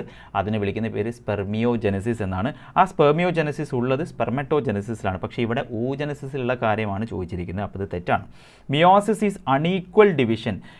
ഡെഫിനറ്റ്ലി അതൊരു ഊജനസിസിൽ മാത്രം പറയാവുന്ന കാര്യമാണ്. മിയോസിസ് അൺഈക്വൽ ആണ് അല്ലേ? മിയോസിസ് എന്തുകൊണ്ട് അൺഈക്വലായി? ഊജനസിസിൽ നമുക്കറിയാം മിയോസിസ് 1 മിയോസിസ് 2 എന്ന് പറയുന്നത് ശരിക്കും പറഞ്ഞു കഴിഞ്ഞാൽ മിയോസിസ് 1ൻ്റെ പ്രോഡക്റ്റ് എന്ന് പറയുന്നത് പോളാർ ബോഡിയും അതേപോലെ സെക്കൻഡറി ഊസൈറ്റും ആണ്. മിയോസിസ് 2ൻ്റെ എൻ പ്രോഡക്റ്റ് എന്ന് പറയുന്നത് സെക്കൻഡ് പോളാർ ബോഡി ആൻഡ് നമ്മുടെ ഓവമാണ്. അപ്പോൾ ഡെഫിനറ്റ്ലി അൺഈക്വൽ ഡിവിഷൻ എന്ന് പറയുന്നത് that is actually applicable for oogenesis only. It is controlled by FSH and LH. FSH LH എന്ന് പറയുന്നത് സ്പെർമറ്റോജെനസിസിലും oogenesisലും ആപ്ലിക്കബിൾ ആണ് അല്ലേ? Okay, it is initiated during embryonic life. Definitely this is applicable to oogenesis only. കാരണം spermatogenesis origin ചെയ്യുന്നത് during the puberty ടൈമാണ്. So definitely answer will be option C and E will be the answer. Okay, so that's it. 158 നമ്മൾ പോകുന്നു. 158 നമുക്ക് നോക്കാം. Respiratory ഓർഗൻസുമായി ബന്ധപ്പെട്ടുള്ള ചോദ്യമാണ്. Yes, കൊക്രോച്ചിന് വരുന്നത് ഡെഫിനറ്റ്ലി ഏതാണ്? നമ്മുടെ ട്രക്കിൽ ട്യൂബ്സ് ആണ്. പ്രോൺസ് എന്ന് പറയുമ്പോൾ ഒരു അക്വാട്ടിക് ഇൻസെക്റ്റ് ആണ് അല്ലേ? NCERT പറയുന്നുണ്ട് അക്വാട്ടിക് മൊളസ്ക്, അക്വാട്ടിക് ആർത്രോപോഡുകളൊക്കെ ആണെങ്കിൽ അവർക്ക് ഗിൽസ് ആണ് ഡെഫിനറ്റ്ലി വരിക. സോ A2B1 എന്നുള്ള രീതിയിൽ വന്നു. A2B1. ദെൻ ഫ്രോഗിന് വരുന്നത് ഡെഫിനറ്റ്ലി സ്കിന്ന് വരാം അല്ലേ? സ്കിന്ന് വരാം. Cutaneous respiration that is actually possible. And ഫിഷസിന് വീണ്ടും ഗിൽസ് ആണ്. സോ ആക്ച്വലി ഇവിടെ ഗിൽസ് എന്ന് പറയുന്നത് 2 ഓപ്ഷൻ ആപ്ലിക്കബിൾ ആണ് അല്ലേ? ബിക്കും അതേപോലെ തന്നെ ഡിക്കും ഗിൽസ് ആപ്ലിക്കബിൾ ആണ്. So definitely answer will be option 3 will be the correct answer. And 159, which of the following are not correct എന്നാണ് ചോദിച്ചിരിക്കുന്നത്. Cerebellum forms the major part of human brain. Definitely തെറ്റായ ഒരു statement ആണ്. Cerebellum അല്ല. NCERT direct പറയുന്നത് cerebrum forms the major part of the human brain എന്നുള്ളതാണ്. Cerebrum wraps around a structure called hypothalamus. ഒരിക്കലും അല്ല, തലാമസ് ആണ്. NCERT തലാമസ് എന്നാണ് പറയുന്നത്. Hypothalamus helps for thermoregulation. ശരിയായിട്ടുള്ള സ്റ്റേറ്റ്മെൻ്റ് ആണ്. Meningeal layer which is in contact with the brain tissue is called dura mater എന്നാണ് ചോദിച്ചിരിക്കുന്നത് അല്ലേ? Dura mater. Actually this is also meningeal layer in connected with brain tissue. Dura mater അല്ല, it is actually പയാമേറ്റർ ആണ് വരുന്നത് അല്ലേ, pia mater ആണ് വരുന്നത്. So medulla of the brain is connected to spinal cord എന്ന് പറയുന്നത് ശരിയായിട്ടുള്ള സ്റ്റേറ്റ്മെൻ്റ് ആണ്. സോ 159 തെറ്റായിട്ടുള്ള സ്റ്റേറ്റ്മെൻറ്റുകളാണ് ചോദിച്ചിരിക്കുന്നത്. So option A, B and D will be actually not correct. പല കുട്ടികൾ ഇത് നോട്ട് കറക്റ്റ് ചിലപ്പോൾ വായിക്കാൻ സാധ്യതയില്ല. അവിടെ നമുക്ക് സില്ലി മിസ്റ്റേക്സ് ചിലപ്പം വരാൻ സാധ്യതയുണ്ട്. ശരിയായിട്ടുള്ള സ്റ്റേറ്റ്മെൻറ്റ് സിയും ഇയും ആണ്. അതിന് കറസ്പോണ്ടിങ് ഒരു ഓപ്ഷൻ അവിടെ വെച്ചിരിക്കുന്നുണ്ട്. മക്കളെ, നമ്മളെ ശ്രദ്ധ വെരി വെരി ഇമ്പോർട്ടൻ്റ് ആണ് ഫോർ നീറ്റ് എക്സാം. ഇവിടെ നോട്ട് കറക്റ്റ് എന്നുള്ളത് ഇവിടെ നമ്മൾ നോട്ട് ചെയ്തില്ലെങ്കിൽ അറിയാതെ ഓപ്ഷൻ 1 നമ്മൾ പോകാൻ സാധ്യതയുണ്ട്. Okay, so the correct answer will be option option. ഇങ്ങനത്തെ ക്വസ്റ്റ്യൻ നിങ്ങൾ വായിക്കുന്ന സമയത്ത് ഒന്ന് നിങ്ങൾ ഈ നോട്ട് എന്നുള്ളത് ജസ്റ്റ് ഒന്ന് മാർക്ക് ചെയ്ത് വെക്കണം ആദ്യം തന്നെ. അല്ലെങ്കിൽ നമ്മൾ സ്റ്റേറ്റ്മെൻറ്റിലൂടെ പോകുന്ന സമയത്ത് അറിയാണ്ട് നമ്മൾ ഈ സാധനം വായിക്കുന്ന മോസ്റ്റ് അപ്രോപ്രിയേറ്റ് എന്നൊക്കെ വായിക്കുന്ന സമയത്ത് നമ്മൾക്ക് അറിയാതെ കറക്റ്റ് ഓപ്ഷൻ മാർക്ക് ചെയ്യാൻ തോന്നും. ഓക്കെ, ആൻഡ് ഡെഫിനറ്റ്ലി ഹൈപ്പോതലാമസ് എന്നുള്ള ഓപ്ഷൻ ശരിയാണെന്ന് പറഞ്ഞാൽ തന്നെ നമുക്ക് ഈ ഒരു ഓപ്ഷൻ തന്നെ നമുക്ക് മാറ്റാം. സോ ആൻസറിലോട്ട് നമ്മൾ എത്തുകയാണെങ്കിൽ option 2 will be the correct answer. Okay, and 160 നോക്കടാ. 160 the law of dominance is used to explain the expression of only one of the parental characters in a monohybrid cross. NCERT law of dominance ഒക്കെ പറയുന്ന statement നിങ്ങൾക്ക് അറിയില്ല. in a dissimilar pair of factors one member of the pair dominates the other എന്നുള്ള കാര്യമൊക്കെ നിങ്ങൾ പഠിച്ചിട്ടുണ്ട്. So ഇത് ശരിയായിട്ടുള്ള സ്റ്റേറ്റ്മെൻ്റ് ആണ്. It also explain the proportion of 3:1. 3:1 വരുന്നത് എന്തുകൊണ്ടാണ് F2 എന്നുള്ളതും ആക്ച്വലി നമുക്ക് ലോ ഓഫ് ഡോമിനൻസ് വെച്ച് തന്നെ പറയാൻ പറ്റും അല്ലേ. അതിൽ എക്സ്പ്രസ് ചെയ്യുന്നതും ഡോമിനൻസും ഡോമിനൻ്റ് ആയിട്ടുള്ള അലീലും റെസസീവ് അലീലിൻ്റെയും കാര്യങ്ങളൊക്കെ നമ്മൾ അത് വെച്ചിട്ട് പറയുന്നുണ്ട്. സോ ഇത് രണ്ടും ശരിയായിട്ടുള്ള സ്റ്റേറ്റ്മെൻ്റ് ആണ്. പക്ഷേ ഫസ്റ്റ് സ്റ്റേറ്റ്മെൻറ്റിൻ്റെ കറക്റ്റ് എക്സ്പ്ലനേഷനായിട്ട് അവിടെ പറയുന്നില്ല അല്ലേ. ഫസ്റ്റ് അസേർഷൻ്റെ കറക്റ്റ് എക്സ്പ്ലനേഷനായിട്ട് റീസൺ ഇല്ല. അതുകൊണ്ട് 160 നമുക്ക് ഓപ്ഷൻ 2 കൊടുക്കാം. ഓക്കെ, 161 നോക്കടാ. 161 yes, body fluids and circulation related ആയിട്ടുള്ള ഒരു ക്വസ്റ്റ്യൻ ആണ്. Open circulatory system is more advantages over closed circulatory system. Actually തെറ്റായ സ്റ്റേറ്റ്മെൻ്റ് ആണ്. ബോഡി ഫ്ലൂയിഡ്സ് ആൻഡ് സർക്കുലേഷൻ എന്നുള്ള ചാപ്റ്ററിൽ നിങ്ങൾക്ക് കാണാം ക്ലോസ്ഡ് സർക്കുലേഷൻ ആണ് മോർ അഡ്വാൻറ്റേജസ് എന്ന് പറയുന്നുണ്ട്. ഓക്കെ, സോ അത് തെറ്റാണ്. Flow of fluid can be precisely regulated in open അല്ല, ഇൻ ക്ലോസ്ഡ് ആണ്. ആക്ച്വലി NCERT നിങ്ങൾക്ക് കാണാൻ പറ്റും സർക്കുലേറ്ററി പാത്വേസ് എന്നുള്ള topic, body fluids and circulation അതിൽ കാണാം. Closed circulation is more advantages than open circulation as the flow can be precisely regulated എന്ന് NCERT പറയുന്നുണ്ട്. Okay, so 161 option 3 will be the answer. രണ്ടും തെറ്റായ സ്റ്റേറ്റ്മെൻ്റ് ആണ്. Okay, 162 നോക്കണം. 162 bicuspid and tricuspid valves are pushed open by the pressure due to atrial systole. ഒറ്റയടിക്ക് നോക്കിക്കഴിഞ്ഞാൽ നമുക്ക് ശരിയാണെന്ന് തോന്നും. പക്ഷേ 162 എന്ന് പറയുന്നത് ആക്ച്വലി സ്റ്റേറ്റ്മെൻറ്റ് 1 എന്ന് പറയുന്നത് ആക്ച്വലി തെറ്റായ സ്റ്റേറ്റ്മെൻ്റ് ആണ്. The reason is bicuspid tricuspid valve open ചെയ്യുന്നത് ആക്ച്വലി ജോയിൻറ്റ് ഡയാസ്റ്റോൾ ആണ്. Suppose this is the atria ഇവിടെ ഉണ്ട്, ലെഫ്റ്റ് ഏട്രിയ ഉണ്ട്, റൈറ്റ് ഏട്രിയ ഉണ്ട്.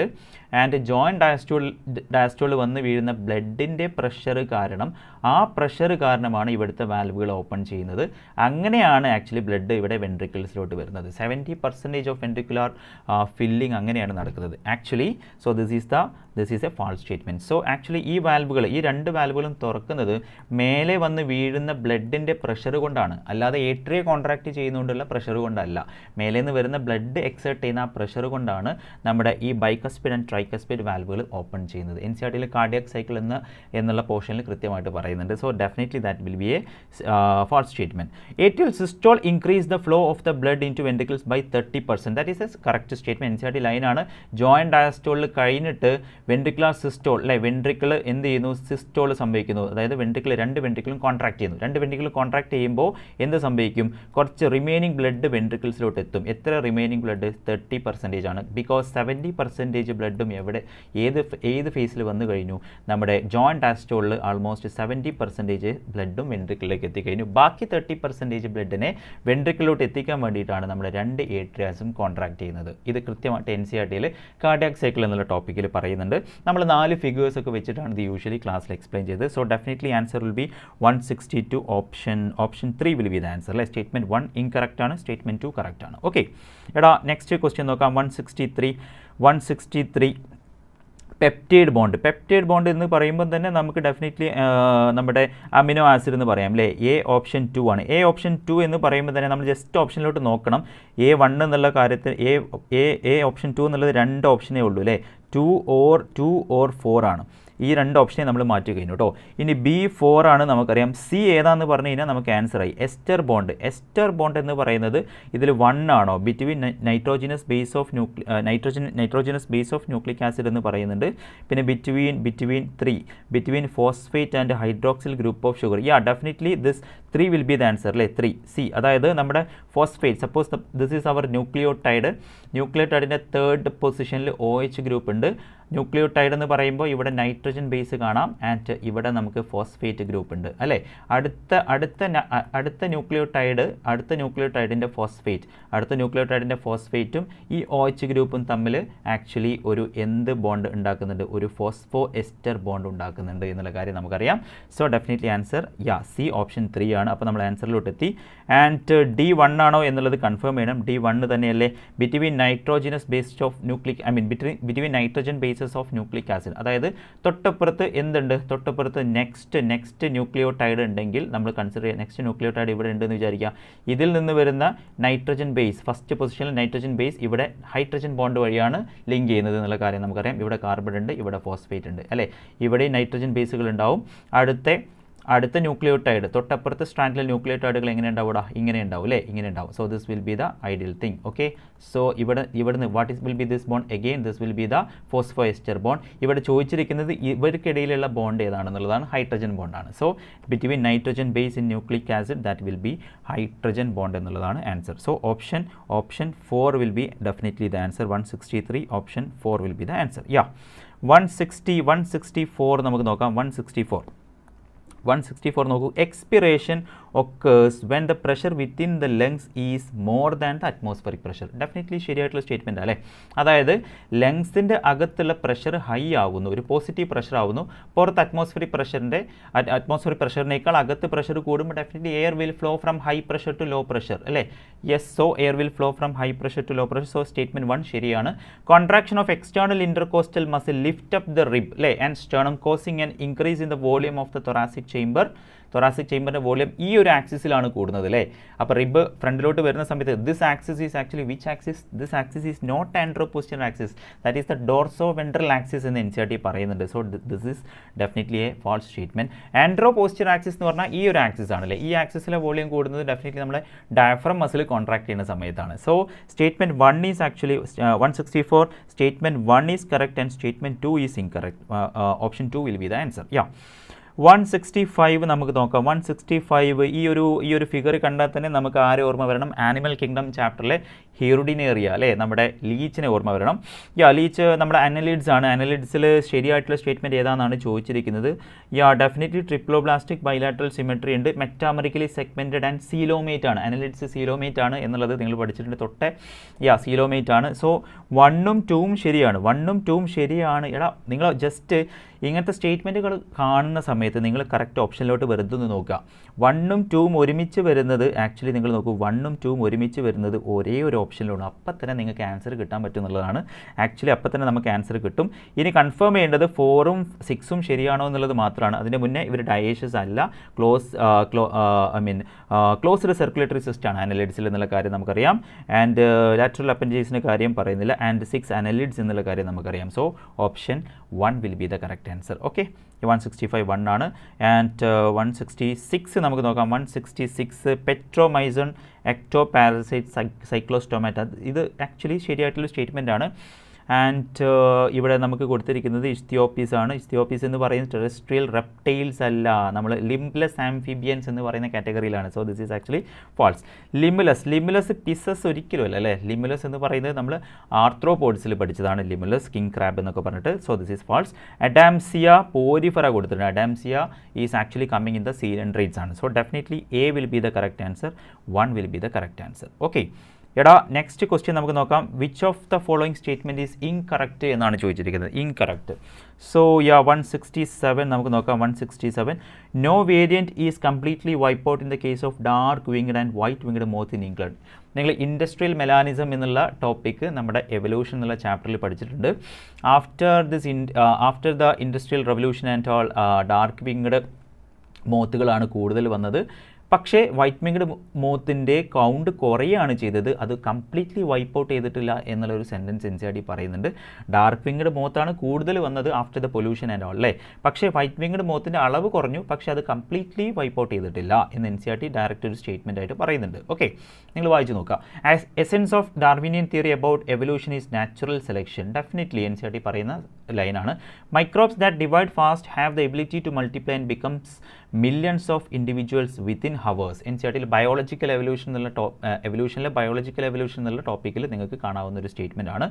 When we say that the fitness of B is better than A under the new conditions it means that A is better adapted. Definitely ഒരു statement, ഒരു false statement ആണ്. നമുക്ക് കൂളായിട്ട് നമുക്ക് answer ചെയ്യാൻ പറ്റുന്ന സാധനമാണ്.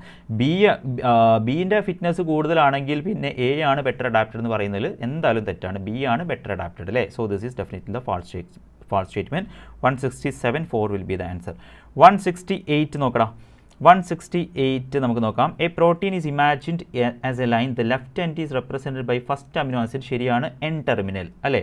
നമുക്കറിയാം നമ്മൾ പ്രൈമറി സ്ട്രക്ചർ ഓഫ് പ്രോട്ടീൻസിൽ നമ്മൾ പഠിച്ചിട്ടുണ്ട് ലെഫ്റ്റ് എൻഡ് എൻ ടെർമിനൽ ആണ് and right end C terminal ആണ്. So this is definitely correct statement. Adult human hemoglobin consists of 4 subunits. ശരിയാണ്, 2 subunit of alpha type and 2 subunit of gamma type അല്ല, alpha and beta ആണ് വരുന്നത്. So this is actually a false statement. So മക്കളെ ഏതായിരിക്കും? Statement 1 is true and statement 2 is false. Option 3 will be the correct answer. Yeah, 169 നമുക്ക് നോക്കാം. 169 നോക്കൂ. Trichoderma species use in the treatment of plant disease are symbiotic fungi. മക്കളെ microbes in human welfare എന്നുള്ള ചാപ്റ്ററിൽ നിങ്ങൾ microbes as bio control agent എന്നുള്ള ടോപ്പിക്കിൽ ട്രൈക്കോഡെർമനെ പറ്റി പറയുന്നുണ്ട്. Trichoderma are used to treatment of plant പത്തോജൻസിനെതിരെ വർക്ക് ചെയ്യുന്നുണ്ട്. പക്ഷേ അവർ ഫ്രീ ലിവിങ് ആണ് എന്നുള്ള ഒരു വേർഡ് എൻ സി ആർ ടിയിലുണ്ട്. അത് നിങ്ങൾ കൃത്യമായിട്ട് നോക്കണം. So they are not symbiotic, they are actually free living. So this is actually a false statement. Baculovirus, അതേ ടോപ്പിക്കിൽ ലാസ്റ്റ് പാരഗ്രാഫിൽ നിങ്ങൾക്ക് കാണാം. മൈക്രോബ്സിൽ ബാക്യുലോ വൈറസ്, പോളിഹെഡ്രോ വൈറസ്, അതിനെ സംബന്ധിച്ച് എൻ സി ആർ ടി പറയുന്ന അതേ കാര്യമാണ്. സ്പീഷീസ് സ്പെസിഫിക് ആണ്, നാരോ സ്പെക്ട്രം ഇൻസെക്ടിസൈഡലാണ്. So that is definitely a true statement. So 169 option 3 will be the answer. Statement 1 is incorrect and statement 2 is correct. Okay. 170 നോക്കടാ. 170 നമുക്ക് നോക്കാം. ഇൻ ബാരിയർ മെത്തേഡ്സ്, നമ്മൾ contraceptive method, reproductive health എന്നുള്ള topic എന്നുള്ള ചോദ്യമാണ്. In barrier methods ovum and sperms are prevented physically meeting with the help of barriers. Definitely 170 statement 1 is correct actually അല്ലേ. Barrier മെത്തേഡ്സിൽ physically meet ചെയ്യുന്നത് prevent ചെയ്യുന്നുണ്ട്. Statement 2 നോക്കണം. Administration of progesterone or progesterone oestrogen combinations or IUDs within 72 days എന്നാണ് പറയുന്നത്. ഒരിക്കലുമല്ല, 72 hours ആണ്.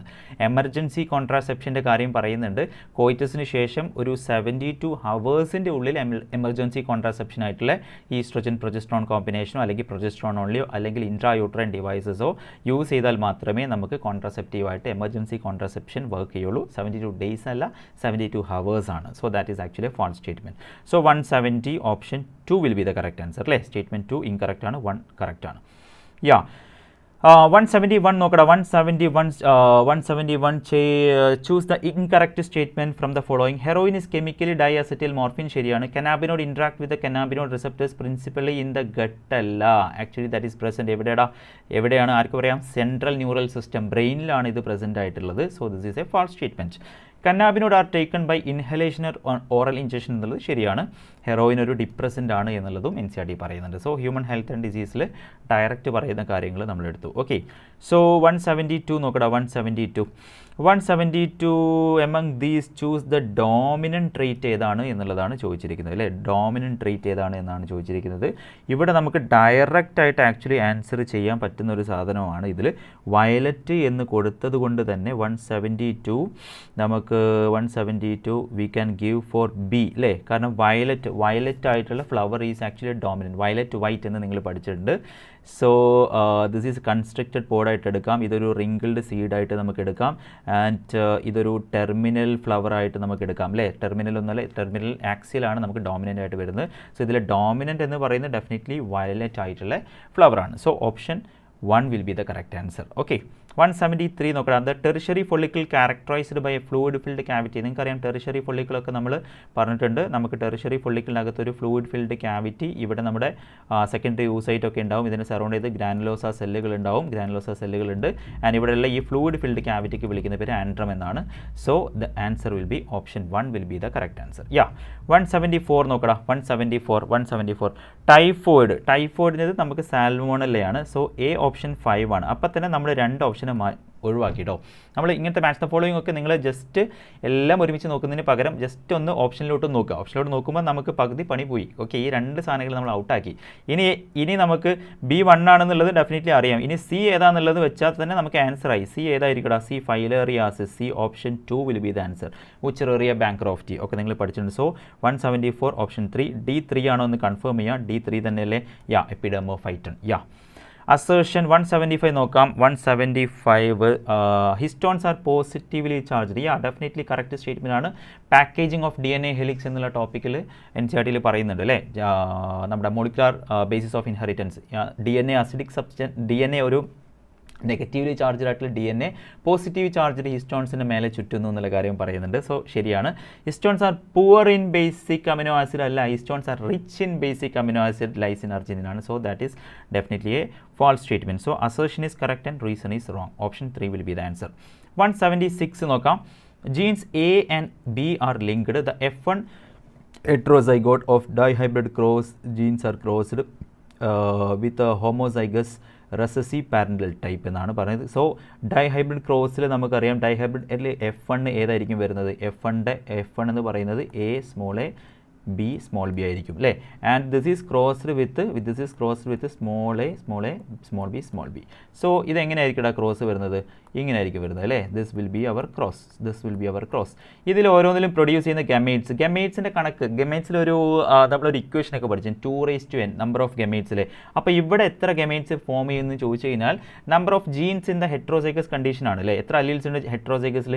ഇവിടെ 1 2 അല്ലേ? അപ്പോൾ 2 സോ ടോട്ടലി ഇവിടെ 4 ഗമേറ്റ്സ് പോസിബിൾ ആണ്. ഏതൊക്കെയാണ് 4 ഗമേറ്റ്സ്? Very simple. ഇത് പോസിബിൾ ആണ്. പിന്നെ നമുക്ക് ഏതാ പോസിബിൾ? പിന്നെ നമുക്ക് A സ്മോൾ b പോസിബിൾ ആണ്. പിന്നെ നമുക്ക് small a capital B possible ആണ്. പിന്നെ നമുക്ക് small a small b possible ആണ്. ഓക്കെ, ഇവിടെ എന്തായാലും 2 അല്ലേ? ഹെട്രോസൈഗസ് അല്ല, ഒക്കെ ഹോമോസൈഗസ് ആണ്. സോ 2 എന്ന് പറയുമ്പോൾ ഒരേ ഒരു ഗമേറ്റേ ഫോം ചെയ്യുന്നു. ഇനി ഇവരെ ക്രോസ് ചെയ്താൽ മതി അല്ലേ? So this will be like this. നമുക്ക് 4 പോസിബിലിറ്റീസ് ആണ് ഇവിടെ ഉള്ളത് അല്ലേ? 4 പോസിബിലിറ്റി എന്ന് പറയുമ്പോൾ capital A small a capital B small b and this is capital A small a and small b and this is small a capital B and this is small a small b. So definitely ഇതെല്ലാം different ആയിട്ടുള്ള ആൾക്കാരാണ്. So ഇവരെല്ലാം 1:1:1:1 പ്രൊപ്പോർഷനിലാണ് വരുന്നത്. So the correct answer will be what 1:1:1:1 will be the correct answer കേട്ടോ. So this is the answer. So option 176 option 2 will be the correct answer. Okay, 177 നമുക്ക് നോക്കാം. Choose the correct response with respect to given equation. CO2 plus water gives carbonic acid. നമ്മൾ biomolecule എന്നുള്ള +1 biomolecule ചാപ്റ്ററിലുള്ള കാര്യമാണ് അല്ലേ? ഇതിൽ carbonic anhydrase is a enzyme required for the accelerated reaction. Accelerated എന്ന് പറഞ്ഞാൽ എൻസൈം ലിങ്ക്ഡ് ആയിട്ടുള്ള റിയാക്ഷനാണ് കാർബോണിക് അൺഹൈഡ്രേസ്. അത് ആൾമോസ്റ്റ് ശരിയാണ്. നമുക്ക് ബാക്കി ഓപ്ഷൻ കൂടെ കൺഫേം ചെയ്യണം. In the absence of enzyme still this reaction is fast. Never. Absence of enzyme ഇല്ലെങ്കിൽ റിയാക്ഷൻ വെരി സ്ലോ ആണെന്ന് NCERT പറയുന്നുണ്ട്. 200 molecules of H2CO3 formed per hour by enzyme അല്ല. എൻസൈം ഇല്ലെങ്കിലാണ് 200 മോളിക്യൂൾസ് എന്നാണ് NCERT പറയുന്നത്. 6 lakhs of H2CO3 formed in absence അല്ല, in presence ആണ്. Presence ആണെങ്കിലാണ് കൂടുതൽ വരിക. വെരി ലോജിക്കൽ ആയിട്ടുള്ള കാര്യമാണ്. ഒക്കെ തെറ്റാണ് അല്ലേ? So carbonic anhydrase. So option 1 will be the correct answer. 178 നോക്കണം. 178 all are IUDs release copper ions. Copper releasing IUD അല്ലാത്ത ആളാരാണ് എന്നാണ് ചോദിച്ചത്. ഇതെല്ലാം കോപ്പർ റിലീസിങ് ആണ്. സോ LNG20 നമ്മൾ ഹോർമോൺ റിലീസിങ് അയോഡി അല്ലേ? LNG20 ആൻഡ് പ്രൊജസ്റ്റാസേർട്ട് നമ്മൾ പഠിച്ചിട്ടുണ്ട്. 179 നോക്കണം. 179 ആനിമൽസ് നമ്മുടെ ഫൈലം കോഡേറ്റിൻ്റെ റെപ്രസെൻറ്റേഷനൊക്കെ നിങ്ങൾ പഠിച്ചിട്ടുണ്ട്. 179 നമുക്ക് A എന്തായാലും നമ്മുടെ നെർവ് കോഡാണ് വരുന്നത്. പിന്നെ B നമുക്ക് നോട്ടോ കോഡാണ് വരുന്നത് അല്ലേ? B നോട്ടോ കോഡാണ്. So A nerve code, B Noto code and C Gill slits ആണ് വരുന്നത്. ആൻഡ് ഡി എന്താണ്? ഡി വരുന്നത് പോസ്റ്റ് എയ്നൽ പാർട്ടാണ് വരുന്നത് അല്ലേ. ഇതൊക്കെ ഡയറക്റ്റ് എൻ സി ആർ ടിയിൽ കോഡേറ്റ്സ് നോൺ കോഡേറ്റ്സ് ഒക്കെ ഡിഫറൻഷ്യേറ്റ് ചെയ്യുന്ന ആ ഭാഗത്ത് ഒരു പിക്ചർ ഉണ്ട്. So 179 option 2 will be the answer. 180 നമുക്ക് നോക്കാം. 180 in which stage primary oocyte completes it's first meiotic division. എടാ ഇത് N C R T line based ആയിട്ടുള്ള ക്വസ്റ്റ്യൻ ആണ്. Primary oocyte first meiotic division കഴിഞ്ഞ് സെക്കൻഡറി oocyte ആവുന്ന ആ സ്റ്റേജിൽ ആക്ച്വലി നമ്മുടെ ഫോളിക്കിൾസ് എന്തായിട്ട് മാറുന്നുണ്ടെന്ന് എൻ സി ആർ ടി പറയുന്നുണ്ട്. ടെറിഷറി ഫോളിക്കിൾ സ്റ്റേജ് എത്തുന്ന സമയത്താണ് നമ്മുടെ മിയോസിസ് 1 കംപ്ലീറ്റ് ചെയ്യുന്നത്. എൻ സി ആർ ടിയിൽ oogenesis പറയുന്ന ഭാഗത്ത് നിങ്ങൾ വായിച്ചു കഴിഞ്ഞാൽ കാണാം, ടെറിഷറി ഫോളിക്കിൾ ആവുന്ന സമയത്താണ് അതിൻ്റെ അകത്ത് മിയോസിസ് 1 ഫിനിഷ് ആയിട്ട് എന്തുണ്ടാവുന്നത്? സെക്കൻഡറി oocyte ഡെവലപ്പ് ചെയ്യുന്നത്. So option 3 will be the answer. 181 നോക്കാം. What is the significance of copper ion in contraception? Repeated question ആണ് മക്കളെ. They suppress the sperm motility fertilizing capacity of sperms. നിങ്ങൾ നമ്മുടെ intrauterine ഡിവൈസസിൻ്റെ ഭാഗത്ത് നോക്കിയാൽ കാണാൻ പറ്റുന്ന ഒരു ആൻസറാണ്. 182 നോക്കാം. This is based on chemical coordination chapter ആണ്. അഡിസൺസ് ഡിസീസ് ADHൻ്റെ ഇൻസഫിഷ്യൻസിയുമായി ബന്ധപ്പെട്ട സാധനമാണ് അല്ലേ. സോ എ ഓപ്ഷൻ 3 ആണ്. എ ഓപ്ഷൻ 3 ആണ് എന്ന് പറഞ്ഞു കഴിഞ്ഞാൽ തന്നെ നമുക്ക് 2 ഓപ്ഷനേ നമുക്ക് പോസിബിൾ ഉള്ളൂ അല്ലേ. സോറി, അഡിസൺസ് ഡിസീസ് ജസ്റ്റ് മാറിപ്പോയി. Addison's disease is due to corticoids ആണ് അല്ലേ. കോർട്ടിക്കോയിഡ്സ് ആണ്. സോ എ ഓപ്ഷൻ 5 ആണ്. സോ ഈ 2 സാധനങ്ങളെ നമ്മൾ ഒഴിവാക്കി. ആൻഡ് ADH ഡെഫിനറ്റ്ലി ഡയബറ്റീസ് ഇൻസിപ്പിഡസുമായി ബന്ധപ്പെട്ടാണ്. സോ സി ഓപ്ഷൻ 3 ആണ്. അപ്പോൾ തന്നെ നമുക്ക് ആൻസർ ആയി. എന്നാലും ബി കൺഫേം ചെയ്യാം. എക്സോഫ്താൽമിക് ഗോയിറ്റർ നമ്മുടെ ഗ്രേവ്സ് ഡിസീസ് അല്ലേ. ഗ്രേവ്സ് ഡിസീസ് എന്ന് പറയുന്നത് നമ്മുടെ ഹൈപ്പർ തൈറോയിഡിസം എന്ന് എൻ സി ആർ ടി കൃത്യമായിട്ട് പറയുന്നുണ്ട്. So option 3 will be the correct answer കേട്ടോ. Exophthalmic goiter is actually condition of hyperthyroidism ആണ് എക്സോഫ്താൽമിക് ഗോയിറ്ററിൽ സംഭവിക്കുന്നത്. So option 3 will be the correct answer. നമുക്ക് നോക്കാം. 183 ആണ് ചോദിച്ചത്. Arrange the correct sequence of catalytic cycle of enzyme action ആണ് ചോദിച്ചിരിക്കുന്നത്. കാറ്റലിറ്റിക് ആക്ഷൻ നിങ്ങൾ എൻസൈം സബ്സ്ട്രേറ്റ് കോംപ്ലക്സും കാര്യങ്ങളൊക്കെ ഉണ്ടാകുന്ന കാര്യങ്ങൾ നിങ്ങൾ പഠിച്ചിട്ടുണ്ട്. എങ്ങനെയാണ് ഫസ്റ്റ് എന്താ വരുന്നത്? ഫസ്റ്റ് 183 നമുക്ക് നോക്കിക്കഴിഞ്ഞാൽ ആദ്യം നമ്മൾ എൻസൈം ഉണ്ട്. എൻസൈമിലോട്ട് നമ്മൾ സബ്സ്ട്രേറ്റ് വന്ന് ബൈൻഡ് ചെയ്യുന്ന ഒരു പോയിന്റ് ആണ് അല്ലേ. സോ എന്തായാലും first the substrate bind to active site, this will be the first one അല്ലേ. This will be the first one. And അത് കഴിഞ്ഞിട്ട് എന്തുണ്ടാവുന്നു? എൻസൈം സബ്സ്ട്രേറ്റ് കോംപ്ലക്സ് ഉണ്ടാവുന്നു. ആൻഡ് എൻസൈം സബ്സ്ട്രേറ്റ് കോംപ്ലക്സ് ഉണ്ടാകുന്ന സമയത്ത് അവിടെ എന്താ സംഭവിക്കുക? ആക്റ്റീവ് സൈറ്റുകൾ എന്ത് ചെയ്യുന്നു? നമ്മുടെ സബ്സ്ട്രേറ്റിനെ ടൈറ്റ്ലി പിടിക്കുന്നു എന്നൊക്കെ എൻ സി ഡി പറയുന്നുണ്ട്. So option 2 will be the second thing. So 2, 4 എന്നുള്ള രീതിയിൽ 2 ഓപ്ഷൻ വരുന്നുണ്ട്. അത് കഴിഞ്ഞിട്ട് നമുക്ക് ഏതാ വരുന്നത് എന്നുള്ളത് കൺഫേം ചെയ്യണം. ഇത് കഴിഞ്ഞിട്ട് 1 ആണോ 3 ആണോ വരുന്നത് നോക്കണം. The active site of the enzyme now in close proximity breaks the chemical bond. അതാണ് വരുന്നത് അല്ലേ. അതാണ് അടുത്ത് വരുന്നത്. അത് കഴിഞ്ഞിട്ട് എൻസൈം പ്രോഡക്റ്റിനെ റിലീസ് ചെയ്യുന്നു. സോ ഡെഫിനറ്റ്ലി 3, 4 ആണ്. സോ 1, 3 ആണ് ലാസ്റ്റ് വരുന്നത്. So answer will be option 183. Option 4 will be the answer. 184 നമുക്ക് നോക്കാം. Choose the correct statement about the biochemical characterization of transforming principle in Griffith's experiment. അതായത് ഫ്രെഡറിക് ഗ്രിഫിത്തിൻ്റെ എക്സ്പെരിമെൻറ്റിന് ശേഷം N C R ടിയിലുള്ള ഒരു എക്സ്പെരിമെൻറ്റിൻ്റെ ആ ഒരു ഹെഡിങ് തന്നെ പറയുന്നത് ബയോകെമിക്കൽ ക്യാരക്ടറൈസേഷൻ എന്നുള്ള ഹെഡിങ് നിങ്ങൾക്ക് കാണാം. ഇതിൽ ഏതൊക്കെയാണ് ശരി എന്നുള്ളതാണ് ചോദിച്ചിരിക്കുന്നത്. It was done by Oswald Avery MacLeod. ഇത് കറക്റ്റാണ്. Scientist purified biochemical proteins DNA RNA from heat killed strain എന്ന് പറയുന്നത് ശരിയായിട്ടുള്ള സ്റ്റേറ്റ്മെൻ്റ് ആണ്. It was seen that DNA alone from S bacteria caused R bacteria to become transformed. ശരിയായിട്ടുള്ള statement ആണ് അല്ലേ. അതായത് DNA മാത്രമേ എന്ത് ചെയ്യുന്നുള്ളൂ? DNA മാത്രമേ ട്രാൻസ്ഫർ ചെയ്യുന്നുള്ളൂ. ആര് ട്രാൻസ്ഫർ ചെയ്യുന്നില്ല? പ്രോട്ടീൻസോ RNA ട്രാൻസ്ഫർ ചെയ്യുന്നില്ല. അതുകൊണ്ടാണ് DNA ജനറ്റിക് മെറ്റീരിയൽ ആണ് എന്നുള്ളത് കൺഫേം ചെയ്ത് proteins and RNAs did not affect transformation, only DNAs will affect the transformation എന്നുള്ളത് അവിടെ പറയുന്നുണ്ട്. സോ ഇതിലെല്ലാ സ്റ്റേറ്റ്മെൻറ്റും ശരിയാണ്. 4 will be the correct answer.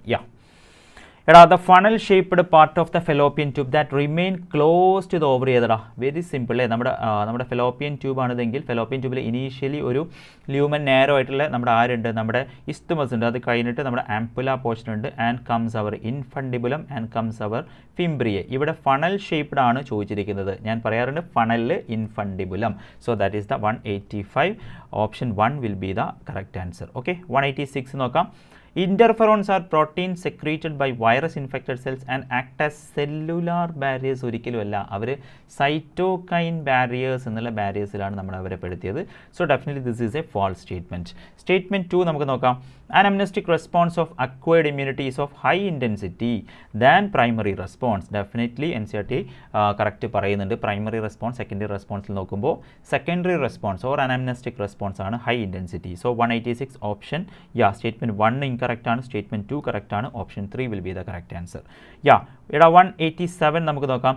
Which of the following statement is not true for 2 genes that show 50% recombinant frequency ആണ്? ഇത് നമ്മുടെ ലിങ്കേജുമായി ബന്ധപ്പെട്ടുള്ളൊരു ചോദ്യമാണ്. ആക്ച്വലി വെരി സിമ്പിൾ ക്വസ്റ്റ്യൻ ആണ്. 50% റീകോംബിനൻറ്റ് ഫ്രീക്വൻസി എന്ന് പറയുമ്പോൾ അത്യാവശ്യം നല്ലൊരു ഫ്രീക്വൻസിയാണ്. NCERT പറയുന്ന എക്സാമ്പിളിൽ തന്നെ ഒരു ഡ്രോസോഫിലിൻ്റെ ക്രോസ് എ ക്രോസ് ബി ഒക്കെ പറയുന്നുണ്ട്. അതിൽ നിങ്ങൾക്കറിയാം ക്രോസ് എയിൽ 1.3%, ക്രോസ് ബിയിൽ 37.2%. 37.2% ആകുമ്പോൾ തന്നെ അവരുടെ ജീൻസുകൾ തമ്മിൽ അത്രയും അകലത്തിലാണ് എന്നുള്ള രീതിയിലാണ് NCERT പറയുന്നത്. സോ ഇവിടെ 50% റീകോംബിനൻറ്റ് ഫ്രീക്വൻസി എന്ന് പറയുമ്പോൾ അവർ മിക്കവാറും ഡിഫറൻറ്റ് ക്രോമോസോമിലാവാനുള്ള സാധ്യത കൂടുതലാണ്. അപ്പോൾ ഓപ്ഷൻ 1 ശരിയാണ്. ദേ ആർ ടൈറ്റ്ലി ലിങ്ക്ഡ് എന്ന് പറയുന്നത് ഡെഫിനറ്റ്ലി ഫാൾസ് ആണ്. കാരണം എന്താ, 50% ആയി. 50% എന്ന് പറയുമ്പോൾ ഒരിക്കലും ടൈറ്റ് ആവാൻ സാധ്യതയില്ല. 1.3 ആ ഒരു പെർസെൻറ്റേജ് ഒക്കെ എത്തുന്ന സമയത്താണ് ആക്ച്വലി ഇവർ ടൈറ്റ് ആവാൻ സാധ്യത. സോ അപ്പോൾ തന്നെ നമുക്ക് ആൻസർ കിട്ടും. സോ ബാക്കിയുള്ളതും കൂടെ ആക്ച്വലി ശരിയായിട്ടുള്ള സ്റ്റേറ്റ്മെൻറ്റ് ആണെന്നുള്ളത് നമുക്ക് കാണാൻ പറ്റും. So definitely option 2 will be the correct answer. And 188 cytoskeletal elements like microtubules are involved in amoeboid movement. Locomotion movement എന്നുള്ള ചാപ്റ്ററിൽ നിങ്ങൾക്ക് അമീബോയ്ഡ് മൂവ്മെൻറ്റ് എന്നുള്ള ടോപ്പിക്കിൽ കാണാം. മൈക്രോട്യൂബ്യൂൾസ് അല്ല, മൈക്രോ ഫിലമെൻ്റ് ആണ്. സെൽ ദ യൂണിറ്റ് ഓഫ് ലൈഫിൽ സൈറ്റോസ്കെലറ്റൽ എലമെൻറ്റിൻ്റെ ഒരു എക്സാമ്പിളായിട്ട് നമ്മുടെ മൈക്രോട്യൂബ്യൂൾസിനെ പറയുന്നുണ്ട്, മൈക്രോ ഫിലമെൻറ്റിനെ സംബന്ധിച്ച് പറയുന്നുണ്ട്, ഇൻ്റർമീഡിയറ്റ് ഫിലമെൻറ്റിനെ സംബന്ധിച്ച് പറയുന്നുണ്ട്. പക്ഷേ അതിലെ മൈക്രോ ഫിലമെൻറ്റുകളാണ് അമീബോയ്ഡ് മൂവ്മെൻറ്റിൽ വരുന്നത്. So that is A false statement. Purely NCERT line വെച്ചിട്ടുള്ള ഒരു സ്റ്റേറ്റ്മെൻ്റ് ആണ്. All locomotions are not movements but all movements are locomotion. Definitely തെറ്റാണ്. All locomotions are movements ആണ്. All movements are not locomotion. Locomotion എന്ന് പറയുന്നത് ഒരു പോയിന്റിൽ നിന്ന് വേറെ പോയിന്റിലോട്ട് നീങ്ങണം, എന്നാൽ മാത്രമേ ആ മൂവ്മെൻറ്റിനെ നമുക്ക് locomotion എന്ന് വിളിക്കാൻ പറ്റുള്ളൂ. So all locomotions are movements ആണ് അല്ലേ. So this is again a false statement. So 188 രണ്ട് സ്റ്റേറ്റ്മെൻറ്റും ഇൻകറക്റ്റ് ആണ്. So option 1 will be the correct answer. We are almost ending ടോ. 189 നമുക്ക് നോക്കാം. 189 നോക്കടാ. സിട്രിക് ആസിഡ് ആൻസർ ചെയ്ത് വരും. സിട്രിക് ആസിഡ് എന്ന് പറയുന്നത് 189. സിട്രിക് ആസിഡ് ആസ്പെർഗിലസ് നൈഗർ വരും. എ ഓപ്ഷൻ 2 ആണ് എന്നുള്ളത് പറയുമ്പോൾ നമുക്ക് 2 എണ്ണം കിട്ടി. അപ്പോൾ ഈ 2 ആൾക്കാരെ നമ്മൾ ഒഴിവാക്കി. ഓക്കെ, അങ്ങനെ നമ്മൾ ഇതിനെ നോക്കിക്കഴിഞ്ഞാൽ നമുക്ക് പെട്ടെന്ന് ആൻസറിലോട്ട് എത്താം കേട്ടോ. സ്റ്റാറ്റിൻസ് എന്ന് പറയുന്നത് ഡെഫിനറ്റ്ലി മൊണാസ്കസ് പെർപ്യൂരസ് ആണ് വരുന്നത്, നമ്മുടെ ബ്ലഡ് കൊളസ്ട്രോൾ ലോവറിങ് ഏജൻറ്റ്. അപ്പം തന്നെ ആൻസർ ആയില്ലേ. ആൻഡ് കൺഫേം ചെയ്യുക, C4 ആണോ? Cyclosporin A, Trichoderma polysporum. ഈ സ്പോർ നോക്കിയാൽ മതി, ട്രൈക്കോഡെർമ പോളിസ്പോറം. സോ C4 ആണ് answer. And Swiss cheese Propionibacterium shermani. So definitely direct question ആണ്. Option 3 will be the answer. 190 which of the following factors are known to affect Hardy-Weinberg equilibrium? NCERT കൃത്യമായിട്ട് പറയുന്നുണ്ട്. Gene migration വരുന്നുണ്ട്, gene flow വരുന്നുണ്ട്, genetic drift ഉണ്ട്, mutation ഉണ്ട്, genetic recombination ഉണ്ട്, natural selection. So definitely answer 3. എല്ലാവരും ഇതിൽ factors ആണ്. Okay, so option 3 will be the answer. 191 നോക്കൂ. When a skeletal muscle shortens during contraction which of the following is false ആണ് ചോദിച്ചത്. I band shorten ചെയ്യുന്നുണ്ട് അല്ലേ. നമ്മുടെ സാർക്കോമിയേഴ്സ് ഇങ്ങനെ സെറ്റ് ലൈൻസ് കമ്മിങ് ക്ലോസർ പഠിച്ചിട്ടുണ്ട്. സാർക്കോമിയർ ഷോർട്ടൻ ചെയ്യും, എച്ച് സോൺ നാരോ ചെയ്യും, പക്ഷേ A band remains the same എന്നാണ് NCERT പറയുന്നത്. Okay, so definitely A band remains the same. So A band shortens എന്ന് പറയുന്നത് തെറ്റായ സ്റ്റേറ്റ്മെൻ്റ് ആണ്. Which of the following is sets of function is not regulated by hormone of pineal gland എന്ന് വെച്ചാൽ നമ്മുടെ melatonin അല്ലേ. മെലാറ്റോണിൻ്റെ function അല്ലാത്തത് ഏത് എന്നാണ് ചോദിച്ചത്. Diurnal rhythm, body temperature NCERT പറയുന്നുണ്ട്. മെറ്റബോളിസം, പിഗ്മെൻറ്റേഷൻ NCERT പറയുന്നുണ്ട്. ആൻഡ് ഗ്രോത്ത് ഓഫ് ബോൺ എന്നുള്ള കാര്യം NCERT അവിടെ പറയുന്നേ ഇല്ല. ഡയണൽ റിതം എന്തായാലും ഉണ്ട്, ഡിഫൻസ് ഓർ ഇമ്മ്യൂണിറ്റി എന്തായാലും ഉണ്ട്. So definitely option 3 will be the correct answer. 193 ഒരു ഫിഗർ ബേസ്ഡ് ക്വസ്റ്റ്യൻ ആണ്. 193 നമുക്ക് നോക്കാം. 193 നോക്കടാ. 193 യെസ്, നമുക്ക് 193 എ എന്ന് പറയുന്നത് നമ്മുടെ കാലിക്സ് ആണല്ലേ, എ കാലിക്സ് ആണെന്നുള്ള കാര്യം നമുക്കറിയാം. സോ എ കാലിക്സ് എന്നുള്ള 2 ഓപ്ഷനേ ഉള്ളൂ കേട്ടോ. അപ്പോൾ തന്നെ നമ്മൾ 2 ആൾക്കാർ ഒഴിവാക്കി. Okay, so this is the method. And B ഏതാ, ബി കോർട്ടെക്സ് പക്ഷേ 2 അല്ലേ, B cortex 2 and C renal column 2 അപ്പോൾ ഡി വെച്ചിട്ട് നമുക്ക് ആൻസർ പറയാൻ പറ്റും. എടാ ഡി യൂറീറ്റർ ആണോ യൂറീത്രയാണോ? ഡി എന്ന് പറയുന്നത് യൂറീറ്റേഴ്സ് ആണ്. So definitely answer 193 option 3 will be the answer. Option 193 option 2 will be the answer. Sorry, 193 option 2 will be the answer.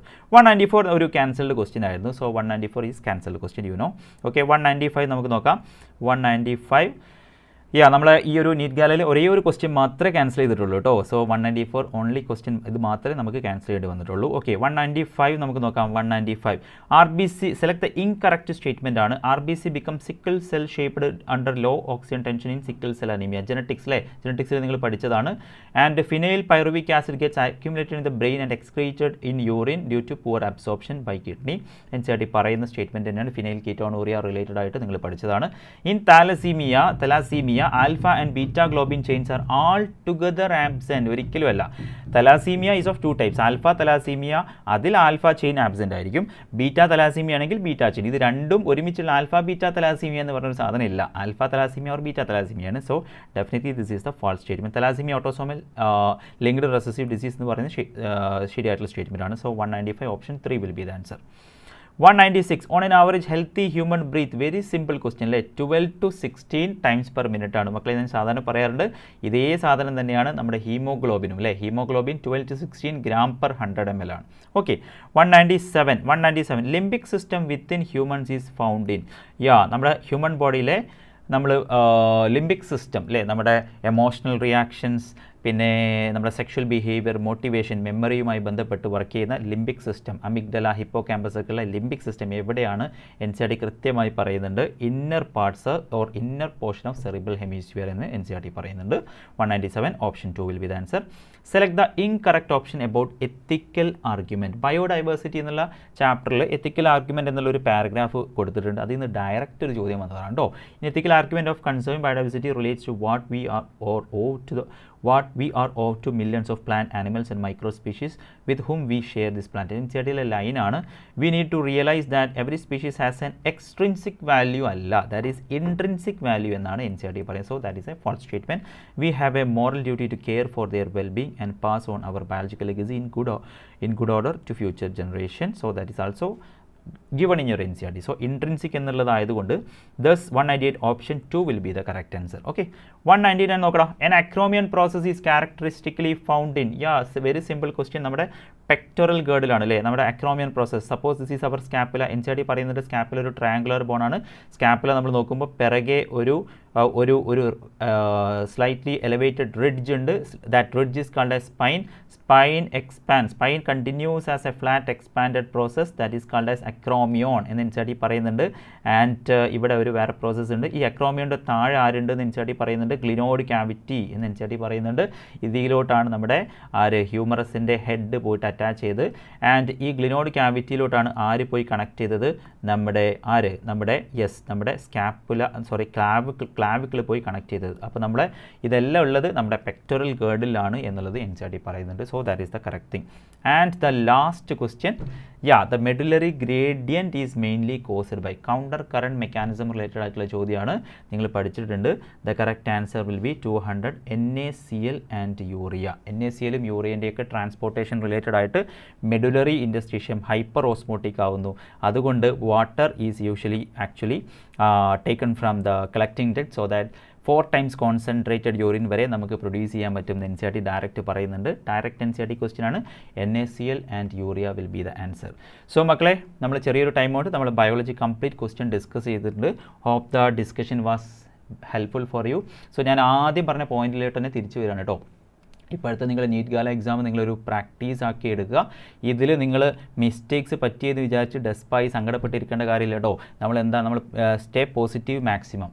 നമ്മൾ എന്ത് ചെയ്യുകയെന്ന് വെച്ചാൽ ഇതിൽ നമുക്ക് പറ്റിയ മിസ്റ്റേക്സ് നമ്മൾ കൃത്യമായിട്ട് അനലൈസ് ചെയ്യുക, കോൺസ്റ്റൻ്റ് ആയിട്ട് നമ്മളെ തന്നെ നമ്മളൊരു വിജിലൻസോട് കൂടെ നിരീക്ഷിക്കുക, നമ്മൾ എന്തുകൊണ്ടാണ് തെറ്റിച്ചത് എന്നുള്ള കൃത്യമായിട്ടുള്ള ഐഡിയ നമുക്ക് വേണം.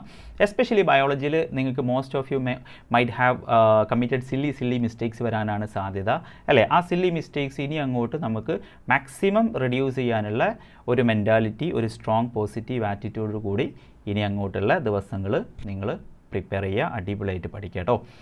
സോ മക്കളെ, നമുക്ക് വൈൻഡ് അപ്പ് ചെയ്യാം session. Hope the discussion was helpful for you. So yeah let's meet in another session. So till then thank you all. Thank you. നിങ്ങൾ അടിപൊളിയായിട്ട് അറ്റൻറ്റീവായിട്ടിരുന്നു.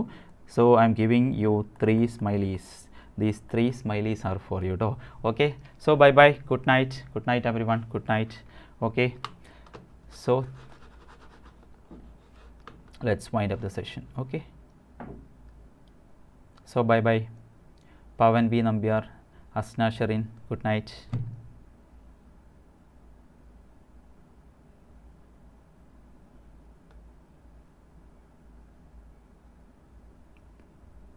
Good night Ashwin.